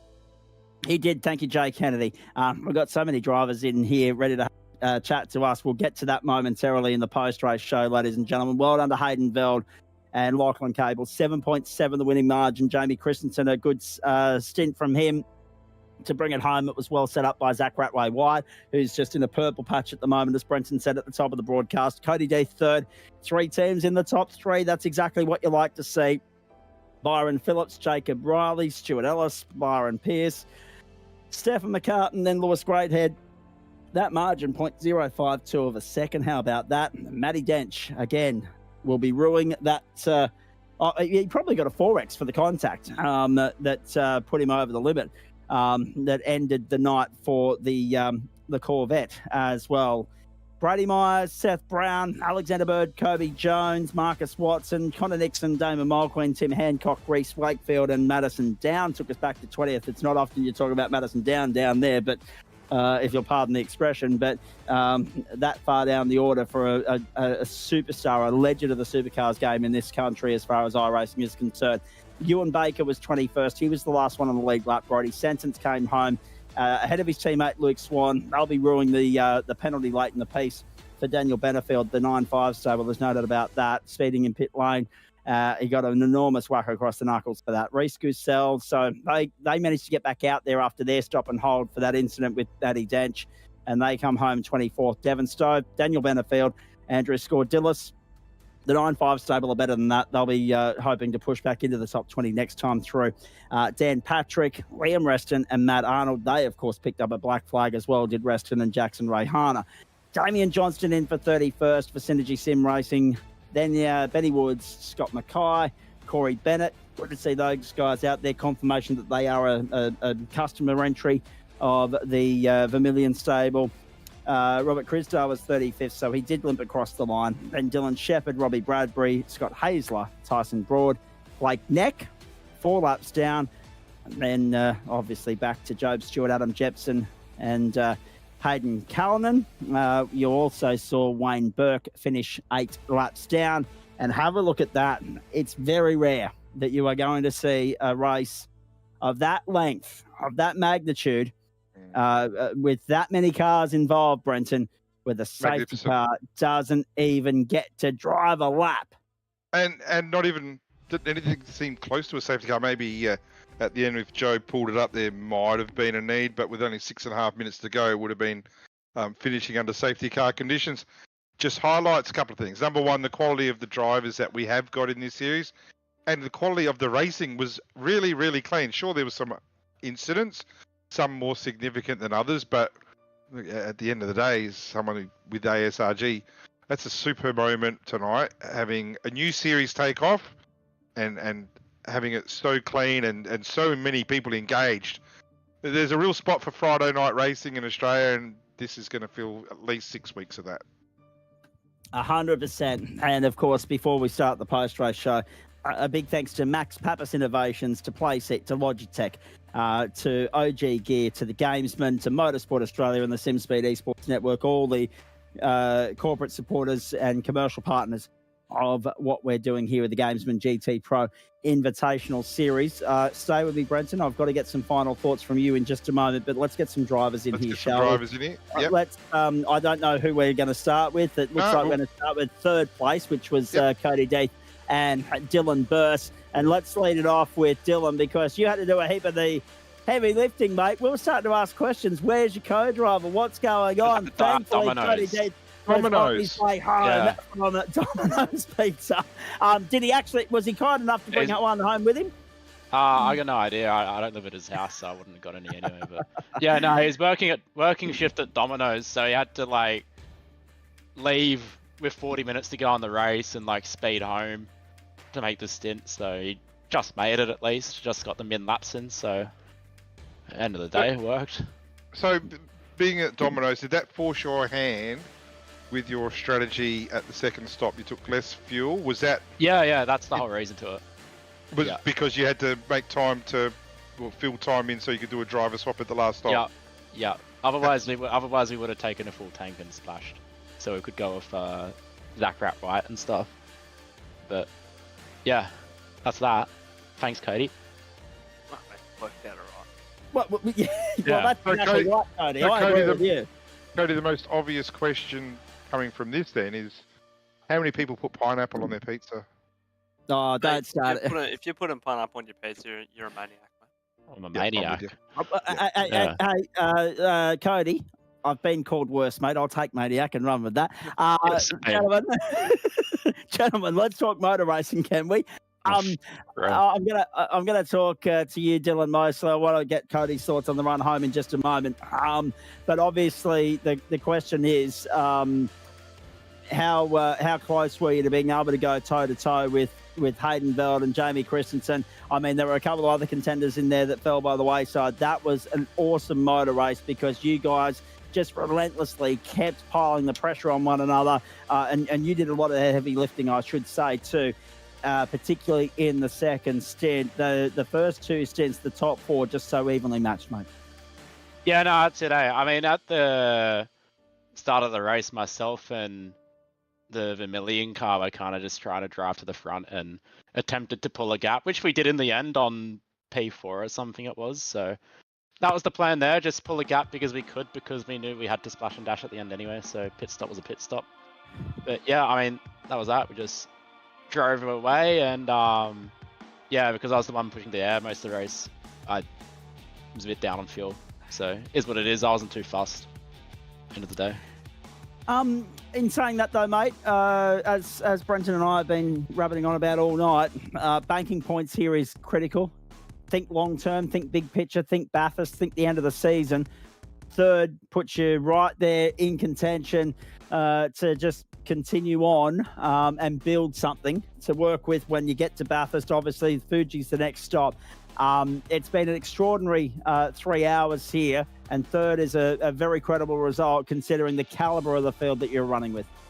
Yeah, no, that's it. I mean, all the other rounds, we've probably got the best cars that were out. I mean, this is the only round that we're going to be down on cars, so coming the next ones, we should be a lot more pacey and not draft tracks, so we'll actually put laps in and try and get faster. So yeah, it should be good there. But yeah, no, I'm happy with third here in Acura. So yeah, I'm pretty sweet with that. Stoked, yeah. And obviously when we do the research here and we have a look at you guys, representing, of course, Eclipse Sim Sport.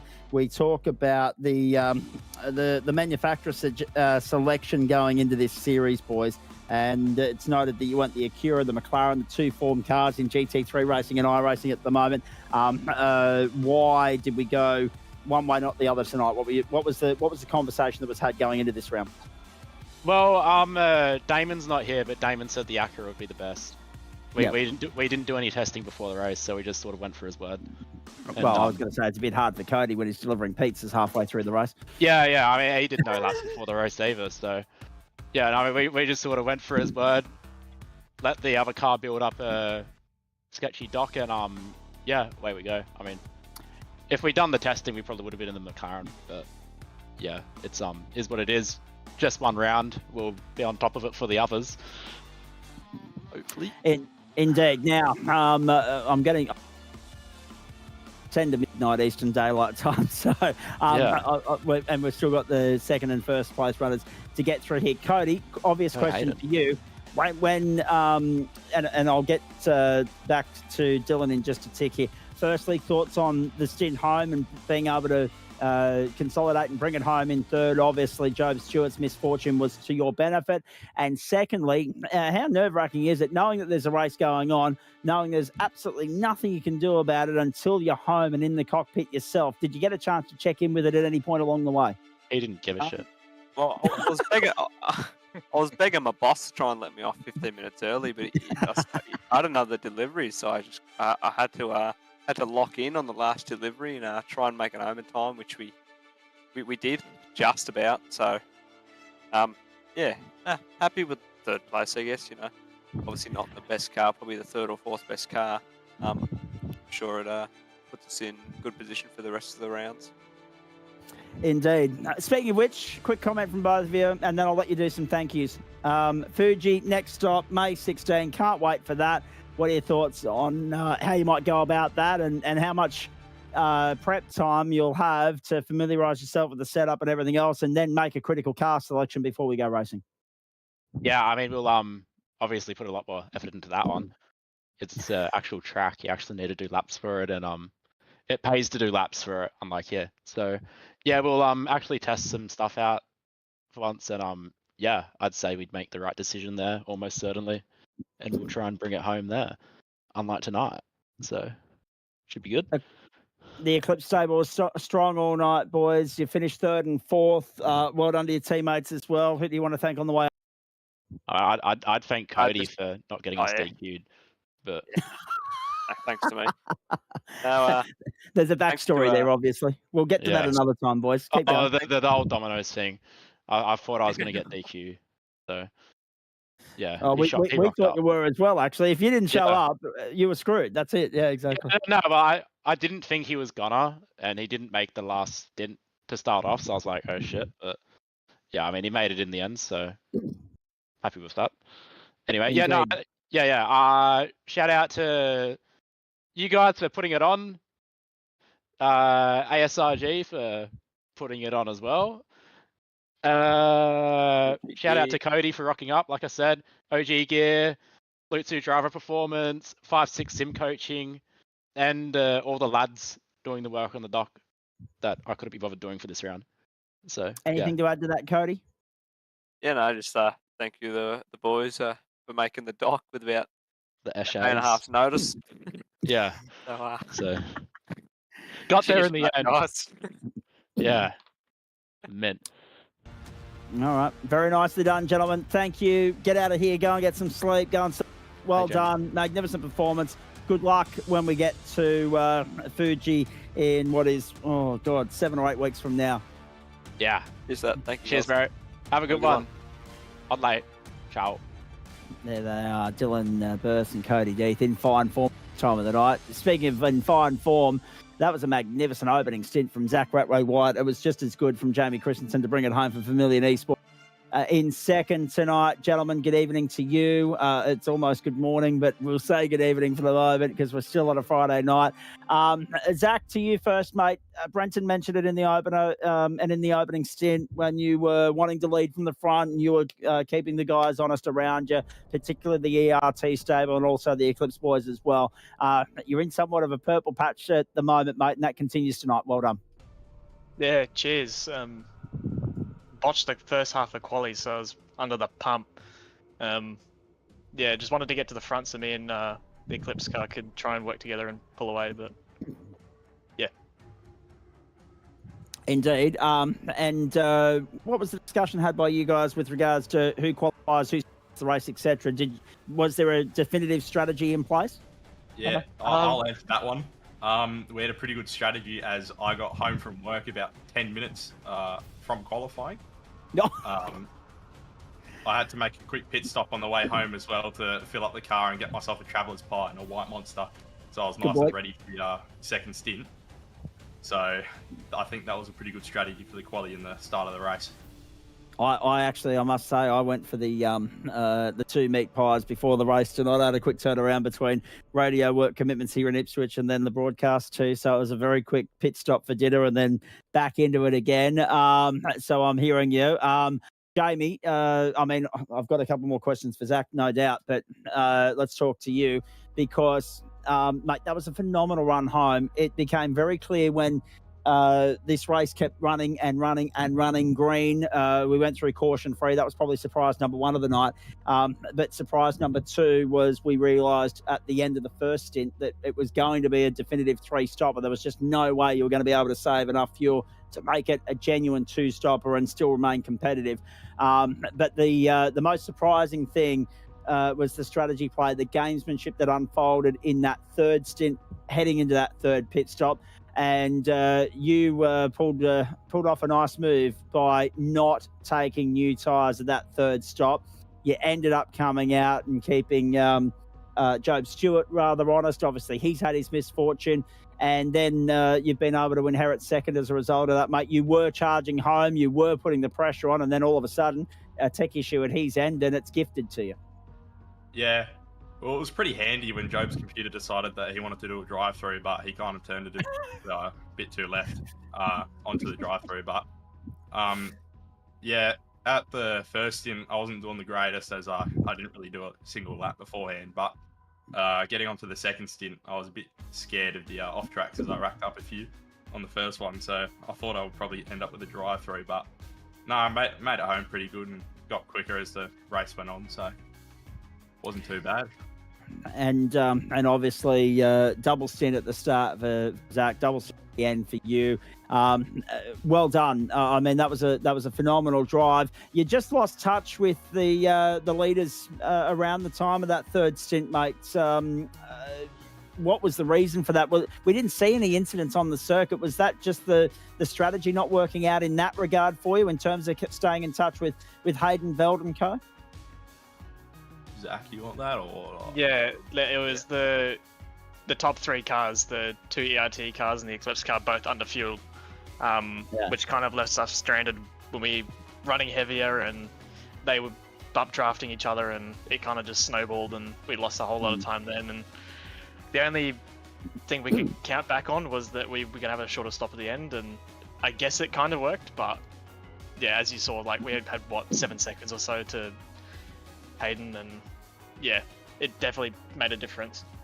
And I guess the other saving grace for you guys before we go ahead to the next round is that 3 contenders within the top 10 all ran into trouble in the final hour. So that did somewhat work into your favour. And second is as good a win in those circumstances because there's 3 genuine championship contenders that have got an invoice to pay and reel in, a deficit to make up going into the next round of the championship. Speaking of which, because we're almost pushing that midnight threshold, give me your thoughts on the next round of the championship. The Fuji circuit in Japan. Again, I'm looking at your car selection choice, Akira McLaren. That seems to be a prominent theme up and down the field. And the best place to the Vermilion Esports stable that were well represented out there tonight. Well done, boys. Thoughts on Fuji?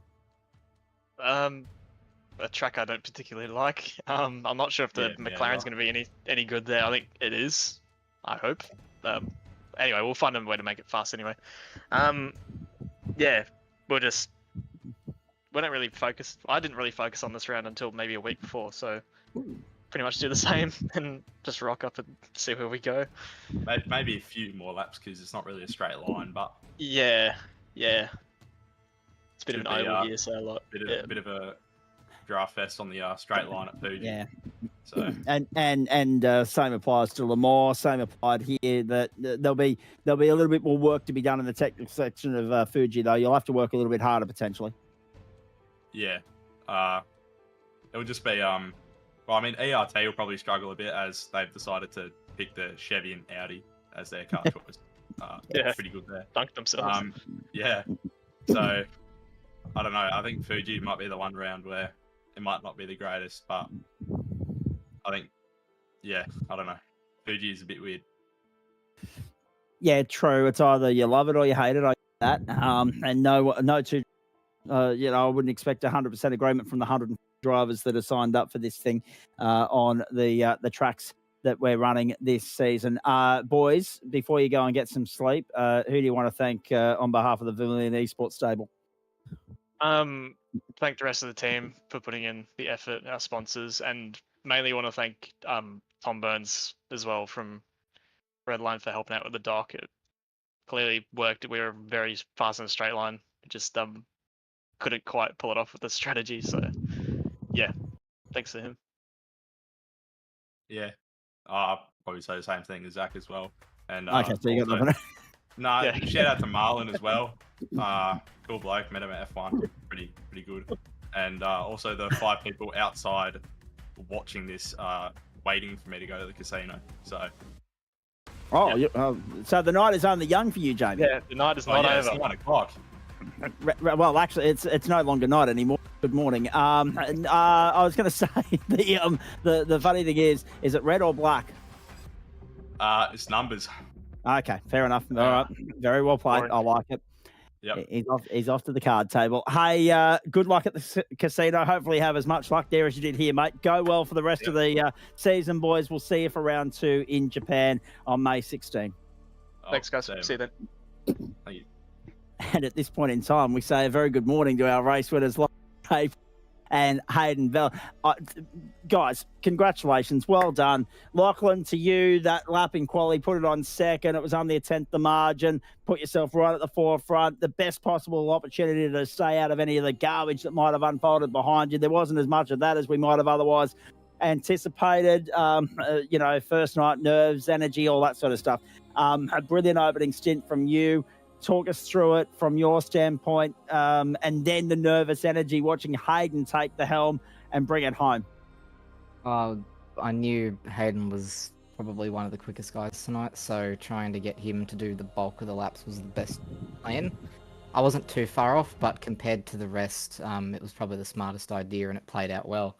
In the first stint, I just was planning to sort of sit there with Bowler, and then we had the Eclipse guys come through, and then the train sort of broke a bit. So my main goal was just to stay in the front group because I knew that's where Hayden would be able to keep up with, and we could sort of form a strategy from there, and then I would be able to sort of fuel save, and then we'd go off that. 6 different teams in the top 10 tonight, boys. Who ended up being the lone ERT? Obviously, disappointment in the final hour for your 2 teammates, but I need to talk to you, Hayden Veld. Lockie, stay there with me because we've got a couple more questions for you, I'm sure. But Hayden, talk us through the run home, mate, because you, if you're going to play the long game, you couldn't have executed the plan any better than what you did tonight. Your team boss, Brenton O'Brien, was riding every crest of the wave with us here in Central Commentary, and he noted that we got to about the 2-hour mark and you hadn't actually really properly gone racing yet. Was the plan just to tuck in and follow and ease into it? Yeah, we sort of the first stint I was in, just sat behind the pack there, saved a bunch of fuel, so we were nice to the end, and then as we got that out of the way, started the pit with fuel the tank up like halfway, and we brought Job into there as well, so he's slightly under fuel compared to us, and then we were able to work together a little bit, drop Bruce, and then work our way up to the front, well, effective lead anyway, and then yeah, hopefully sit there. Was looking like a nice one too until Job got the screen freeze, fortunately. But yeah, it was just conserved for a bit and then pushed towards the end.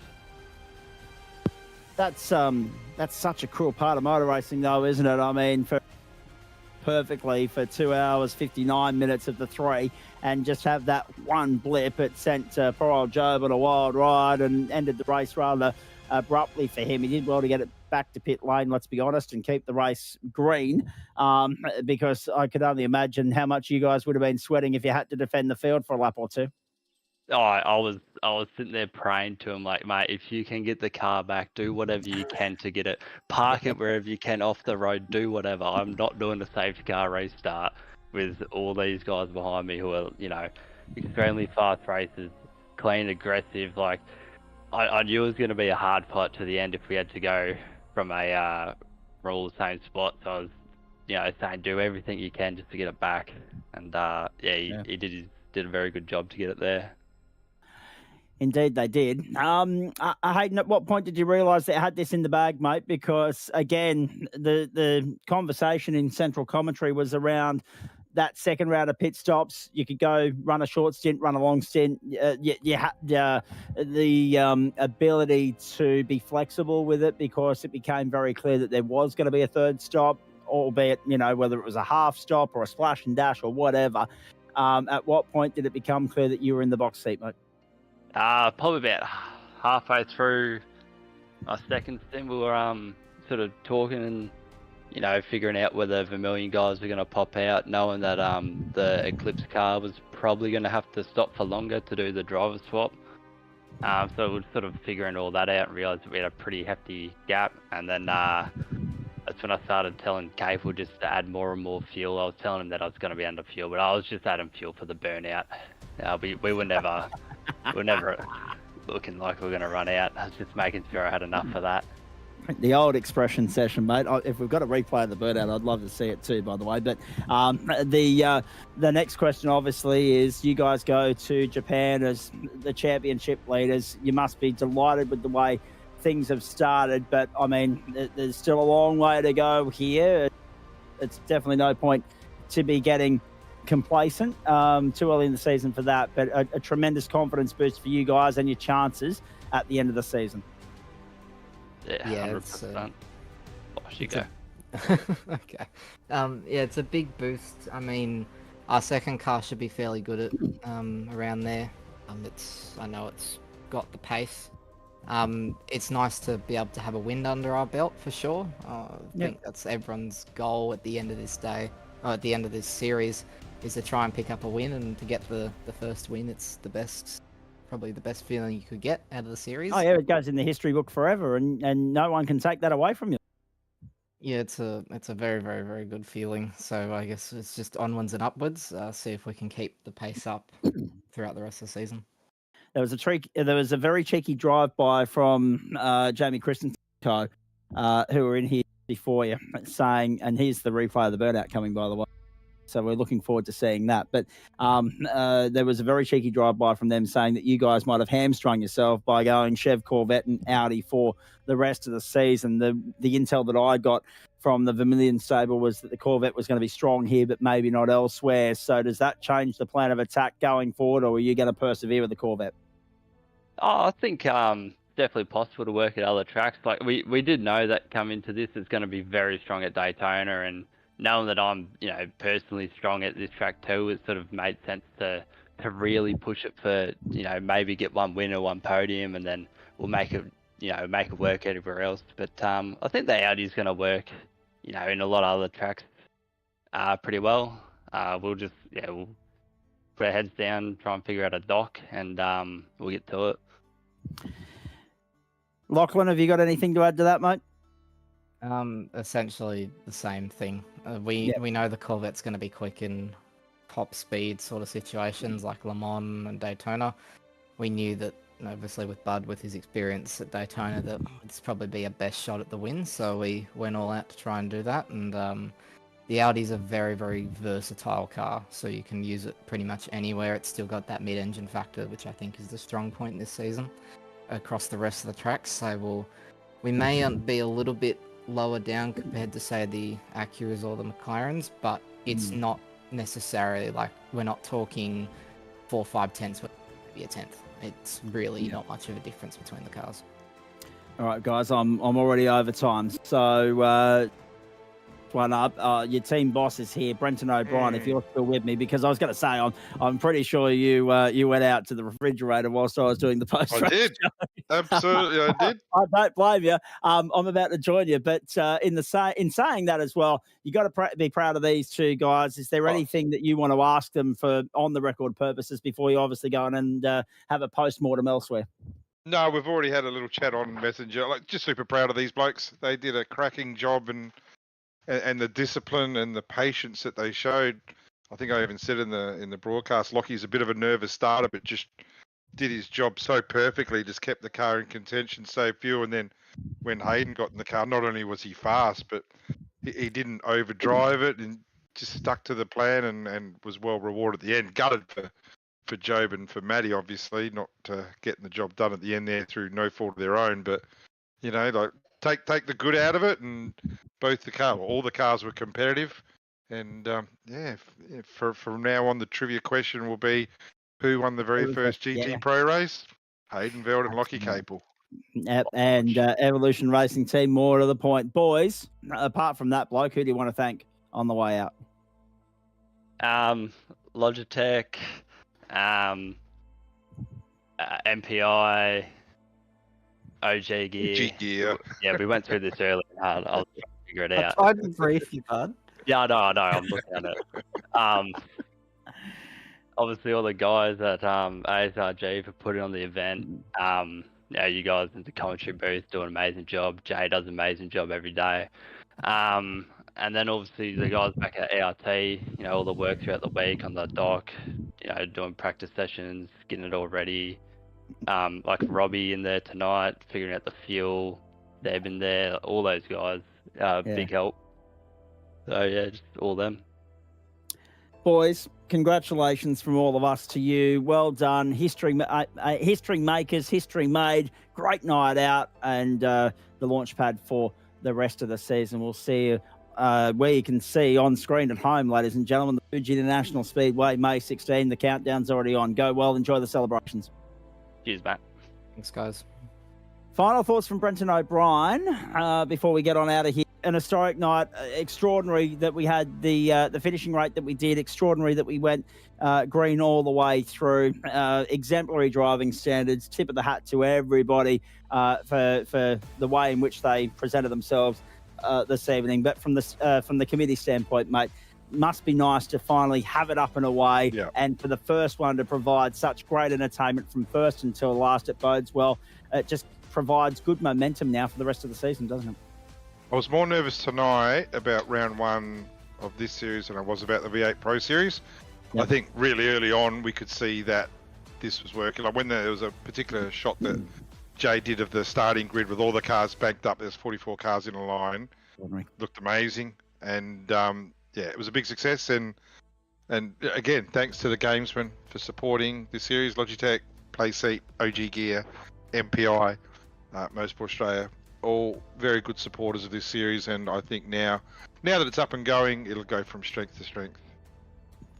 And thank you to you, most importantly, mate, before we rock and roll out of here, because you kept the seat warm for Scott Rankin tonight. He's already told you to bugger off, go back to the race control booth for the next one. But we appreciate your insights and your intel. It's been great to have you here with us in Central Commentary, looking at it from an analytical standpoint, wearing the team hat, wearing the committee hat, wearing the commentary hat, jack of all trades tonight. And it's been a privilege to be able to do some play-by-play with you, mate. I've enjoyed it immensely. Oh, me too, mate. And and as I say all the time, whether it's you, Sam, and Scotty, whatever, the commentary team that we have here is the best. There's no doubt about that. And I'm really happy to be a part of it on this one occasion, and I'll hand over the keys to the professionals again.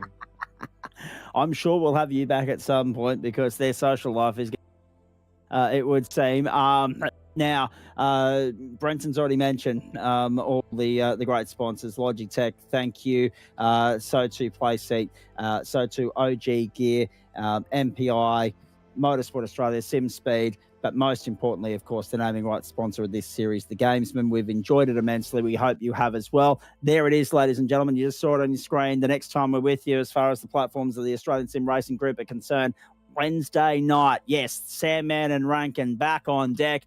Round 2 of the Logitech G Pro V8 Invitational Series, and looking forward to that immensely. The Red Bull Ring, a cracker of a circuit to go racing on as well, and that is from 7:45 Eastern Daylight Time. Make note of this. We're not back with you now for another 7 weeks or so. Friday, the 16th of May, 7:45 Eastern Standard Time, 5:45 on the West Coast, 9:45 New Zealand, and that will be for round 2 of the Gamesman GT Pro Invitational Series live from the Fuji International Speedway in Japan, former home of the Japanese Formula One Grand Prix in the 70s and in the mid-2000s as well. History made here. I'm going to ask Jay Kennedy one more thing, if he can bring up the totem pole by any chance. With the manufacturers in there, because that's the one thing we haven't ticked off yet. How many manufacturers did we have in the top 10? We had 6 teams in the top 10 tonight. Full credit to Evolution, to Vermilion, to Eclipse, to One Performance Racing, OPR, of course, to Aretti, and also to Orbit Drop Bear. It was Chevrolet's night. McLaren and Acura are very strong. There was a Ford in there as well. But that's the moment, the defining moment for the Evolution Racing team, Hayden Veld and Lachlan Capel. The victory celebrations. I'm told we can't bring up that manufacturer breakdown. We'll make sure we crunch the numbers for you for the next time we go racing, ladies and gentlemen. We sincerely hope that you've enjoyed it. You've been part of Australian Sim Racing Group history, ladies and gentlemen, tonight. The first round of the very first season of the Gamesman GT Pro Invitational Series, live, loud, exclusive and free on SimSpeed from the Daytona International Speedway. 3 different teams in the top 3. It bodes well for the rest of the season. There's a few that will have redemption in sight when we go to Japan. A few licking their wounds on the back of some extremely bad luck in the final hour of proceedings here. Not least the black flag for Matty Dench, not least the tech glitch for Job Stewart, but that's all part of the fun of the fair of this wild, addictive drug we call motor racing. Thanks for your company throughout the course of the last 4.5 hours, ladies and gentlemen. We hope that you've enjoyed it as much as we've enjoyed bringing it to you. Big weekend of motorsport out there. MotoGP, World Superbikes, Australian Superbikes, NASCAR. Enjoy that. Sandman and Scott will see you Wednesday. I'll see you May 16 on the platforms of SimSpeed as the ASRG offerings of motorsport continue on the virtual platform in 2025. Until then, and I told Sean McNamara I was going to do this, from all of us here, have a great morning, everybody. Bye for now. Hey.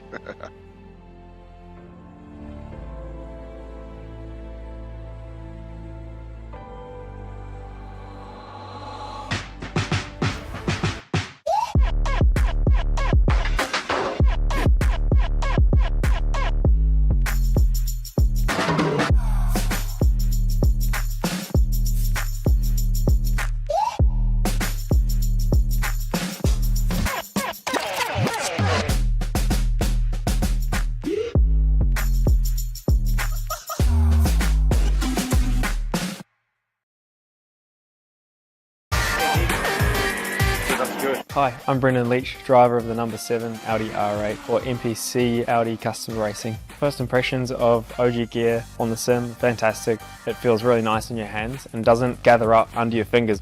The sock, very breathable for me. I get sweaty feet when I'm on simulator. I know that's not the nicest thing to say. It has just the right amount of grip because your feet do just naturally move around on the pedals a little bit, and I like the way that they give you that freedom but also give you that stability that you need.